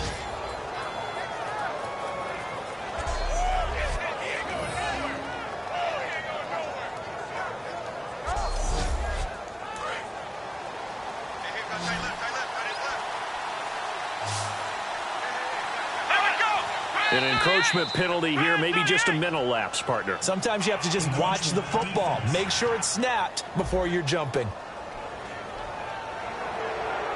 Still first down. So following the penalty, now 1st and 5. Here we go. Here's Prescott. And he'll be out of bounds after getting this one across the 40. It'll be a 3-yard gain, and it's a 2nd down. Completed pass play. Now let's see if they go back to the air or to the ground. Timing is everything, and they work on this cut all the time. They work on all the timing patterns, and this time it paid off for them. Worked into the center of the field, cut it to the outside, ball's delivered, gets both feet down for the completion. Tackle made by Antoine Bethea. So nothing there that time, and maybe you need to look to the O-line. They weren't able to create any space. No, they weren't, and you know as well as I do, as many offensive line coaches we've ever met, I think that'll be addressed loudly when those guys get to the sideline. And they're usually loud and big. They'll look to throw for it on 3rd and 1. And he couldn't hang on to it through the contact. Incomplete. Now the 6-year man, Chris Jones, on to punt it away. It looked like they had something there, but I think that he was thinking about running with the football before he actually hauled it in, and that led to a big drop. Fielded at the 20. So possession goes over here on the punt. And the Niners will go on offense, 1st and 10. The San Francisco offense getting their last-minute instructions before they take over here. They're out in front. Last time they had to punt it away. We'll see if they can add to their lead now. They don't want to go out and punt it away again. This team now wants to get a cushion, put people away. They want to run their offense and have it end up in the end zone. They go play action here on 1st down. Over the middle to Smith. And he's brought down after a good gain. They get 31 yards that time. And it'll be a San Francisco 1st down. A lot of time there, partner, in the protected pocket, and he was able to deliver. The guys protecting the passer have allowed him plenty of time to go through his progressions and find open receivers. And the offense lining up 1st and 10.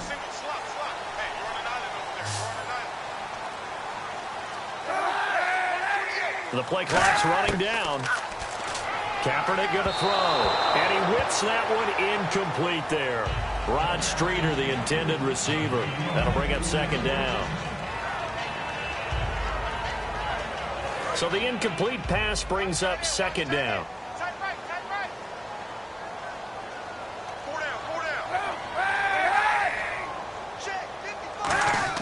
Kaepernick will try again on 2nd down. And this time he's got the hook up. It's complete. 7 yards on the play. And that's going to lead to a 3rd down. And they get the completed pass, but still have more to go here on 3rd down.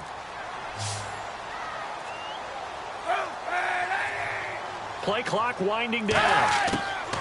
Throwing his Kaepernick on 3rd down. And he's got it. Got his man on the end route. Complete.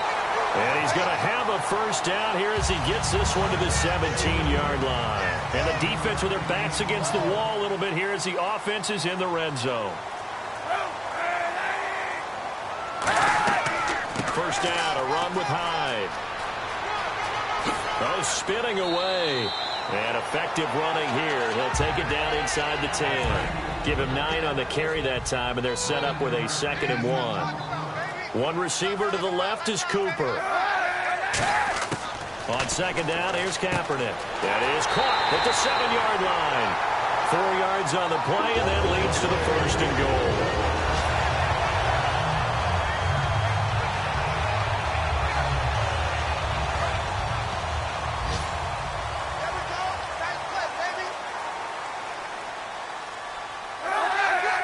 Time running out here on the play clock. They'll run. Hyde.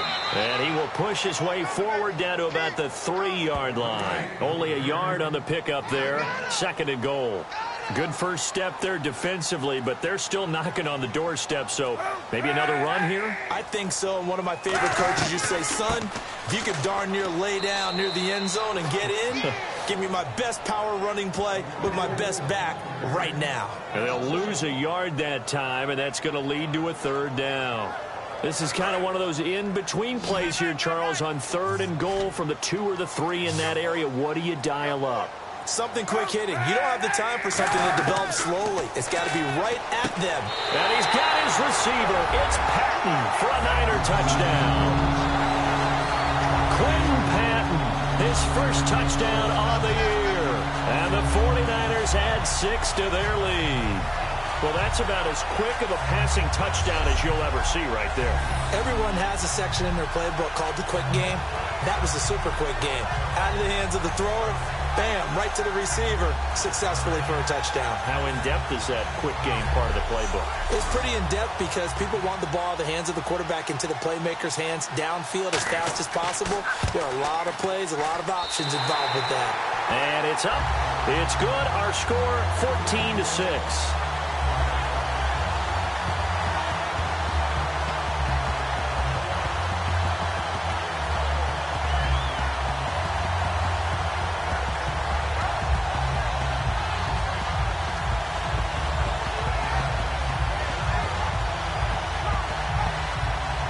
After the touchdown, it's Dawson on to kick it away.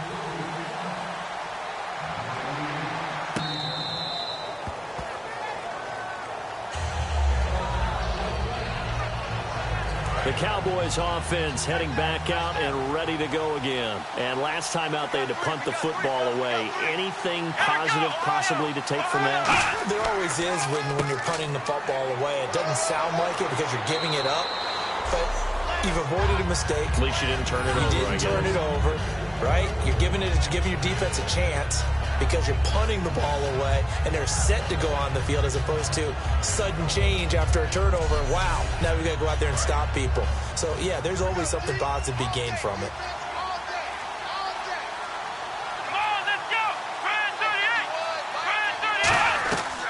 Again, it's Elliott. And they get him down, but not before he takes it across the 40-yard line. A nice pickup there of 11 yards, and it'll move the sticks. Whether it's what we call an even front or an odd front, and an odd front's real easy to figure out. If that guy is lined up over the nose of the center, typically that's an odd front defense. Odd number of people, meaning 3-4 versus the 4-3, which is an even front. You've got to control those guys in the middle. Whether it's the nose or the 2 defensive tackles in a 4-man front, if those guys can't get moved, you cannot run the ball in the middle of the field. And in that play, they were able to actually take care of business. 4 yards remaining now on 2nd down.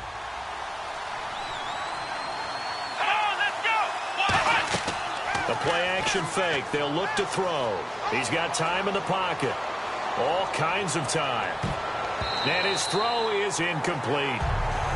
Well, he did almost everything right. Excellent coverage, breaks on the football, just unable to haul it in and take it the other way. So he dropped an interception. The key for him now, don't dwell on it. Just move on to the next play.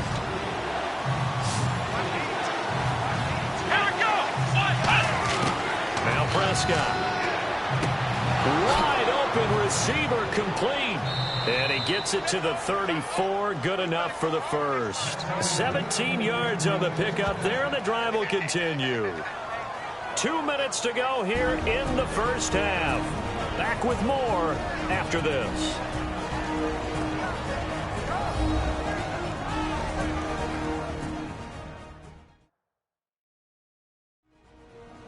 That when halftime rolls around, Larry Ridley will have all the highlights and analysis of this first half of play from our studios in Orlando.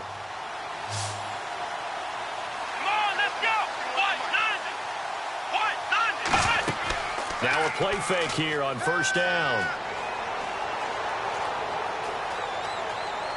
No, bottled up, fumble. It's out, it's loose. And now this is scooped up by the 49ers. And his crew will take over with a football at the 35-yard line. The psychology of the game never ceases to amaze me because you would think there would never be a fumble from what we hear from coaches all the time, right? And how much they practice not fumbling. Practice it, preach it, talk about it all the time. You would think no one would ever turn it over.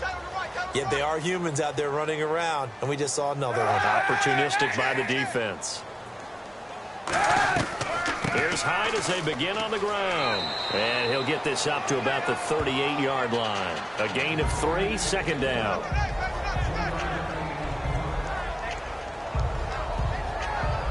And after the play on the ground, that brings up second down here. The lone receiver right is Cooper. Kaepernick to throw on second down. Surveying the field. And this is incomplete. Torrey Smith, the intended receiver. And that takes us from second to third down. Tremendous coverage there. Just did not catch the football and complete the interception. But what do they say all the time? If he had really good hands, he'd be playing offense. So 3rd and 7 and an extra defensive back on the field here. Definitely want to play coverage here. Now Kaepernick. And that's caught by Smith. They get 9 out of that one, and as a result, the drive continues. In today's football, where receivers break tackles, make people miss, get upfield for the extra yardage, when you see a play like that where it's caught and he's dropped on the spot, that's a big-time play by the defense. One time. Tight end right.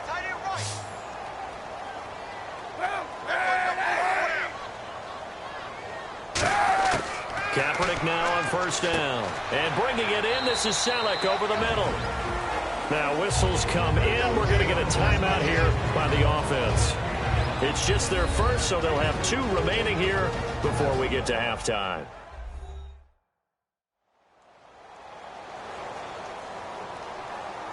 Second and 5. Tight end left.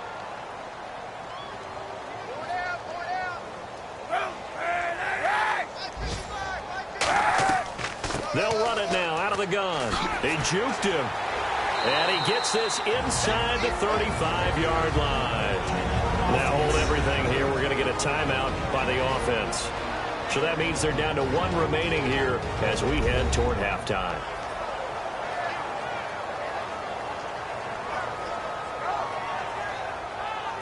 So we're back in the offense getting set following the call of that timeout. Hey. 4 down.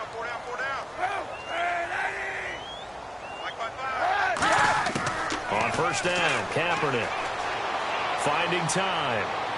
And he fires one incomplete. Carlos Hyde was the target. And it's second down.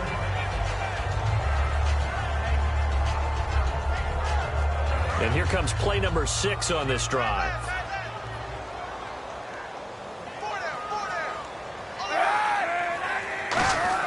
Kaepernick again here on 2nd and 10. And he's going to find his man out of the backfield. That's complete. And a nice gain of 21 yards.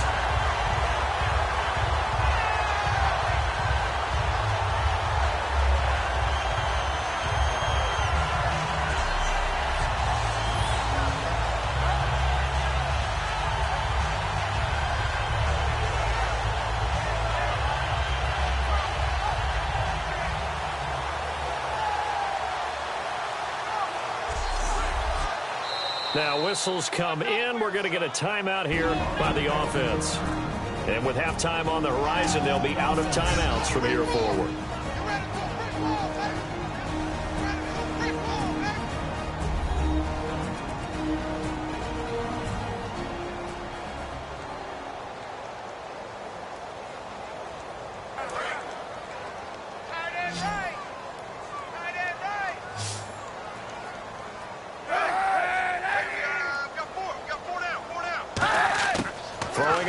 Down is Kaepernick.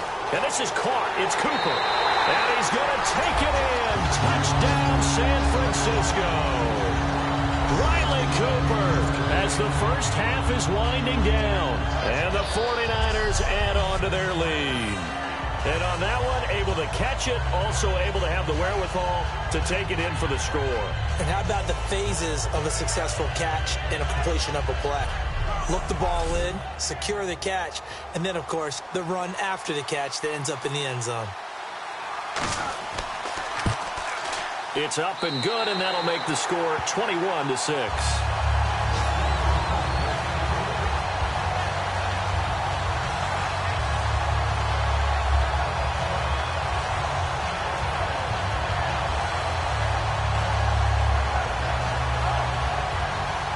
After the touchdown, it's Dawson on to kick it away. And that'll carry over the back line of the end zone for a touchback.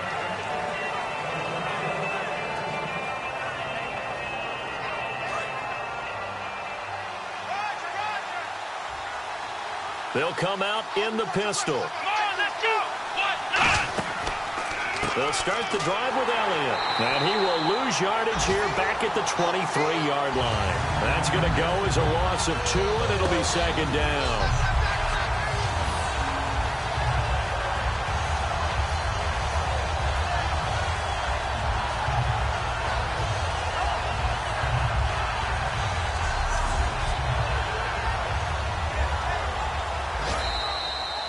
So we've hit halftime here in Santa Clara with the 49ers out in front. As we send you across the country to Orlando, standing by there, Larry Ridley with our EA Sports Halftime Report. Larry?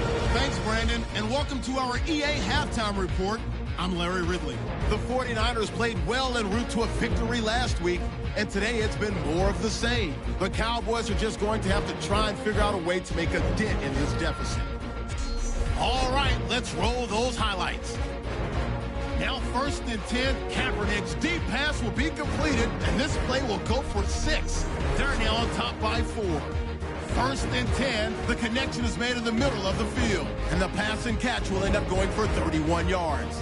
49ers now later on the drive. Patton's found in the quick pass, and he caps off the 8-play drive with a touchdown, which takes the lead to 8.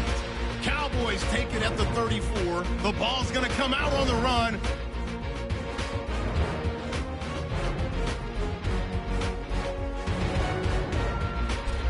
Following the forced fumble, Kaepernick hits on the pass into coverage.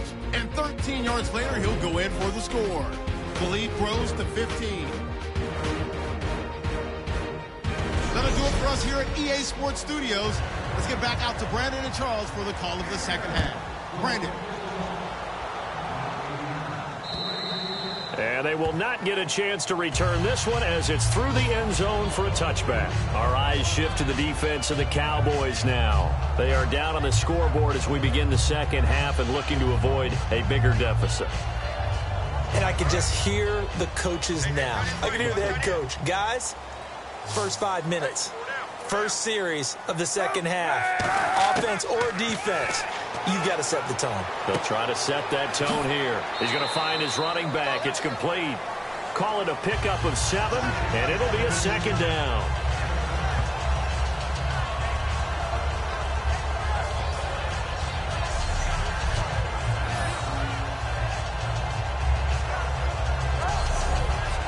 Second down now after the pass completion.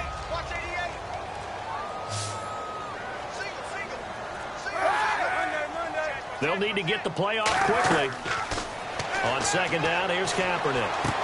And he fires one that's intercepted. A great read, and it's picked off. And his guys are going to take over at their own 48-yard line. And the young buck, the rookie, just racked up his first career interception. And how about the scouting department? They've got to be very happy right now because in NFL parlance, he's a third-day selection. Anyone after the 4th round, that's big-time scouting right there, and what a great play he just made. A look at the offense now here, coming back out on the road for their first possession of the second half.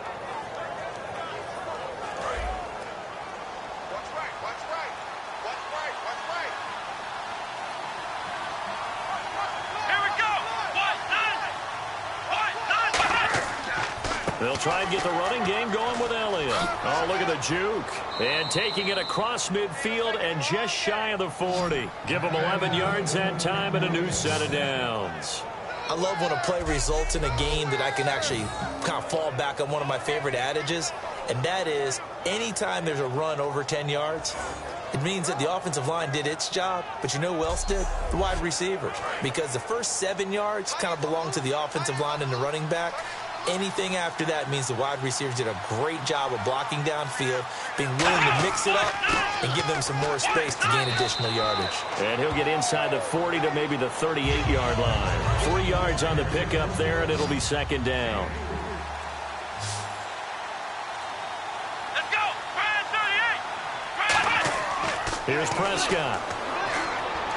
It's caught on the right side. Williams. 9 yards on the pickup there, and it keeps the drive alive.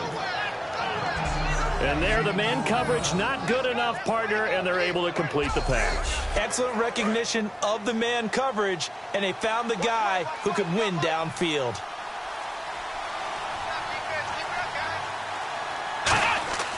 They go back to Elliott. He's been busy.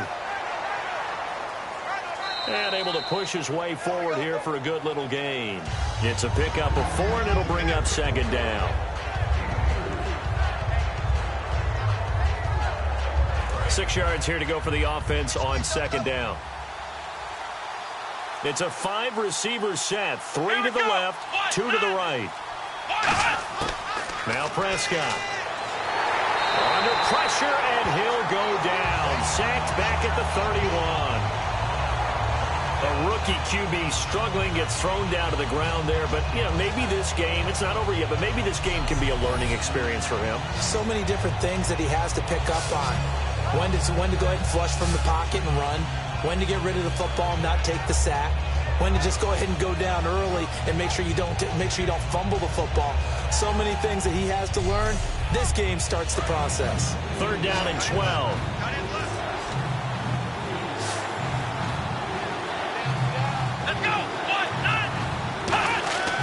Now back to throw.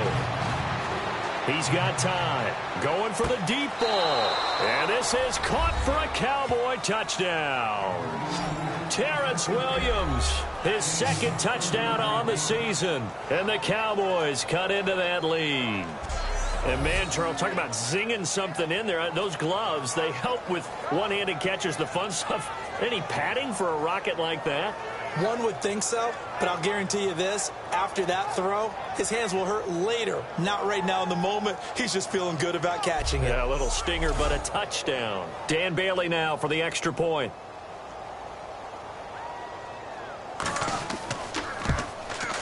He's got it. They're back within a score. It's 8, 21-13.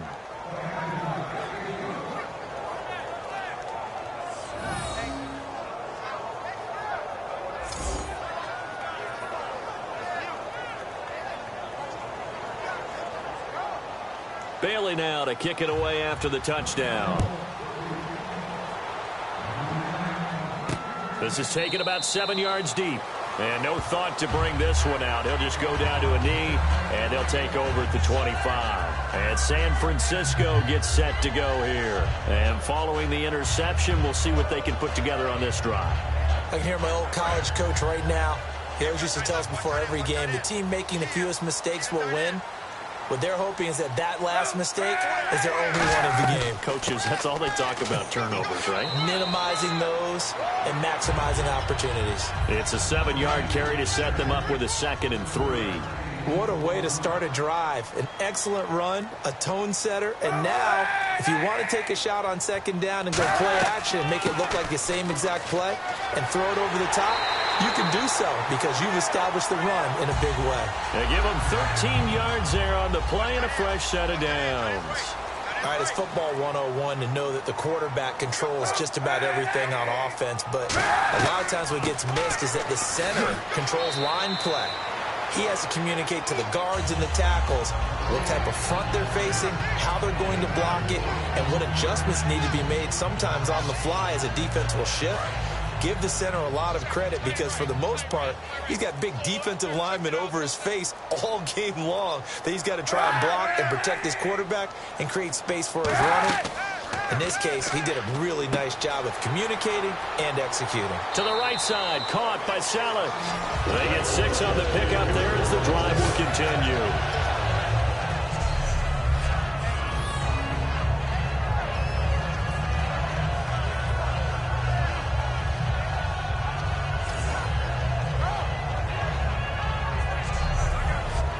Fresh set of downs here.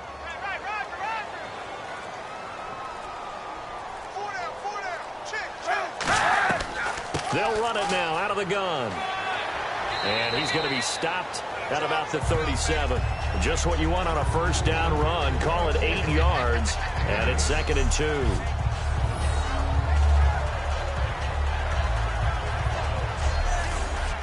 Second down following the run.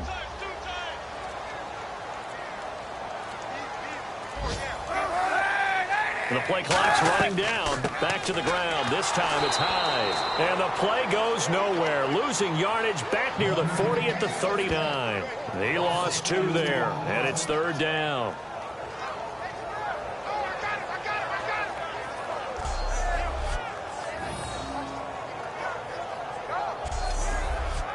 And here comes play number 6 on this drive.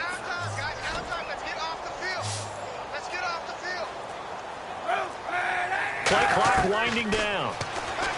To throw is Kaepernick. Now they set up the screen. That's complete. And eventually taken down, but how about that athletic spin move we saw? Gives him the first down yardage. In order for a screen pass to break big, a lot of things have to come together and be well executed, but all it takes is one small thing to go wrong and keep it from being a big game.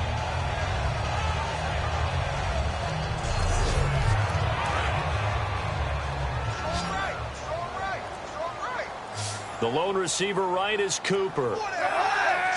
Time running out here on the play clock. Kaepernick going to throw. Oh, it's a screen pass. That's complete. No, bottled up. Fumble. It's out. It's loose. I'll call it luck or skill, whatever the case is. They're feeling good about just keeping the football there. Yeah, the biggest thing that they're calling it now, our ball. I mean, they don't care if it was luck or skill. Boy, the panic that jumps up in your chest when that ball's on the ground, whether you get it or your teammate gets it, just as long as you maintain possession, that's all you're looking for. So after nearly turning it over, new life here for the offense on second down. They'll need to get the play off quickly. Kaepernick to throw on second down. And a big loss here as he's taken down. The defense rising to the challenge and setting him back on the sack.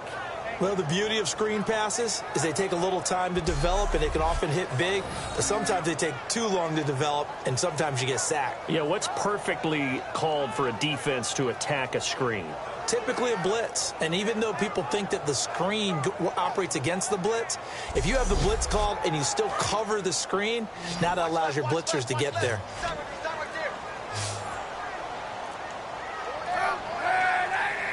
The play clock's running down. Here's Kaepernick to throw. He's got time in the pocket. And this is going to be incomplete. Well, the numbers have been good in the passing game and certainly a big reason why they have the lead. But now here, third quarter, maybe go to the run game a little more? Yeah, perhaps. I mean, after that incompletion, a little credit to the defense for shutting them down on that play. Maybe you try and run the football a little bit more in this spot. But they have to feel good about how they've been throwing it overall. Here's Bradley Pinion now. On for his second punt. He'd take a repeat of his first.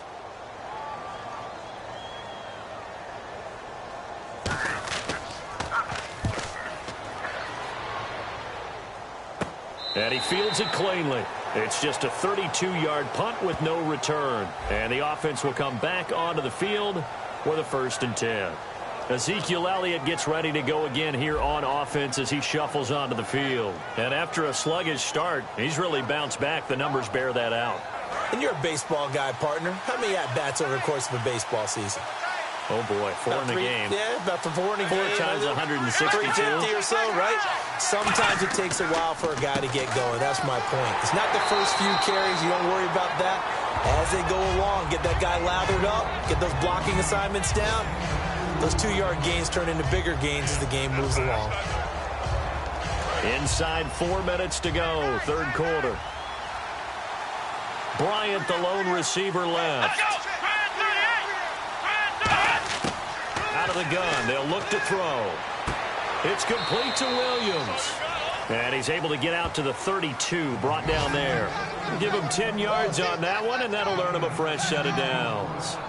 Quarterback and receiver on the same page, and they beat the man coverage. Sometimes you get too aggressive as a defense. You go into man coverage. That means you've got to win at the line of scrimmage yourself.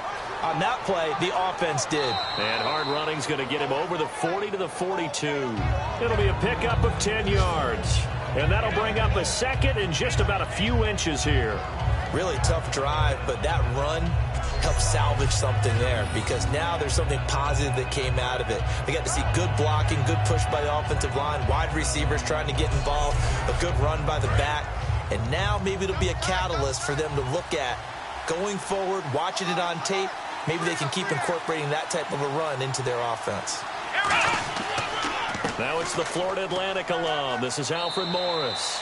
And he'll get up to the 43-yard line. 2 yards on the pickup there, but it's enough to give him a new set of downs. 2nd and inches is oftentimes an invitation for an offense coordinator to take a big shot downfield because he feels like he can come back on third down and pick up the first down. But sometimes you just don't want to break tendency. Stay with what you are, stay with who you know, and go get the first down. That's exactly what they did.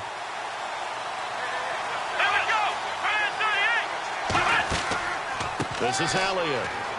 And he'll take this one up close to about the 45. 2 yards on the pickup there. It'll be 2nd and 8.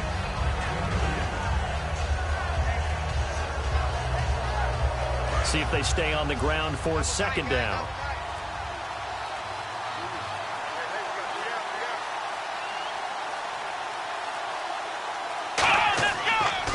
They run with Morris. And he'll be taken down just shy of midfield. 4 yards on the pickup there as it'll leave him with a 3rd and about 4 more for 1st. So the offense needing 4 yards. It's 3rd down.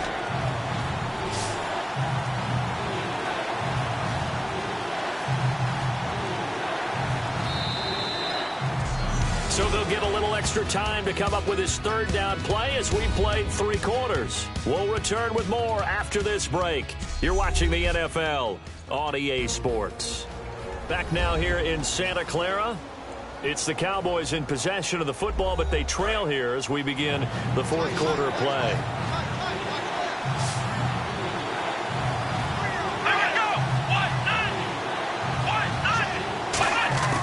Here's Prescott. Now he'll dump it underneath to his running back, complete. It goes as a gain of 6, and it's a 1st down. There are a lot of tough routes to try and cover. When you see a runner come out of the backfield and run this angle route, looks like they're going to the flat, and then they put their foot in the ground and cut back sharply inside. Not easily covered, and then when they catch it, good momentum built up by them as well. And able to pick up the 1st. He was looking for Terrence Williams that time, and that'll bring up 2nd down. Well, partner, the hit sure looks like a simple route, but I think the issue with it is a lot of time when you're making that play, you're actually working your way back inside towards traffic where the big guys are coming from inside out, whether it's defensive ends or linebackers. And a lot of the time, instead of securing the pass, your eyes might stray towards the middle and wonder where the big hit's going to come from. And he's brought down. That one good for 16, and the drive will continue. And there's another completion to the tight end. And let's face it, it is hard to overthrow a 6'6" target. It is indeed. Quarterbacks like their speed guys. They like that huge 6'6" target that they've got in him. They really do, and it reminds me of what one great tight end told me once. He had told his quarterback, just make sure you throw it up there, you know, kind of like put up on the top shelf where the kids can't get it.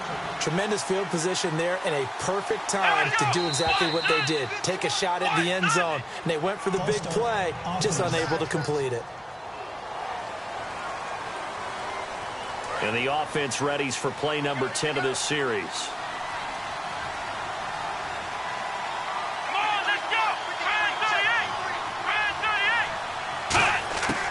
Again, he'll drop to throw. Surveying the field. Throwing right, and that's complete. That one good for 10 yards. And they're going to face a 3rd down.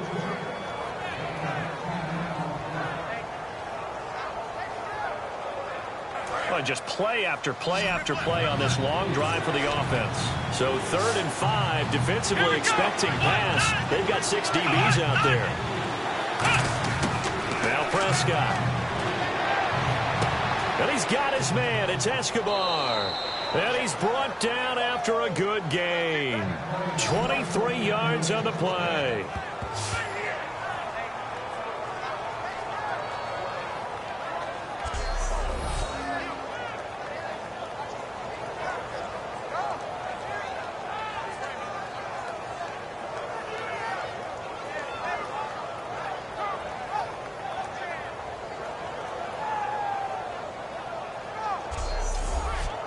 And now inside the red zone, the offense will operate.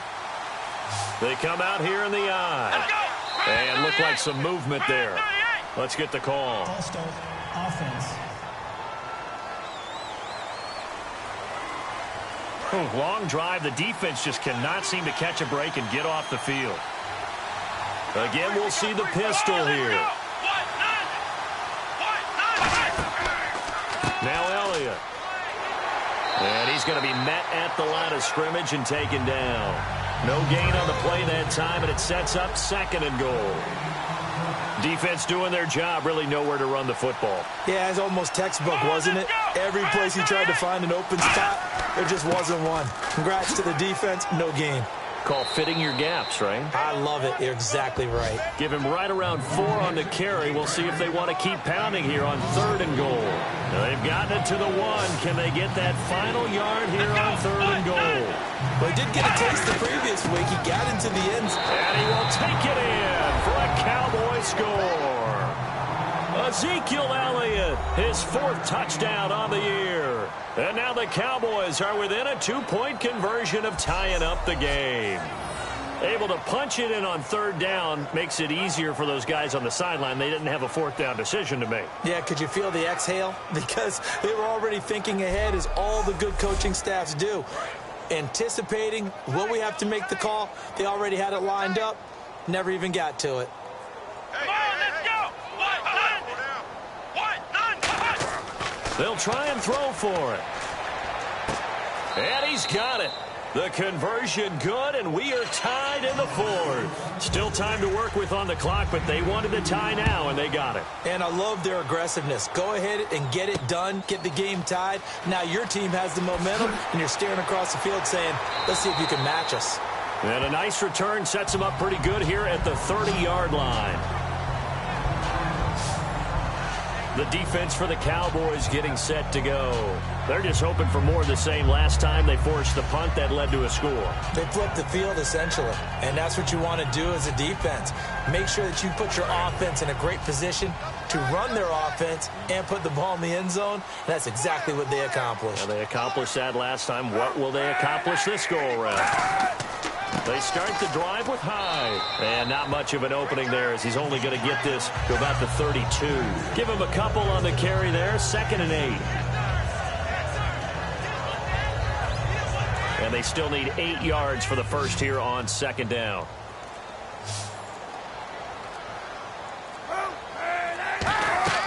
On 2nd down, here's Kaepernick. Finding time. And Selleck here, left side. It's a 9-yard gain, and it keeps the drive moving.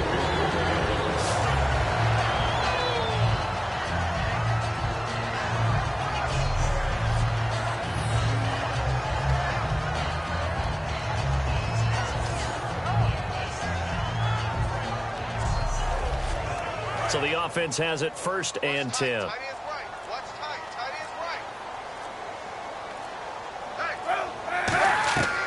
They'll run it now out of the gun. And he takes it past the 45 and down at the 46. Give him 5 on the carry there, and it'll be 2nd down.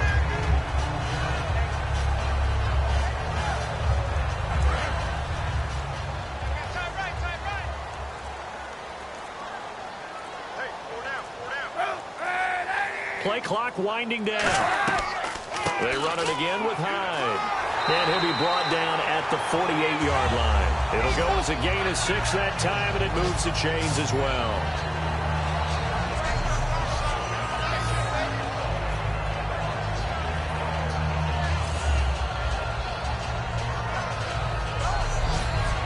And a new set of downs here after picking up the first on the ground.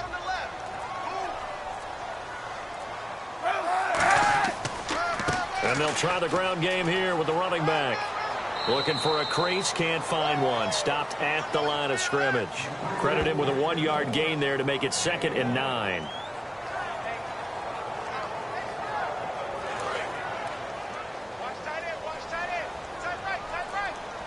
The lone receiver right is Cooper. Time running out here on the play clock. Here's Kaepernick. Garrett Selleck, the tight end, was the target. And it's 3rd down.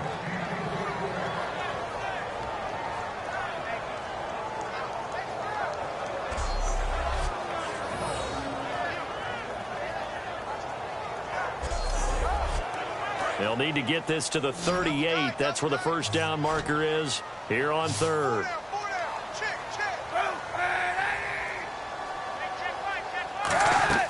On play action, it's Kaepernick.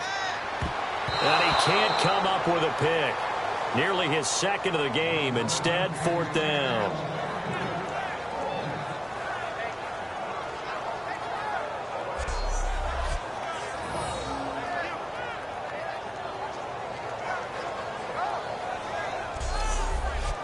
Here's Bradley Pena now as he's on to punt for San Francisco.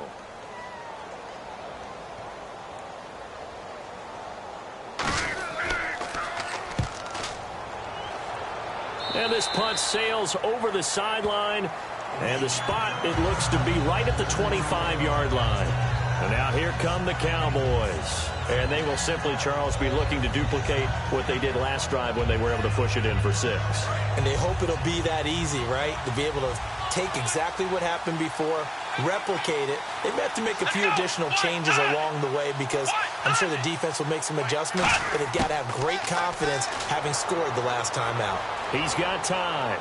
Drops it underneath to Elliott. And he's brought down, getting this one up to about the 35. A nice pickup there, 10 yards, and it'll move the sticks. He's having a nice game through the air. His decision-making's been really good, solid there again. Just seeing nothing downfield, goes underneath. Nice game. How about the patience? Because when you're having a big game through the air, you're looking for those chunk plays, those big ones downfield. Instead, as you noted, takes the check down, dumps it off, gains good yardage anyway. Really well executed. They'll look to throw here on 1st down. Looking middle, and it's incomplete. 10 yards still left on 2nd down.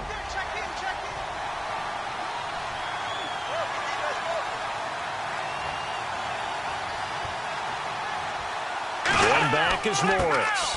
And he'll get it up the middle. And not much doing. He'll get this only up to about the 36. He only got a couple on that one, so not a ton of help. They'll have a 3rd and 8 forthcoming. Let's go! Ryan 38! Ryan 38! On play action, they'll throw. He's got time in the pocket. He's going to air one out. It's caught inside the 25. It's a big play there on 3rd down. 46 yards. There's obviously nothing shy about the guys dialing up offense here. They take a shot on 3rd down, and boy, did they get rewarded, even though there was good defense on the play.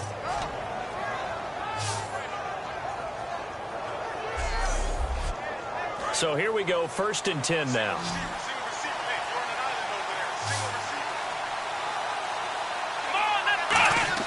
From the red zone now, they'll look to throw. And his throw's going to be incomplete. Cole Beasley, the intended target. And that'll bring up 2nd down. Offense still needing 10 yards. 2nd down. Here we go! Here's Prescott. And a quick throw here, that's complete. And he'll go down here at the 12-yard line. It'll be a gain of 6, and all of a sudden here, it's 3rd down. That throw has to be a quarterback's dream, doesn't it? Big tight end, curling in the middle of the field, so it's great sight lines for him. And when they show their numbers back to the quarterback, when they sit down right there, that should be pitch and catch. Now flags fly in, and one of the Cowboys looked like he got going a little early. And you would have to think an obvious passing situation here on 3rd and 9. One man in the backfield, Elliott. And he'll get it up the middle. And he'll push his way up to about the 14. 3 yards won't be enough here as that'll bring up 4th down.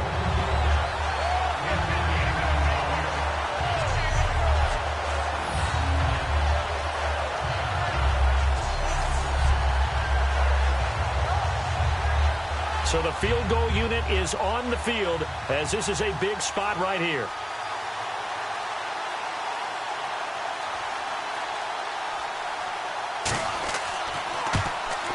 And Bailey able to knock it through. And they have taken the lead here in the 4th quarter. So the drive here ends with a field goal, and that does give them the lead, but this one is still a long ways from over. And you love to be able to look up at the scoreboard and see that you're out in front, but then you take one look across the field and see that offense is raring to come back out, and you think, I don't know that field goals are going to be enough to get us home. This will be fielded at the 8. And a nice return sets him up pretty good here at the 30-yard line. Now Colin Kaepernick and the offense heading back out onto the field. And the passing game, I mean, look at the numbers. It's fallen off. When a team is struggling, sometimes you look at the quarterback. When the quarterback starts to struggle, who goes over and picks him up? Yeah, that's always a big one, isn't it? Usually, there's a quarterback whisperer somewhere. And what I mean by that is, whether it's an assistant coach, whether it's one of his best friends on the team, someone that can get in his ear, get with him and say, all right, well, man, what do you need? What's going on here? There's always one person he can lean on. He's going to have to lean on that guy right now.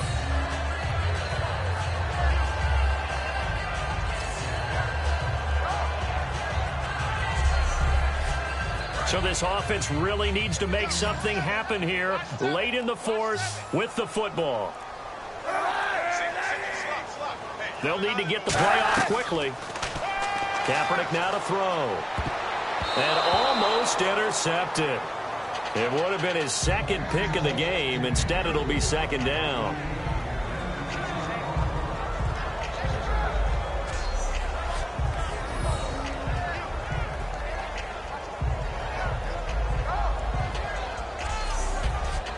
And let's see what the defensive coordinator may have up his sleeve here to try to get this final last stand and win this football game.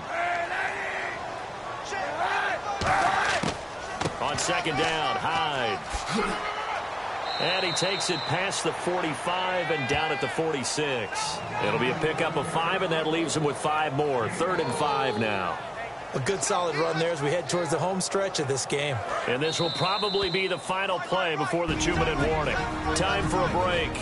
We'll come back, see what transpires after this.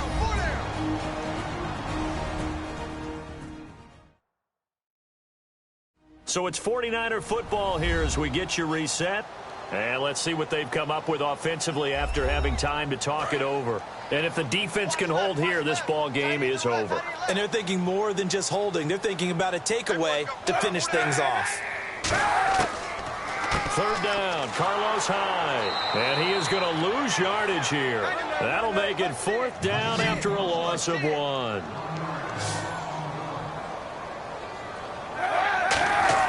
They'll look to throw. Surveying the field. Cooper's got it. And he's going to have a 1st down as he's brought down at the 44-yard line. That one good for 12 yards. And they're able to pick up the conversion here on 4th down. Back to throw. Oh, he's got a man wide open, complete. 20 yards on the pickup there. And that leads to a San Francisco 1st down. They got exactly what they wanted there. Out route, catch, get out of bounds, stop the clock. And I have to criticize defense here because you know the situation. You want to keep them inbounds and have the clock run. So I'm sitting on the outside portion of the field and not letting them throw an out route. Throw anything inside and I'll make the tackle. An out route? That's not the way you're supposed to play it. He's back to throw. Incomplete. He was looking for Sean Drone. And now it's 2nd down. After that incompletion, I almost get the sense that he's going to look up at the booth and kind of look at us and say, hey, you guys got any suggestions? It's been that kind of game, hasn't it? They've had him on the run throughout. Yeah, and I get that you're trying to make a play here losing 4th quarter, but to throw when you're not set with pressure coming could have been an interception. Very much so, and it's been that kind of game for him. They've had him on the run, had him off balance. He's got to find a way to make some big-time throws down the stretch. Finding time. Still back there. This will be caught at about the 3. And they do get him down, but he's inside the 5 all the way to the 3. They're going to hurry back to the line now. Back to throw. He takes it across for the touchdown, and they've taken the lead late in the final minute of the 4th. Wow, wow. So many practices we watched over time where the offense works on scoring late in the game and finding a way to win, as we just saw there. Just saw it right there. Now can they preserve that advantage that they just got?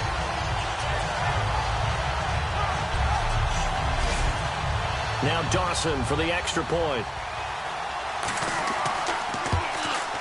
And that will make this a 4-point game.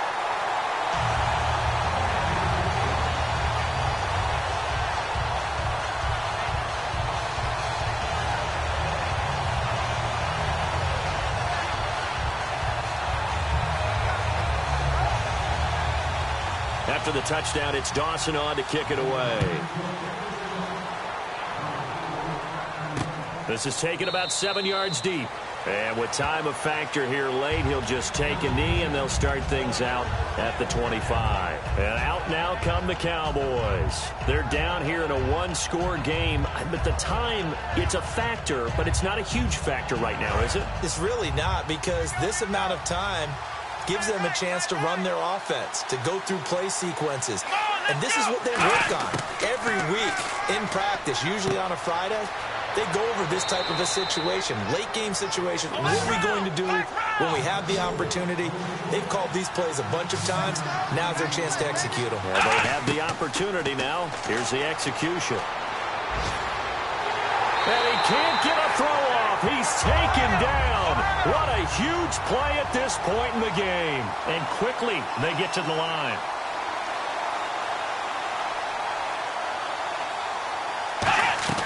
He'll look to throw.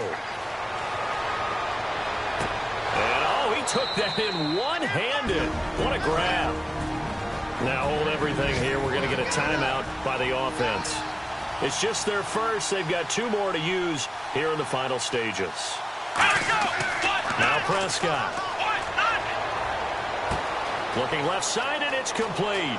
And he's across for the touchdown, and it's likely the game winner here in the closing stages. And how about that, giving us our 5th lead change of the game? It's been back and forth. No doubt about it, and right now, they're ahead, but they can't relax at all, because if we've had 5 lead changes, I'm kind of betting on a 6th. Yeah, we might see a 6th. Now an important extra point here to stretch this lead to a field goal.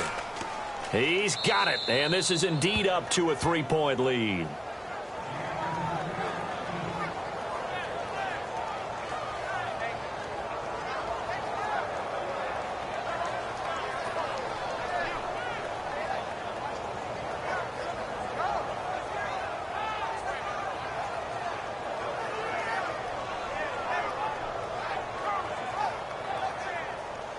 Bailey now to kick it away after the touchdown. Short kick here, fielded about the 17. And they're going to wind up with pretty good starting field position as they get it up past the 35.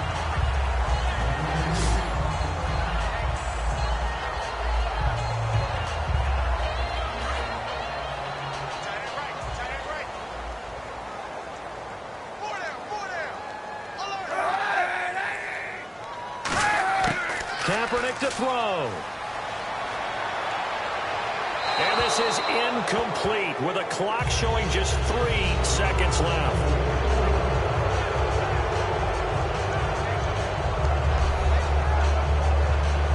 So 2nd and 10 here. 3 receivers to the left, 1 to the right. One final try for Kaepernick. We've seen this before. Now a desperation throw deep downfield. And it's incomplete. So their final drive comes up empty. And with that, the ball game is over. Well, going into the final play of this game, they knew that they needed some type of a miracle there at the very end, but they couldn't get it done. However, we were treated to really a spectacular affair. Even though they didn't finish it off, you're exactly right. They took us down to the last play. We're still, you're wondering, could it happen? Possibly, even though we both knew it was a long shot.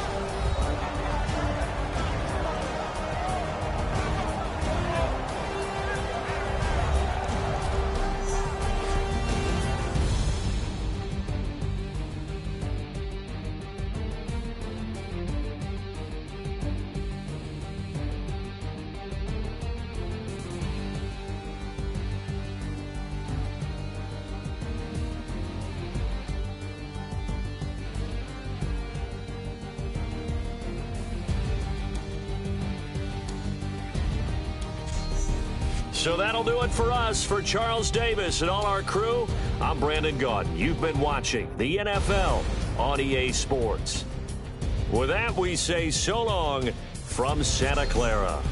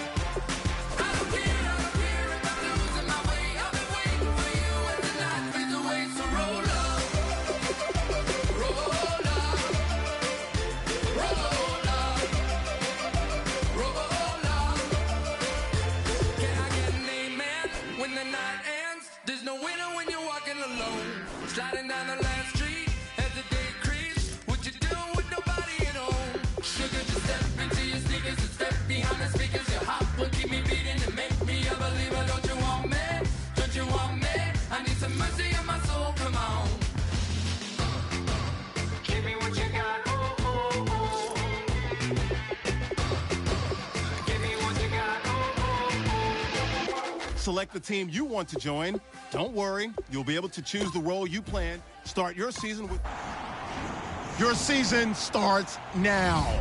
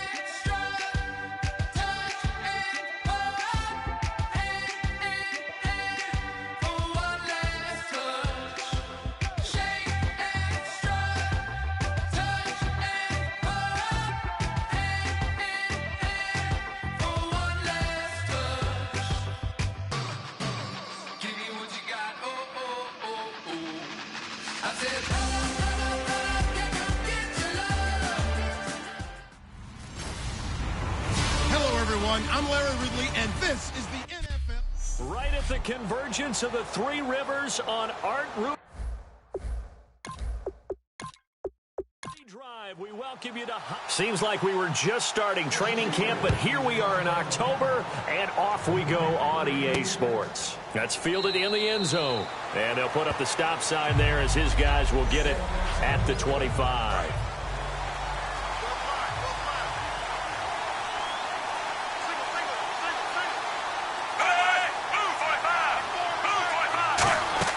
Smith on first down. And an alley to run. And he's able to get out to the 32, brought down there. It's a gain of 7, and that'll make it second down.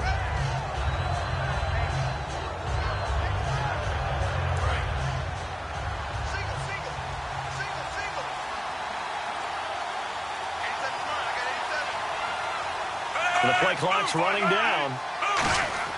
Here's Smith now on second down. He's got time. And he rifles one incomplete. He was trying to get it off to Jamal Charles there. And it's third and short.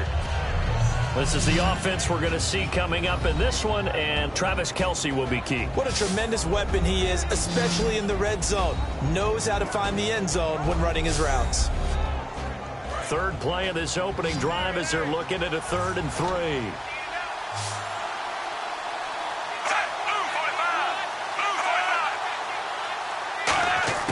From the gun, here's Smith. And he comes back with one complete. 15 yards through the air and a first down. They try the corner route there, Charles, and it works to perfection. Boy, that's hard on a defensive back because if you get any fake or move to the inside, you have to respect it, and then the receiver breaks back to the sideline. First down and 10 now for the offensive group.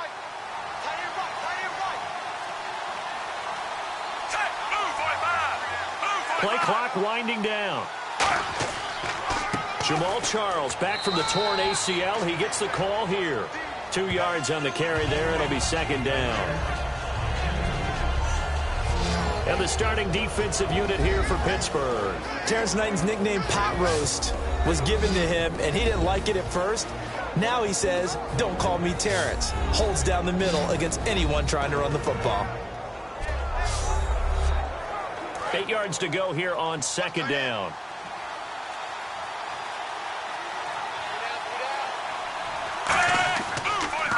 They'll keep it on the ground to Charles again. And this one goes nowhere.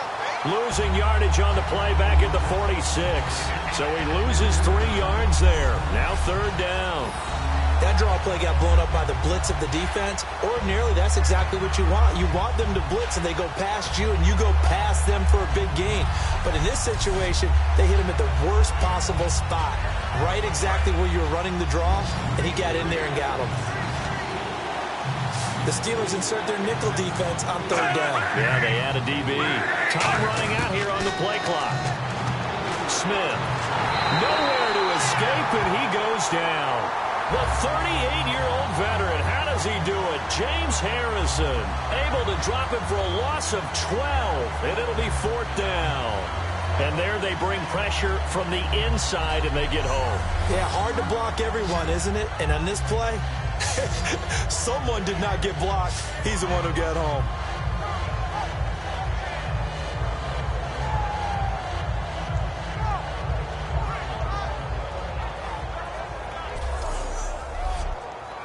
So on 4th down, Dustin Colquitt to punt for KC.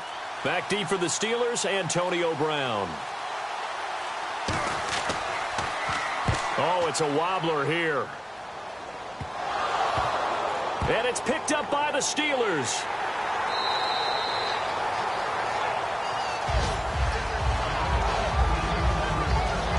So the Steelers offense getting set for their first drive. And they'll be led out by Big Ben, their veteran quarterback, Ben Roethlisberger. He's one of the more exalted quarterbacks in the league, but I still don't think he gets enough appreciation for his ability to read defenses and lead his ball club.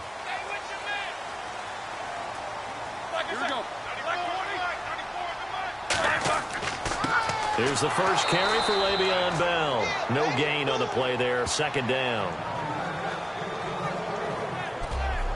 This offense has some speed, and certainly Martavis Bryant, he has some speed. He has that, and he has size. That's what makes him so difficult to cover, because just when you think you have to play him one way, the other attribute kicks in. Martavis Bryant could be an all-star real soon.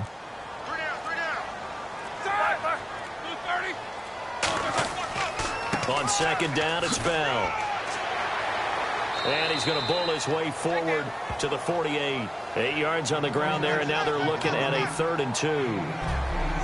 I go all the way back to college with Le'Veon Bell. One of the better body transformations I've seen, from a big, thick power back to the guy we see now who can do everything. And 2 years ago, of course, last year the injury, but 2 years ago over 1,300 yards. I think they think he can top that this year. I don't think there's any question about it.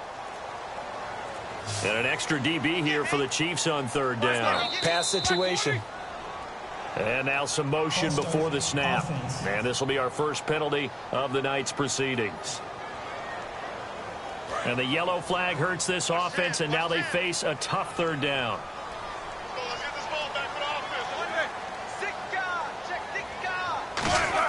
On 3rd down, Roethlisberger. He's got time in the pocket.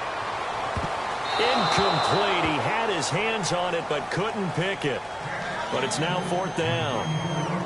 Good job by the O-line. Quarterback had time to go through his checks. That's one you need to take advantage of. A perfect situation, and they're unable to take advantage of it. When you have that much time to scan the field, you have to find an open receiver.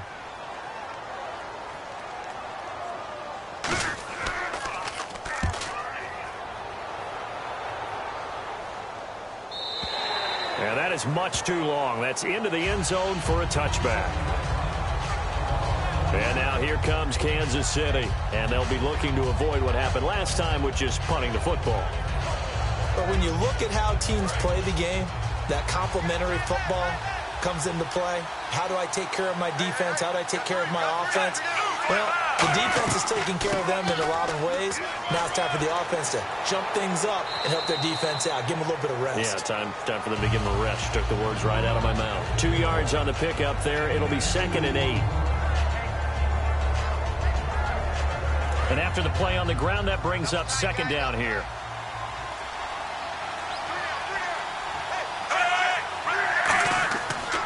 Again, it's Charles. And he'll take this one up close to the 25-yard line. It's a 4-yard pickup there, and it leaves him with 3rd and 5. As Jamal Charles plays here in 2016, I think 5 was the operative number for him. 5 1,000-yard years before last season, but only 5 games played in 2015. For the current Chiefs all-time leading rusher. And Hill with it over the middle.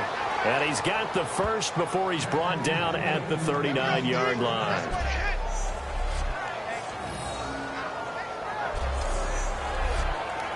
Offense comes to the line now, 1st and 10.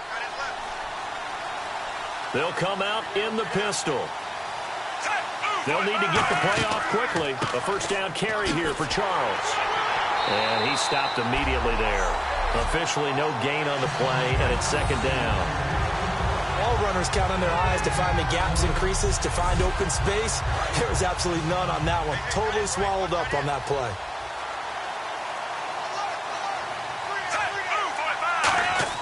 To throw on second down is Smith. Oh, look at Thomas wide open. And out of bounds on the other side of midfield across the 45. And partner, a nice little connection there on the corner route. The receiver set it up perfectly, worked his way inside, and then broke it back to the outside for the completion. And the offense lining up 1st and 10.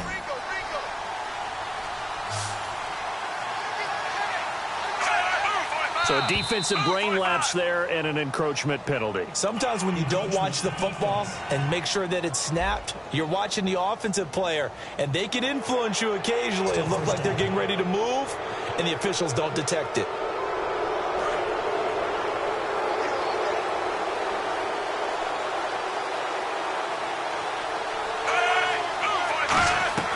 They go play action here on 1st down. And he slings one that's incomplete. His favorite target, Travis Kelce, the intended receiver. That'll bring up 2nd down. On 2nd down, here's Smith.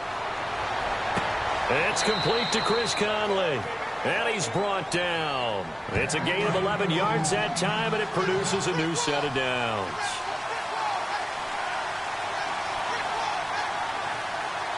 The play clock's running down. Smith will hand it off here to Charles. And he'll get this one down to about the 27. Just a yard on the 1st down carry, so it's 2nd and 9. 9 yards still remaining here to pick up the 1st on 2nd down.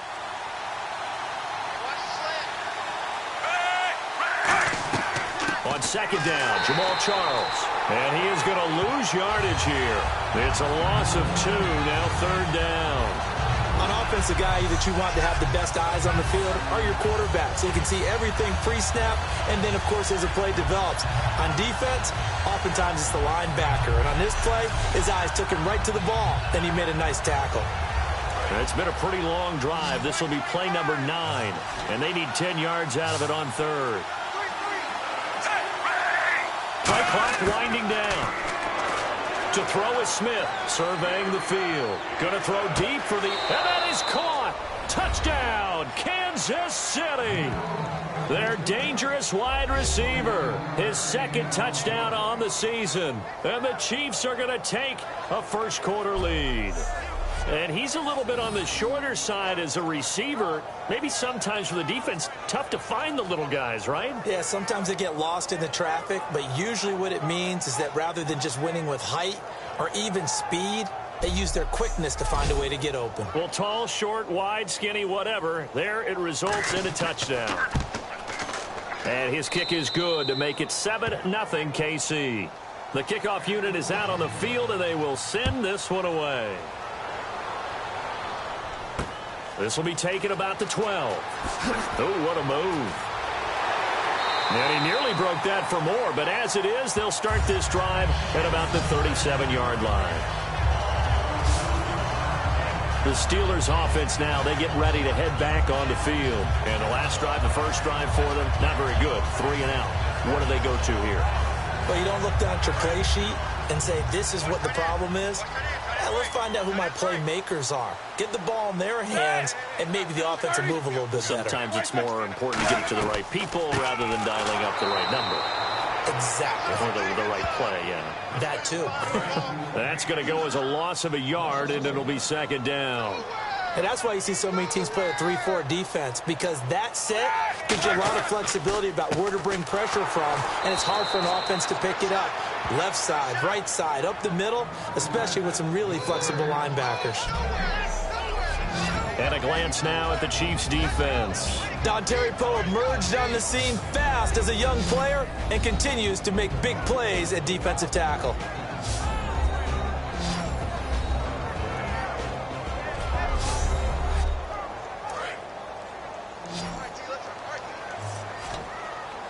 And the Chiefs showing a dime look as they defend this 3rd down. From the gun on third down, it's Roethlisberger. Finding time. And he will go down outside of the pocket for a sack. Tried to get away, but could not. Here's Jordan Berry now.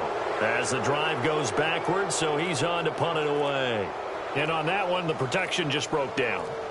You've got to have that leverage, don't you? We always talk about low man wins in the running game for an offensive lineman versus a defensive lineman. It's essentially the same thing in pass protection. Get lower than that defensive lineman so that you can keep your balance and keep him away from your guy trying to throw the football. The Chiefs offense now making their way back onto the field. And they'll just simply be looking to build off the confidence of the last time out where they scored a touchdown. And confidence is powerful, isn't it? When you've scored once, you feel like you can go back out there and get it done again. Doesn't matter what the defense throws at them. They feel like they're in a groove right now, and they want to get out there and show it. Yeah, hoping to stay in that groove here this go-around. They'll start the drive with Jamal Charles. Cuts right. And he's brought down. It's a pickup of 16 there, and it'll lead to a new set of downs. And that's how you run the football and run it successfully. Big-time chunk of yardage picked up, but why? Offensive linemen won at the point of attack. Their leverage way better than the defenders. The low man wins when you're getting underneath and trying to move people. That's exactly what happened on that play. The offensive line moved the defensive front, created space, and the end result, a fantastic run. 5 yards is the tally on first down. That brings up 2nd and 5. Brandon, that's a body blow type of a run. The type of run that if you keep getting them and accumulating them throughout the game, that'll really wear a defense down as we get to the fourth quarter. Time running out here on the play clock. Here's the option going right. And the play goes nowhere. Losing yardage back near the 40 at the 39. He lost 2 there, and it's third down. And Cameron Hayward's ability to take on blocks, hold the point of attack, and get upfield serves him very, very well. What a nice play there. And he can take on blocks because he's built like a block. And Pittsburgh with 6 defensive backs in the game here on third down. Throwing on third down, Smith. Got a man, and he hits him in stride. And he's got enough for the first across midfield to the 48. That one goes for 13 yards, and it moves the sticks.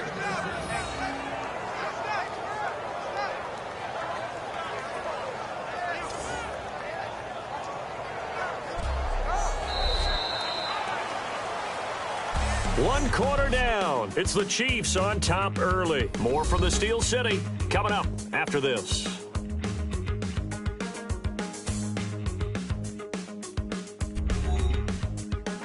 This presentation of the NFL on EA Sports is brought to you by Gatorade, the sports fuel company. Back now with Charles Davis. I'm Brandon Gaudin as the Chiefs in possession of the football as we begin the second quarter. And they're on the move here. They've got it 1st and 10. Now a play fake here on first down. He's going to get this one out to his fullback. And he'll take it down shy of the 45 at the 46. They'll get a couple yards on that one, and it'll be 2nd down. I wouldn't be surprised to see the next step in utilizing this position. To actually utilize more of a scat back in this spot, because we saw the catch there, right? He made it. He's a bigger, stronger guy, maybe not quite as elusive as maybe someone else you would put there. Yeah, didn't get the big yardage there. Under pressure, he's going to go down. Look at this, way back around the 43. Man, he got in there so quickly, Charles. What could the offense have done to adjust and account for that? But what you're hoping is that you figure out and you see and get a clue that maybe there's going to be some pressure coming at you, and you change the blocking schemes. Maybe you go to max protection. The biggest one is maybe you bring your running back in to try and keep you clean. But in that case, that didn't happen. 0 accountability, and a sack resulted.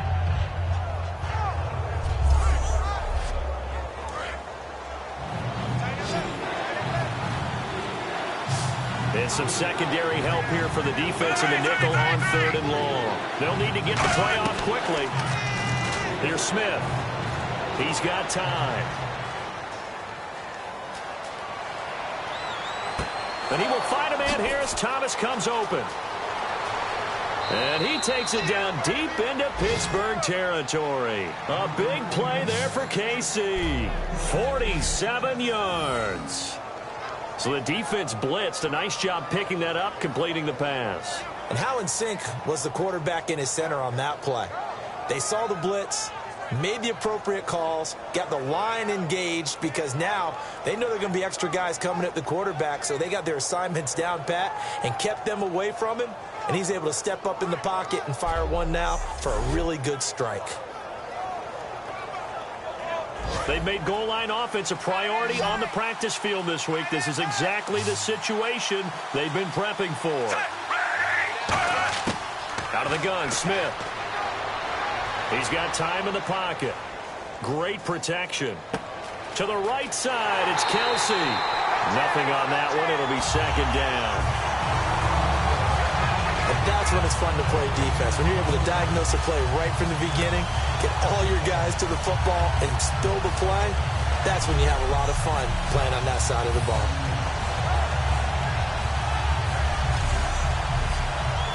And the 8th play on this drive coming up. 5 receivers in the game, 4 of them to the left side. Throwing is Smith. That's caught at the 3. And he's able to get it down to the 2-yard line. Give him 7 on the play, and that is going to set up 3rd and goal.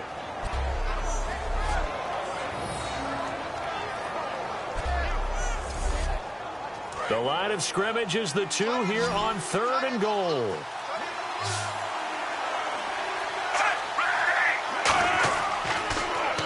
They'll let Charles try and get him in. And he is going to lose yardage here. It's a loss of a full 3 yards, and it brings up 4th down. They might think about going for it here, but it's still just the second quarter. Take the 3 points, tell the defense you believe in them, and let them get the ball back for you.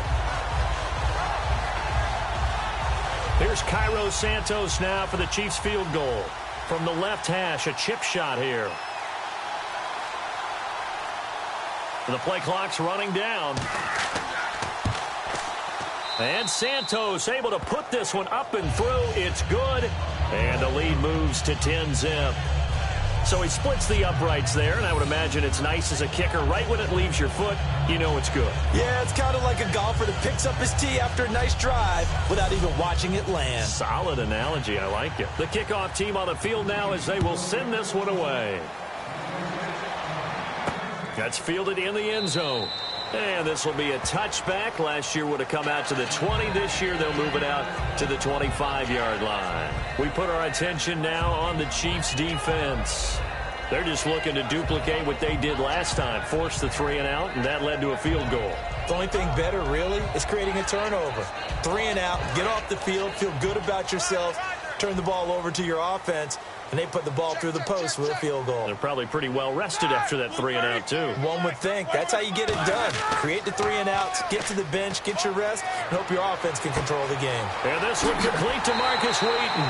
And they're going to get this one all the way out across the 45.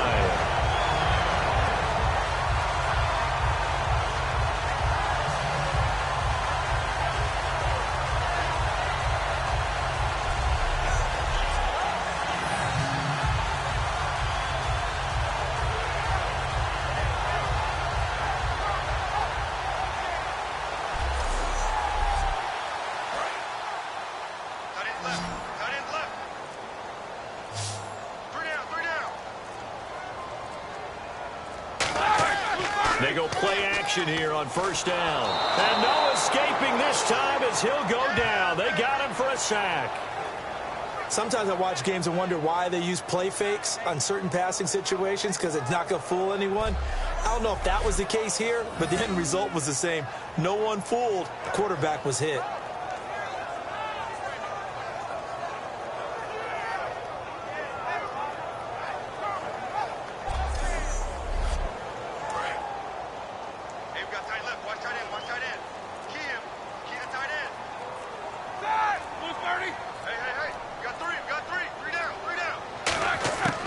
Second down, here's Roethlisberger. And this is caught by Martavis Bryant.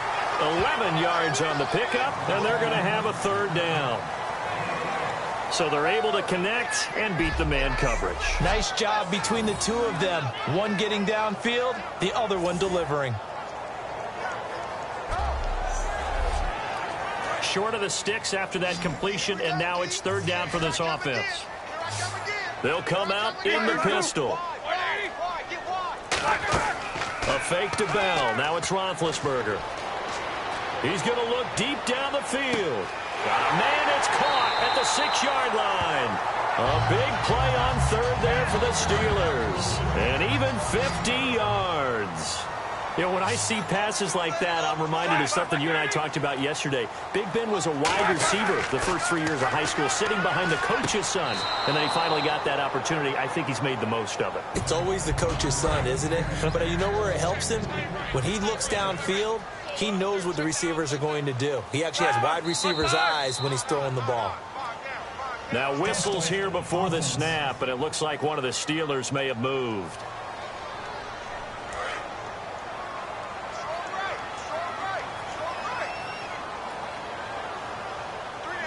They come up with one running back. That's Bell. Second and goal as the offense looks to try to punch it in. And they'll get him down here at about the 5-yard line. Third and goal.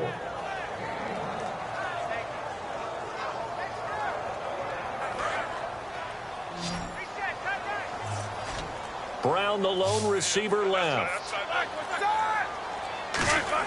On third and goal, Roethlisberger. His pass caught at the 4. It'll be a gain of 4. And that will bring up an interesting decision here on 4th and goal. Well, it wasn't a big strike, but that completion put them in really great range. What do we have now, 4th and inches? Yeah, it's not more than a half a foot. You know what I would do here? You would always go for it. I'm one of those guys. And Boswell's kick is good. And they get themselves on the board here. It's 10-3. So this offensive unit, they've now had 3 drives, and they only have 3 points to show for it. Payoff is the key for everything. How many offenses have we talked to that say we have to finish drives? Thus far, this team hasn't finished it quite the way they wanted to. This is taken near the 13. And a good return as he'll be stopped just shy of the 30-yard line. Alex Smith and the offense heading out for their next possession. He's played a pretty clean first half, a touchdown, no interceptions. Frankly, that's what they expect out of him. They want to see the ball thrown and thrown well, and he's able to do that and put it in the end zone. They'd love to see more of that before this game finishes. But right now, he's got his team in a good spot. A good spot, maybe looking for touchdown pass number 2 here in the second quarter. Give him 3 on first down. It'll set up a 2nd and 7. You know that old expression, it's not my night? It hasn't been his so far. I don't know if the legs are a little bit heavy. Sometimes having to hang out all day and play doesn't exactly play to your advantage, but it's been a tough go for him. And every time he looks up, somebody's there defensively. That was the same case on that play. And they'll get it up just short of the 45 at the 44. And there's a completion to Travis Kelce. I think he's starting to come into his own as a tight end and as a player, and that makes his quarterback, Alex Smith, really happy.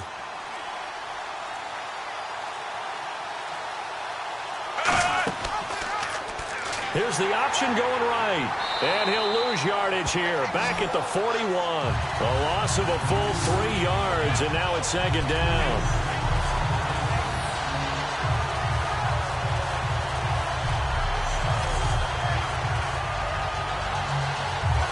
Defense in a good spot. Let's see how the offense responds with a 2nd and 13 now. Play clock winding down. Smith surveying the field. He's got the hookup with Conley. And he'll be brought down just shy of midfield at the 49-yard line. It'll be a gain of 9, and that's going to bring up a 3rd down. Charles the lone setback. Smith. And that is incomplete. DeAnthony Thomas, the intended receiver. And it's 4th down. Here's Dustin Colquitt now as he'll kick it away for the 2nd time. Let's give some credit to the defensive guys on that play. Able to bat that one away. Sure looked like they were trying to hit the corner route. And no return here. Where will they spot it? They say just outside the 20-yard line.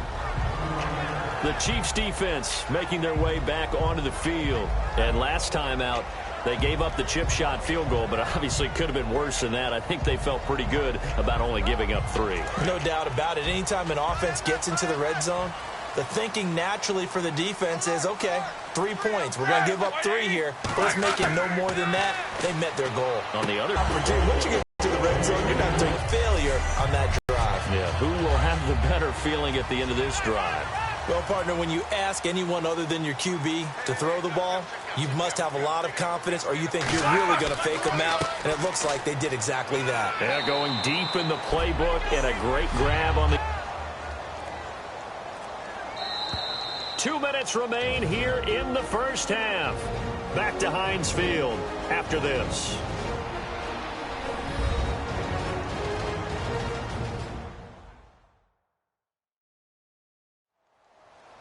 A reminder coming up at halftime. Larry Ridley will join us from Orlando with our halftime report, but business to take care of before that.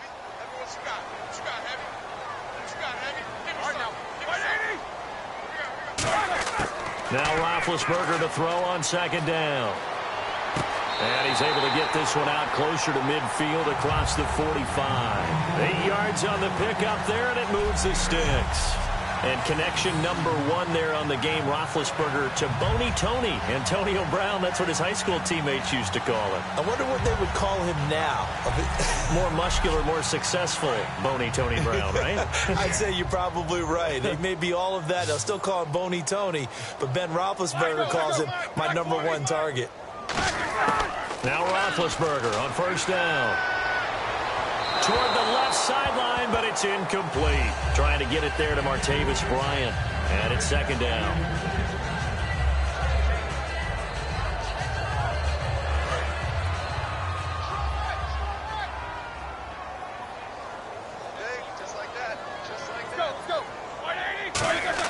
Second and 10 now. It's Roethlisberger. On the right side, caught by Green. And he's able to take it across midfield before going out of bounds.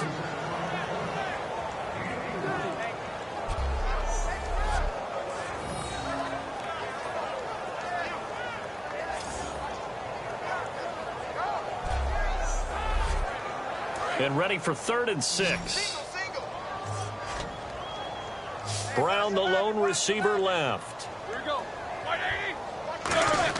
On 3rd down, Roethlisberger finding time. He gets it to Brown, complete. And he will have a first down here at about the 40. Looking to speed things up here, going with some tempo.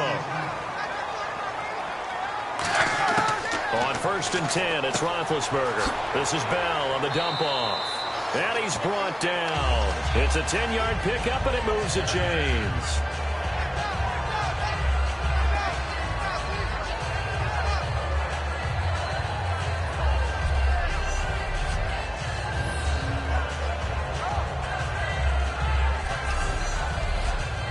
Offense walks to the line for play number 7 of the drive.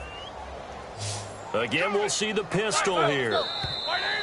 Now whistles here before the snap, but it looks like one of the Steelers may have moved.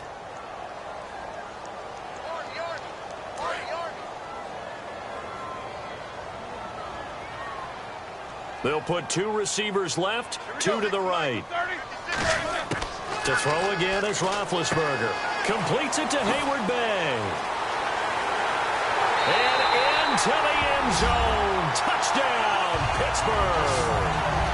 Darius Hayward Bay, his 3rd touchdown now on the year. And the Steelers are an extra point away from tying this thing up. And a little time left on the clock, so on the other side, they're thinking, gosh, we'd like to get that lead right back. Yeah, thanks for pointing that out. Here I am going ahead and tapping out the first half. There's still time. They've got to make a decision about what they want to do on the kickoff, where they want to let their return guy touch it. And he'll put it through, and that evens us up at 10 apiece.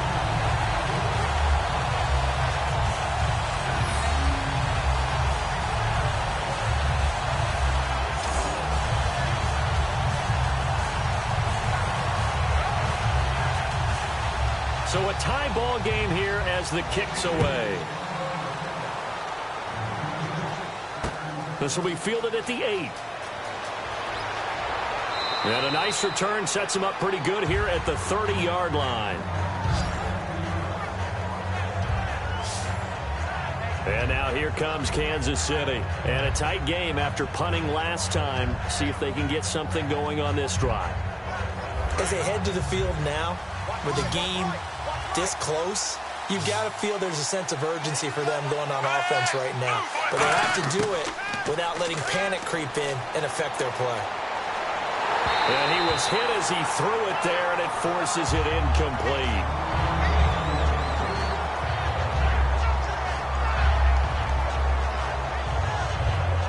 And on 2nd and 10 now.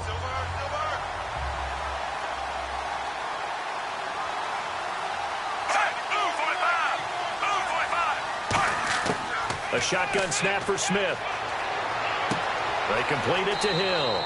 And he gets this up across the 35 before he's out of bounds.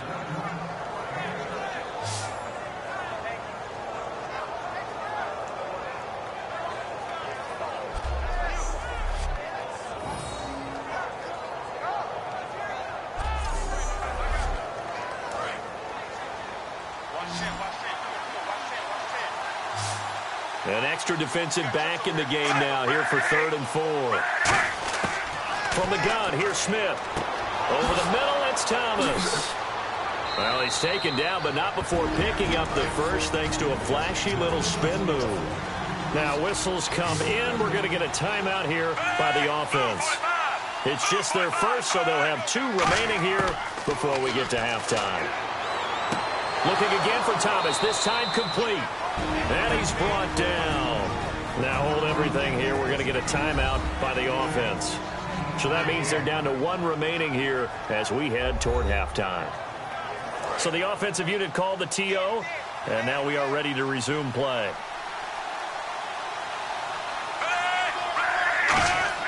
On 1st and 10, Smith. To the right side, it's Kelsey. And he'll be a little shy of the 25 here at the 26-yard line. Give him 6 on the play, and it'll bring up a 2nd down. There's a completion to the tight end, and I think that we're looking at something out of central casting, frankly. Absolutely. I mean, size, the hands. Speed. I mean, can flat out run. You put that whole package together, you light up the eyes of an offensive coordinator, don't you? 2nd down, 9 yards to go.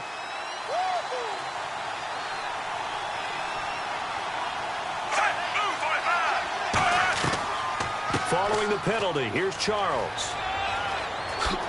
And he's brought down. Now whistles come in. We're going to get a timeout here by the offense. And with halftime on the horizon, they'll be out of timeouts from here forward. And Santos able to put this one up and through. It's good.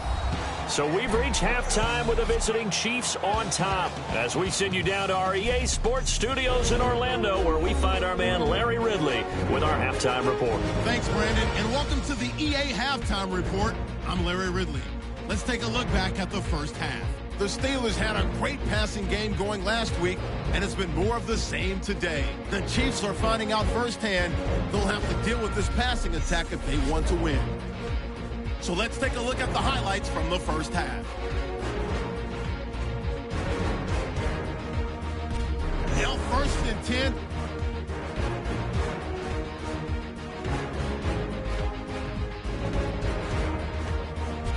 Final moments of the first half. Smith finding his mark across the middle of the field, and it's going to end up going for a gain of 17.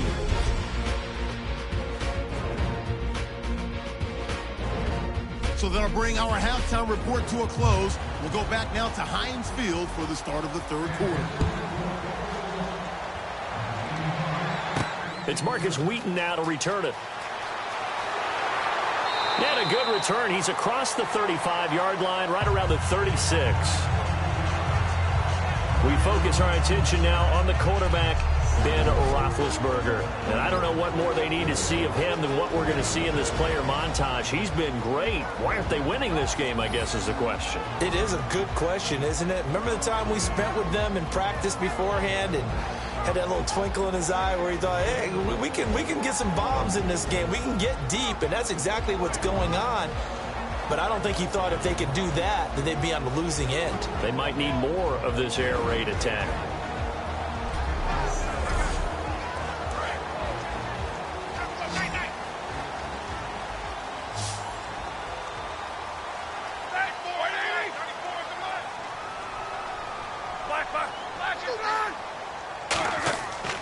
a play fake here on first down. Under a heavy rush, and down he goes. Jay Howard.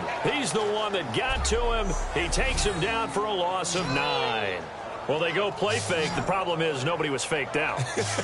And when no one's faked out, what's the end result? Quarterback gets hit.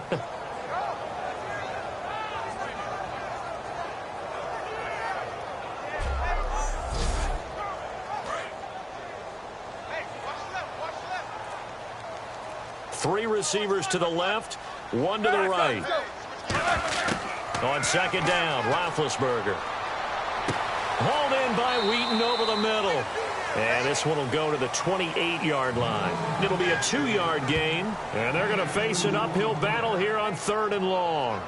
Boy, the evolution of the game and how these guys on plays like that can get out of the pocket, keep plays alive, it just makes things so much harder for defenses. It really does, and we're talking about an era in the game where the quarterbacks are the most... Now Ben hit, and he lost the football. It's loose.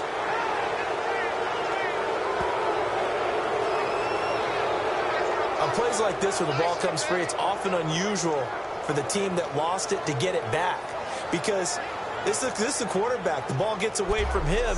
Everyone else is trying to execute what they're supposed to do on offense. They're usually looking in the other direction, downfield, or have moved away from him. In this case, though, a teammate is able to come up with the ball.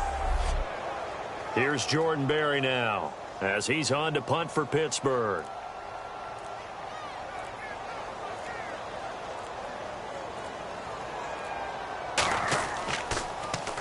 He gets this one away, and boy, it's another boomer.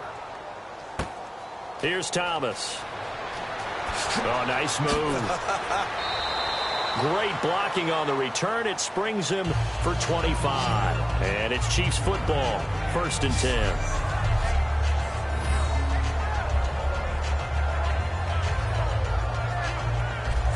The Steelers defense getting ready here for this next possession. And a field goal surrendered the last time out. Just by and large, are field goals wins for the defensive side? They certainly are in today's football because offenses are so tuned up and usually have the ability to strike almost at will. But when you're only giving up 3, you feel like it's almost like basketball. You're trading, right? I give up 3 on my end. I'm counting my offense to get 6 on the other, and that is a win. Yeah, it's a win for the kicker, too, I guess, if he makes a field goal, right? No doubt about it. He feels good about things, but his team feels like they settled. And he has not been able to find the same type of running room this week as last. Such a great game. We met with him. He came in, had the biggest smile on his face, so we just thought that would carry over. Sometimes you wonder if maybe it borders on a little overconfidence. They were so good last week. He's getting extra blocking out on the perimeter from the wide receivers to get him downfield. In this game, maybe he came into it with the idea that it's just going to be like last week, be a piece of cake. And what they're getting from the defense isn't exactly the same. And, boy, it's been tough going for him. Now it's Smith. And able to find Conley. And he's going to have the first down at about the 38. They call it a gain of 19, and it moves the chains. And another thing that makes the comeback route really effective is that oftentimes after you've made the initial move, receivers breaking away from the defensive back, and that makes it a really tough play to defend. A nice chunk of yardage picked up there.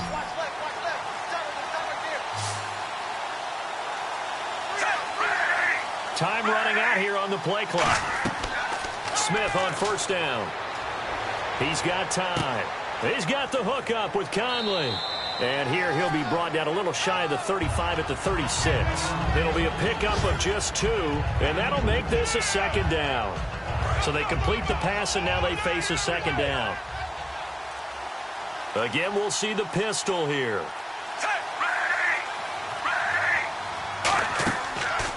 Smith going to turn and give to Charles. And some room to maneuver. And he's brought down. That one good for 16, and the drive will continue. Okay, let's face it. Most of the offensive linemen in today's NFL, they're going to weigh over 300 pounds. But that doesn't mean they don't have agility. And the way that they can get out in front of a runner and create a space, sometimes it looks like they're going in one direction, and the runner uses his eyes to take him in another direction because it's been blocked so well. Love those misdirection or counter plays, and this one worked really well for a nice piece of yardage. From the red zone now, Smith. He's going to flip one out here to his running back. And he takes this into the end zone for a Chiefs touchdown. Spencer Ware, his first touchdown on the year. And the Chiefs are able to grow their lead. Getting your back involved, what's the importance there in the passing game? Well, oftentimes you can create mismatches because who's going to cover him? And you get him into space, which is where he likes to operate with the ball in his hands. Oftentimes makes people miss, gets that run after the catch, and off he goes. And into the end zone. And his guys will take a 10-point lead.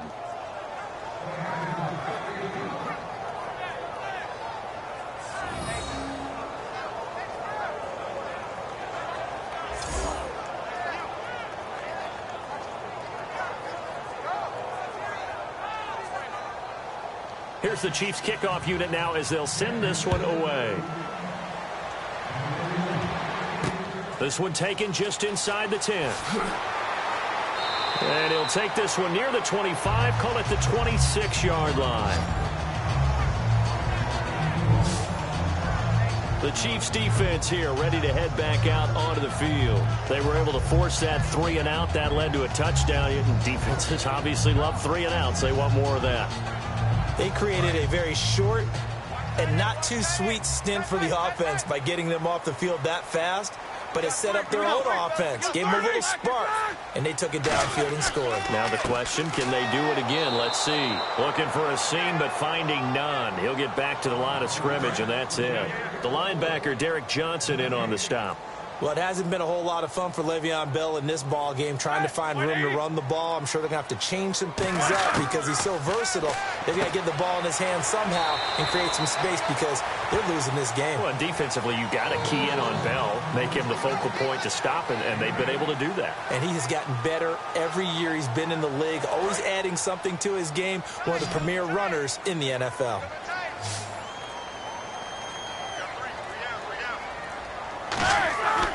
They'll try and run for it with Bell. And he will lose yardage here to the 31-yard line. And a loss of 3 to bring up fourth. Wasn't that long ago that the NFL guys really didn't adopt much from the college game. But one thing that has crept in there is spreading things out, opening things up, not even just in tempo, but maybe getting better line splits and spreading the field. I think that would be a great strategy right now to try and open things up in the run game.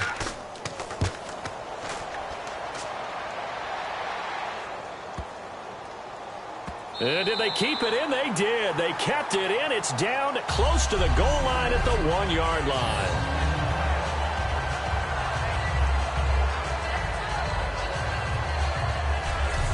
And now here comes Kansas City. And that recipe on their last drive that resulted in a touchdown looked pretty good, so they'll be hoping to do that once more. And it takes me back to when we sat with the offensive coordinator and the head coach. They felt pretty good about their game plan and thought there were some holes in the defense, and they exploited them the last time out. Let's see if they can come back and put together a similar drive. And we'll see if they can do just that.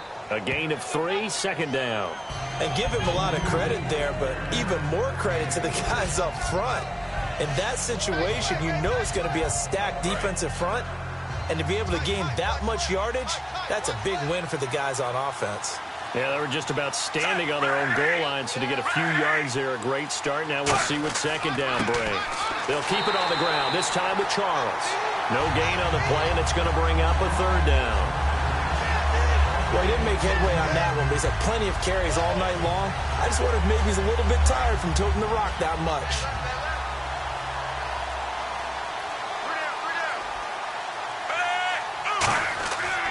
Now Jamal Charles on third down. And he maybe makes it back to the line of scrimmage. That's it. Call it no gain there, and it leads to a fourth down.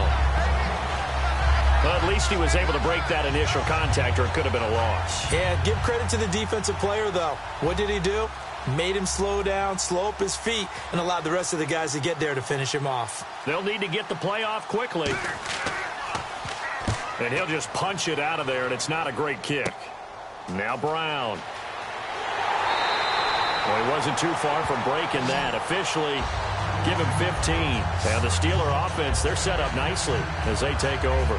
And Pittsburgh getting set to take the field. And they're coming off a 3-and-out, my friend. I think they've got to look at that play sheet and go to a spot that they haven't gone before. Time to shake things up a little bit to try and get this offense moving. Okay, so how do you do that? How do you shake things up? You look at what you called before, realize it hasn't worked so well, and maybe you try and find one of those special plays from one of your better players, and maybe try and hit something big and get things going in the excitement area. And that play was vintage Derek Johnson. Made a play in the backfield. In college, he did as an outside linebacker. Used speed to get to the backfield. Now, a bulked-up inside linebacker with multiple Pro Bowls on his resume. And on the outside, they're playing press coverage.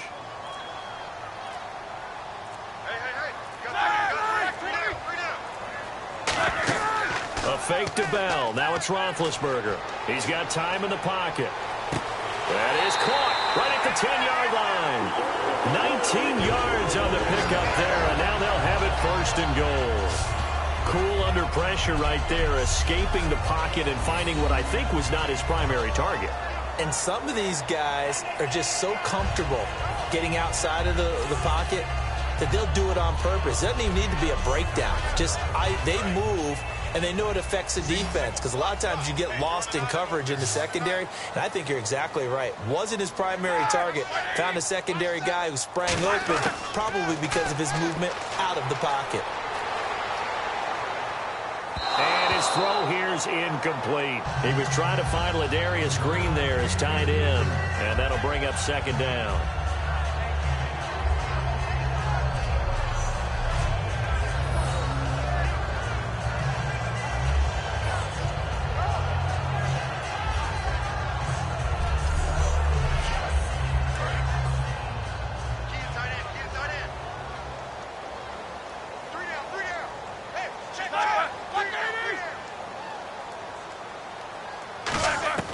Now Roethlisberger to throw on second down. And he's got his tight end. It's Green for the Steeler touchdown.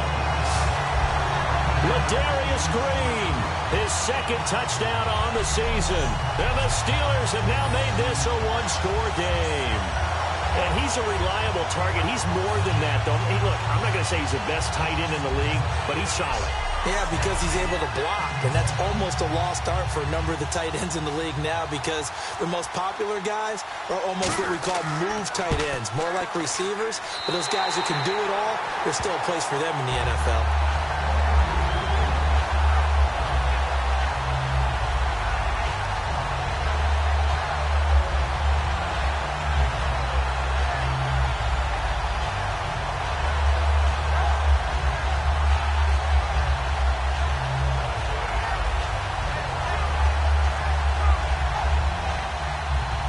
The kickoff unit as they run up and send this one away.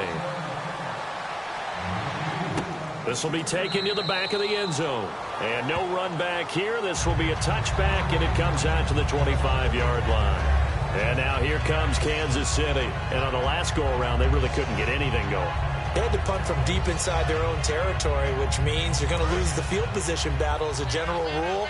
What they're looking for now is a little more consistency, move the ball at least a few times on offense, get a couple of first downs, and hopefully flip the field. Just something to build off of. That's what they're looking for here.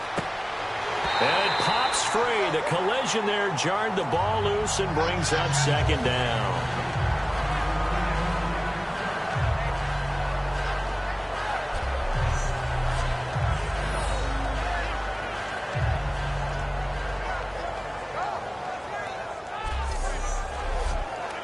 Unable to connect on the first down pass play. Now it's second down.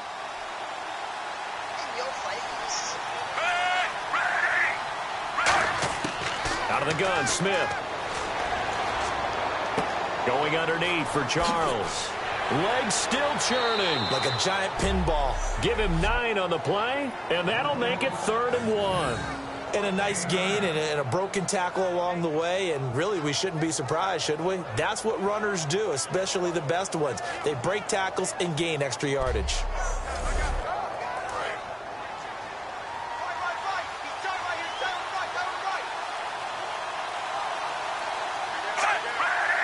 The play clock's running down. Short yardage situation. Here's Charles.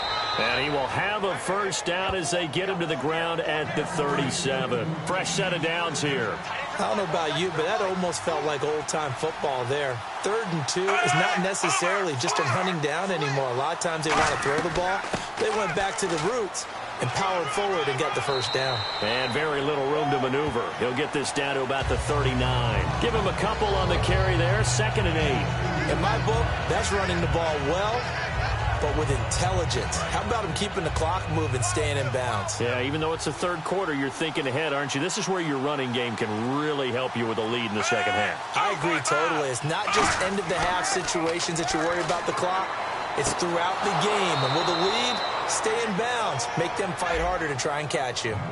Give him 10 yards on that one, and that'll earn him a fresh set of downs. Let's discuss now this performance as it relates to the last one. You know, a week ago, and we saw it. Some pinpoint accuracy. He's displaying that again. That was a fun film session for us, wasn't it? Able to kick back and watch him work. And what we saw was a competent leader, a guy in control, making excellent throws at times. And he's brought that with him in this ball game as well. And I'm starting to think that he's starting to feel like, yeah, I've got this thing down pat. And I think the team will come along with him.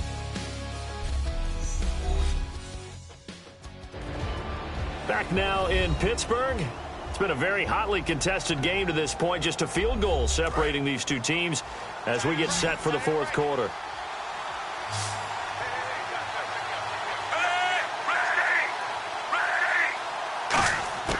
On first down, it's Smith.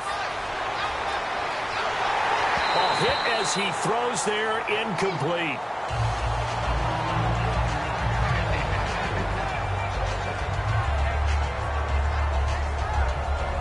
Offense walks to the line for play number 7 of the drive. They come out with 1 back and 3 tight ends. On 2nd and 10, Smith. He gets it complete to Harris. Oh, another beautiful move. Man, that's better than the 2-step, isn't it? A nice pick up there, 10 yards, and it'll move the sticks. I know exactly what's going to be said about that play from the defensive perspective. What's that? That's why I tell all you guys we need more than one tackler to the ball. He broke the first tackle. Luckily enough, there were more people there to get him down.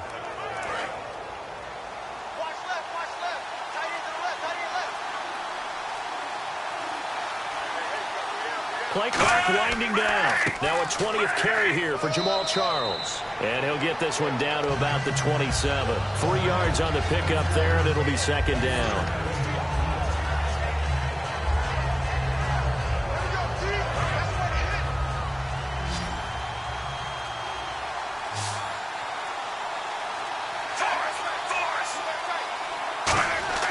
To throw on 2nd down is Smith. Wide open receiver complete. And he will take it on in for a Chiefs touchdown. Their dangerous wide receiver. His 2nd touchdown of the game, his 3rd on the year. And the Chiefs add on to their lead. I think if you polled defensive backs, they would say the corner route, take that out, make it illegal, because that is so hard to recognize and so hard to adjust, because your first move is to not get beat in the middle of the field, and that's how they move you first before they break off to the corner. But then as the wide receiver, great job. It's tough to turn those upfield and go, but he did a great job with it there. Really good balance, really good body control, and how about the end result? A touchdown. This will be taken to the back of the end zone. And no thought to bring this one out. He'll just go down to a knee, and they'll take over at the 25. And Pittsburgh getting set to take the field. And they're hoping to capture some of that magic they had last time out when they were able to put together a scoring drive. But they're still down here, Charles. Not the major concern, though, because of what you talked about. They scored the last time out. They feel good about themselves. They feel like their game plan is now in effect. They know how to attack and what plays they wanted to put together. But they've got to keep it moving in the right direction because, as you did note, they are down on the scoreboard. He was looking to hit his running back, Le'Veon Bell, that time. And that'll bring up 2nd down.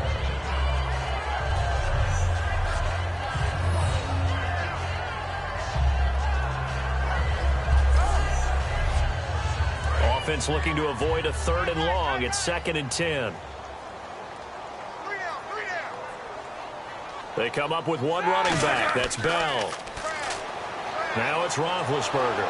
And he'll be hit as he releases it, and that'll fall incomplete. We just saw another example of really good defensive football, which has led to the cushion that they have in this game. Got to him once again, knocked him on the ground, forced an incompletion. Yeah, they've set the tone. It's one thing to set the tone, another to come in here on the road and set the tone. We got three, fellas. We got three. On third down, Roethlisberger. And able to find Green. And he's brought down after a good game. That one goes for 29 yards on third down.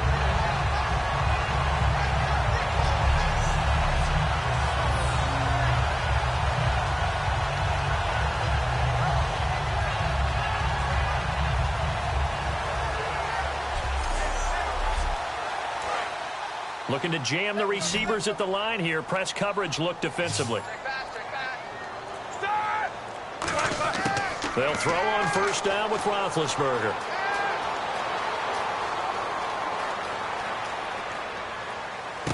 Over the middle here to Brown. And he gets this one all the way down inside the 15, just shy of the 10. Offense. And the QB steps over the line of scrimmage. That's an illegal forward pass. And that is so rare because at the different positions, you have to know different things. Wide receivers have to know where the first down line is. Quarterbacks almost always know where the line of scrimmage is. From midfield now, here's Roethlisberger. And Bryant's got it over the middle. And he'll get it inside the 40 to the 39. He'll wind up getting 11 on that one. And just like that, it's third down. So completion on second down, that brings up third.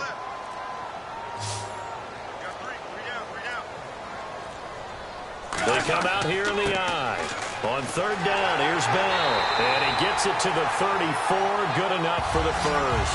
5 yards is the pickup there as that extends this drive.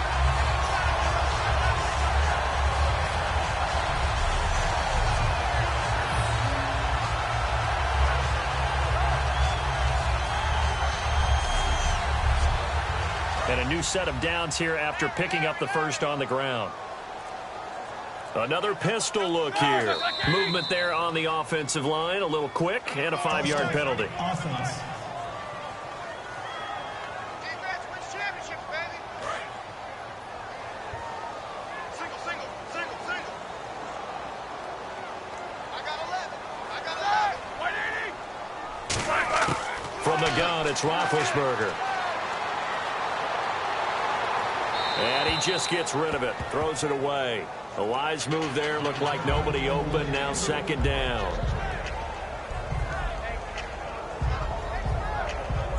So incomplete on first. Let's see what second down has in store. They'll put 2 receivers left, 2 to the right. On second down, here's Roethlisberger. Surveying the field. And this is caught by Hayward Bay. 6 yards on the pickup, and that'll make it third down.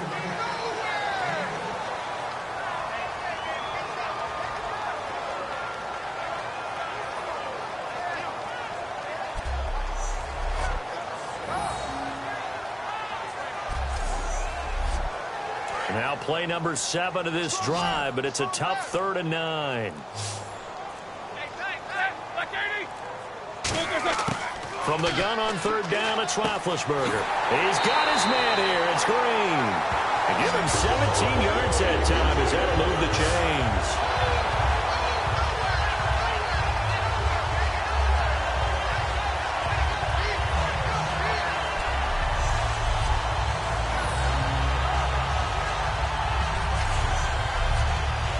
In the red zone this time.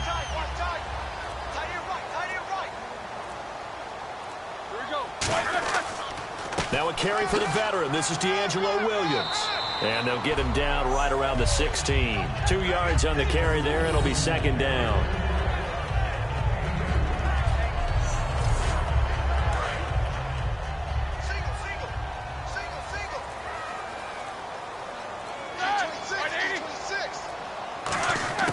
Now Roethlisberger to throw on second down. Oh, he's got a man wide open, complete.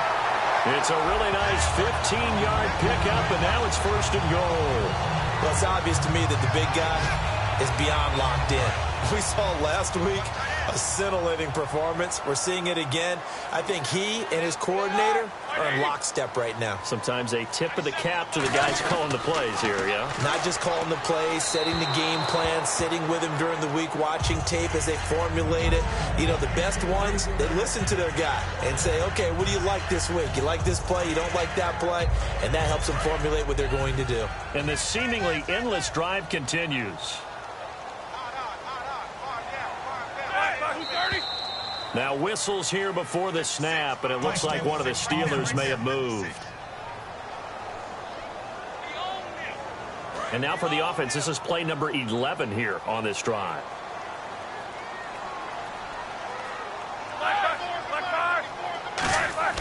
On 2nd down, Roethlisberger. Trying to get it to Wheaton, and it's intercepted. Picked off by the free safety, Eric Berry. There he goes, left side. 30, 20, 10, 5, and he will bring it back. It's a pick 6 and a KC touchdown. So from one end zone all the way to the other. Talk about a turnaround. And how about the excitement that that play generates for his team? Not just the points on the board, but the momentum and taking it from coast to coast, end zone to end zone. What a tremendous play. Now get that man an oxygen tent. That's your boy Old Mo. You said momentum, right? Old Mo, I think he's kind of limping across at the end because of that distance, but he made it.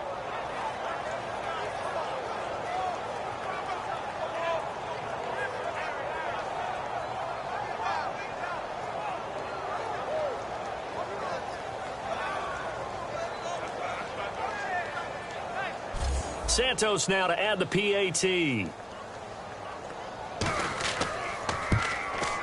And that'll make this a 3-score game as the lead moves to 17.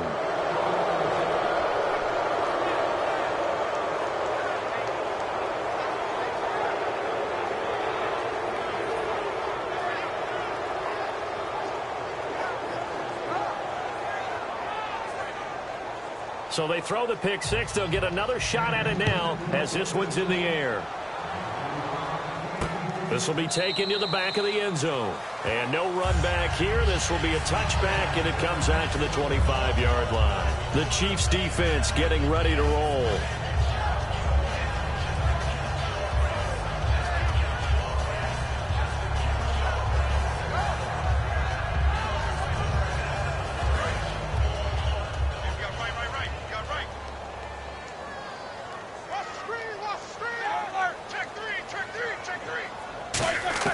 Back to the air, Roethlisberger after the pick 6.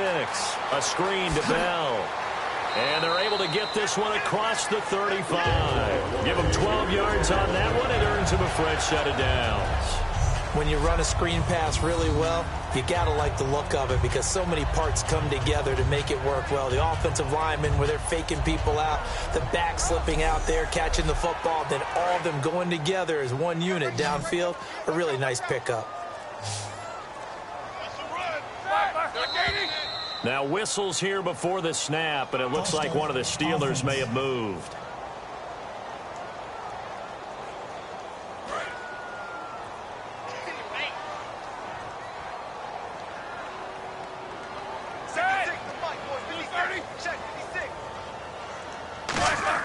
Out of the gun, it's Roethlisberger. And almost intercepted. It would have been his second pick of the game. Instead, it'll be 2nd down. 2nd down now after the incompletion. And that was incomplete, but I don't know how much of that falls on the quarterback. He was pressured. Brandon, the rush showed up so fast, the quarterback had no chance to get the ball downfield. No, he almost had it. Already with one interception, just missing his second there.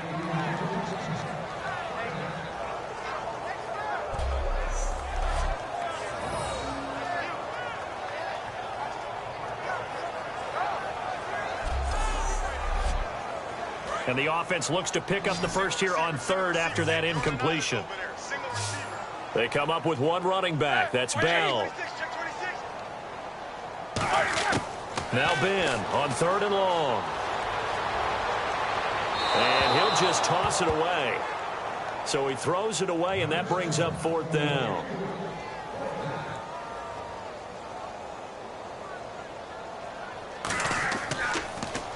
And he deserves a bronze leg as he gets this one away. And a fair catch called for and made just inside the 35-yard line. No return, but it goes down as just a punt of 31 yards. And the offense will take over with a new set of downs. And now here comes Kansas City. And they were able to punch it in the end zone last time. They'll be looking to do that again here for the defense. Obviously, they'll be looking to stop them from punching it back in the end zone. It always is punch-counter-punch, isn't it? And which team has the advantage? Well, let's just go back. Last time on offense, they rolled downfield, got into a good rhythm. You can see a little more bounce in and out of the huddle. You can see the sideline really get into the game. So defensively, you're thinking to yourself, how do we take that away from them? How do we get the advantage back? Let's see what they come up with. I think pressure is always the first way to go. You love pressure. I love it. We'll see if they dial it up this drive. They come out with 1 back and 3 tight ends. Wide open receiver complete. And now look at this. Big gain, but a fumble. And it's picked up by the Steelers. And they have possession, and they have it at the 38-yard line. Well, maybe it hasn't exactly been a Rembrandt, but they've been mistake-free to this point and finally coughed it up. I don't think it's going to cost them the game. They should be fine. But, boy, they're going to hate that, going back and watching tape and being able to say, we were that close to achieving our goal of 0 turnovers during the game. A little blemish, but as you say, still comfortably in command. And Pittsburgh getting set to take the field. And down on the scoreboard, certainly needing to avoid what happened on the last drive, punting the football. Sense of urgency has to take over for them here. They know the score. They know the situation. And by the way, the punter no longer exists for their offense. That's how they have to treat this drive. They need points. Big time. Toward the sideline, and look at that catch. Dragging the toes, and that's going to be a first down. Well done.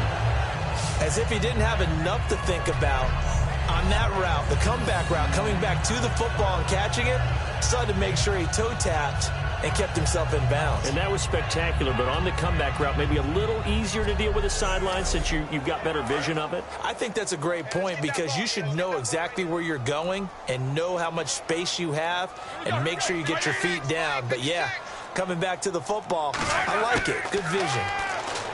Now Roethlisberger. And no escaping this time as he'll go down. They got him for a sack. The 5-time Pro Bowler, Tom Bahali, bringing the pressure again, and that is his 3rd sack here tonight.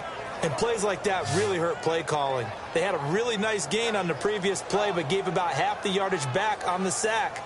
Excellent pressure up front, nowhere to go with the football. Down he goes.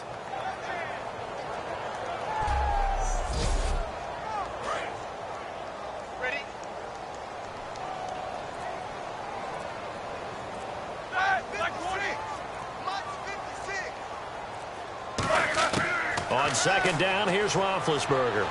Finding time. And Green with a catch left side. And he'll get it down to the 47 here. It'll be a pickup of 12 yards. And that'll bring up a 3rd down. And look at the numbers. A repeat performance. It seems right now it doesn't matter how many guys they're going to put on him. He's going to catch the football. And when you hit that zone, and that's what he's in right now, where everything is working well for him. And I think it's in combination with what the offense coordinator is doing.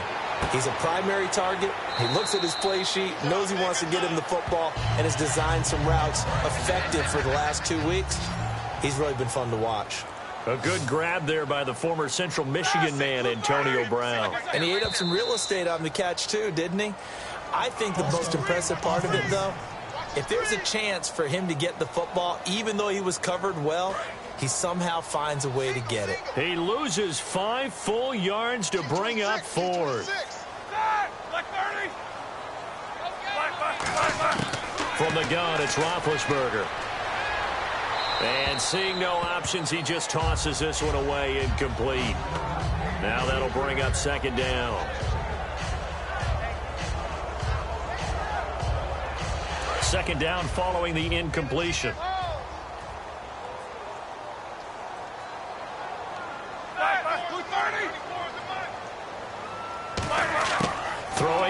it's Roethlisberger. Oh, he's got a man wide open, complete. And he's going to take it in for a Steeler touchdown. Martavis Bryant, his 4th touchdown on the year. And the Steelers are able to close the gap just a bit. Those are the touchdowns that aren't just scored on Sundays or on Monday night. Those are the ones that are scored during the week because they had that preparation and a great route run. Oh, I love that observation because you don't just roll out on game day and say, okay, go run this route and let's get it done. That means exactly what you said. The practice had to occur beforehand, which led to the timing, which led to the touchdown. 2 scores down, 3 timeouts left. Still a chance if they can somehow get this one back. And the Chiefs are going to make the recovery. And that's why you have your hands team out there on the field. Those are the best guys ready to make that play. And let's face it, it was executed well. It wasn't a bad kick. It wasn't anything like that. Just that the normal outcome actually came to play. Analytics will tell you it's a very low possibility of getting the ball for the team kicking it in an onside kick situation. You're all about the numbers, aren't you? All about the numbers, baby. It's a new game now. They don't lie.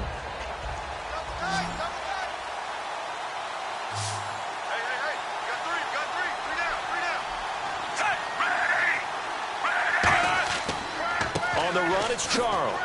And nothing doing. He's immediately taken down at the line of scrimmage. Call it no gain on the play, and it'll be 2nd down. Well, if you look where that play starts, O-line versus D-line, that was a battle won by the D-line. Yeah, and oftentimes it's won by quickness off the ball. Who can handle the guy across from them best? On that play, the defensive line did exactly that. It's a loss of 2, now 3rd down. Time for a break. We'll come back to wrap this one up after this.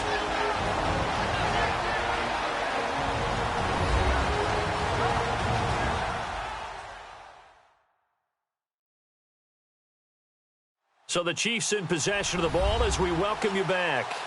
And let's see what they've come up with offensively after having time to talk it over.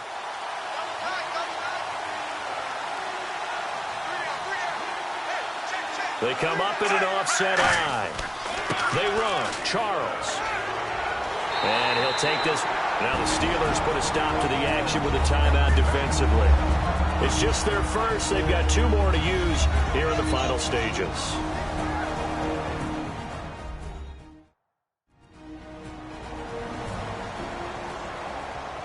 The defense, they got a little bit of a breather. Now they're back and set as we resume play.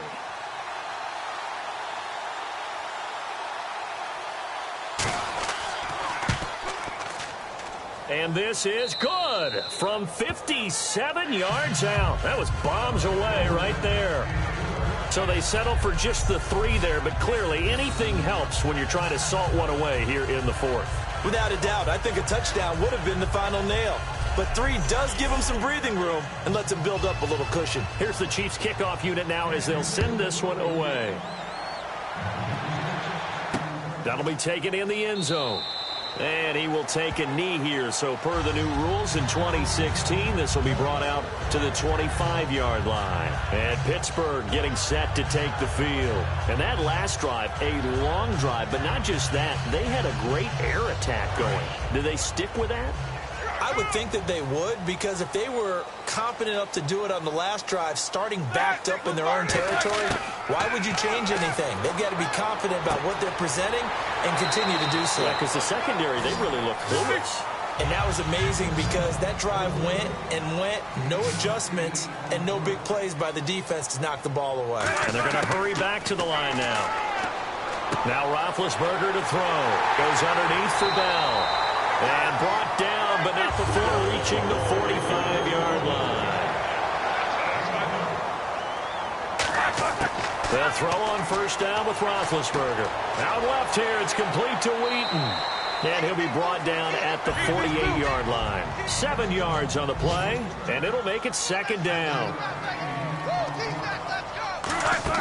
They go play action with Roethlisberger. He's going to let it fly.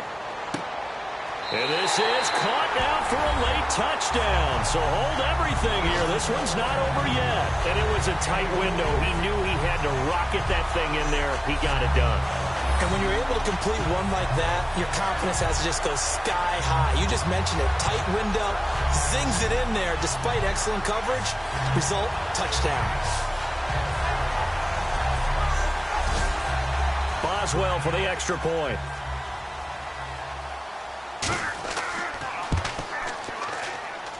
And the lead will shrink to 6.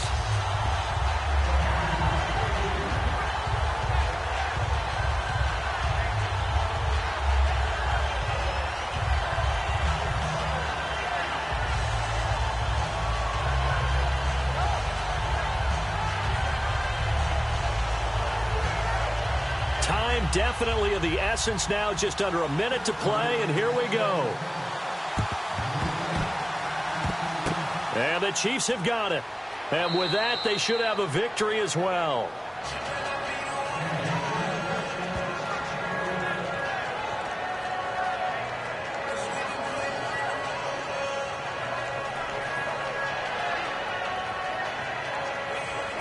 And out come the Chiefs now. They have the lead, obviously, late in the game. I guess the good news for them is if for some reason they would make a mistake, a field goal does the opposition no good. Everyone loves to have a little bit of a cushion, and that helps you immeasurably. But the bottom line is, do all the things that you're taught in order to close out the game. Don't even let that become an issue. Yeah, but still a one-possession game. This one not fully over yet. And the Steelers signal for another timeout. That'll leave them with just one remaining in this fourth quarter of play.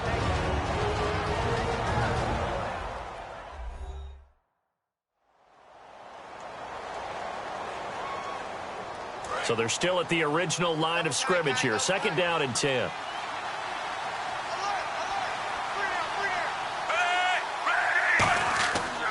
Now a handoff. This is Charles. And little room to maneuver there. He gets it down to about the 39. Now hang on here. Timeout called by the defense. That'll be their 3rd and final stoppage here as we step aside.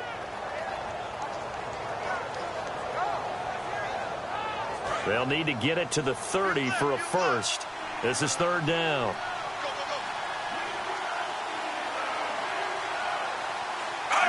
Victory in the cards now for the Chiefs as they take a knee here.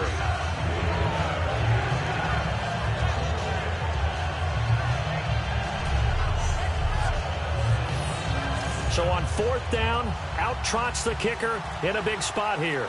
This to make it a 2-score game. And this one will not get there. It's off to the left anyway. It's no good, and this score will stay right where it is. Well, this winds up an empty possession. Everything looked okay. He just never got the ball on target. And knowing him, he'll be disappointed with that effort.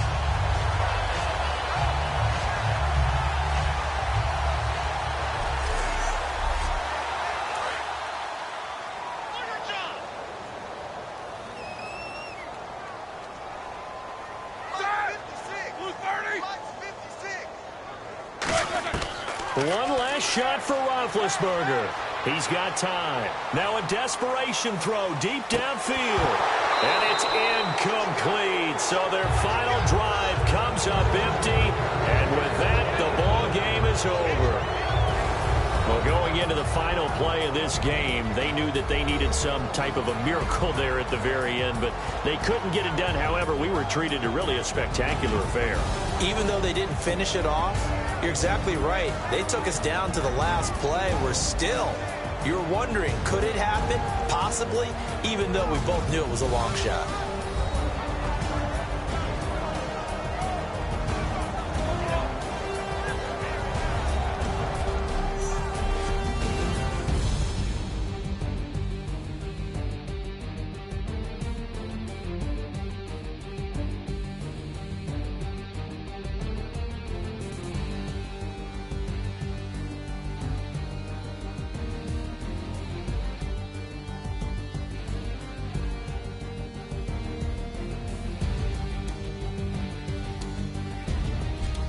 That'll do it for us. For Charles Davis and all our hardworking crew, I'm Brandon Gaudin. You've been watching the NFL on EA Sports. For more, find us on Twitter at EA Madden NFL. With that, we say good night from Pittsburgh.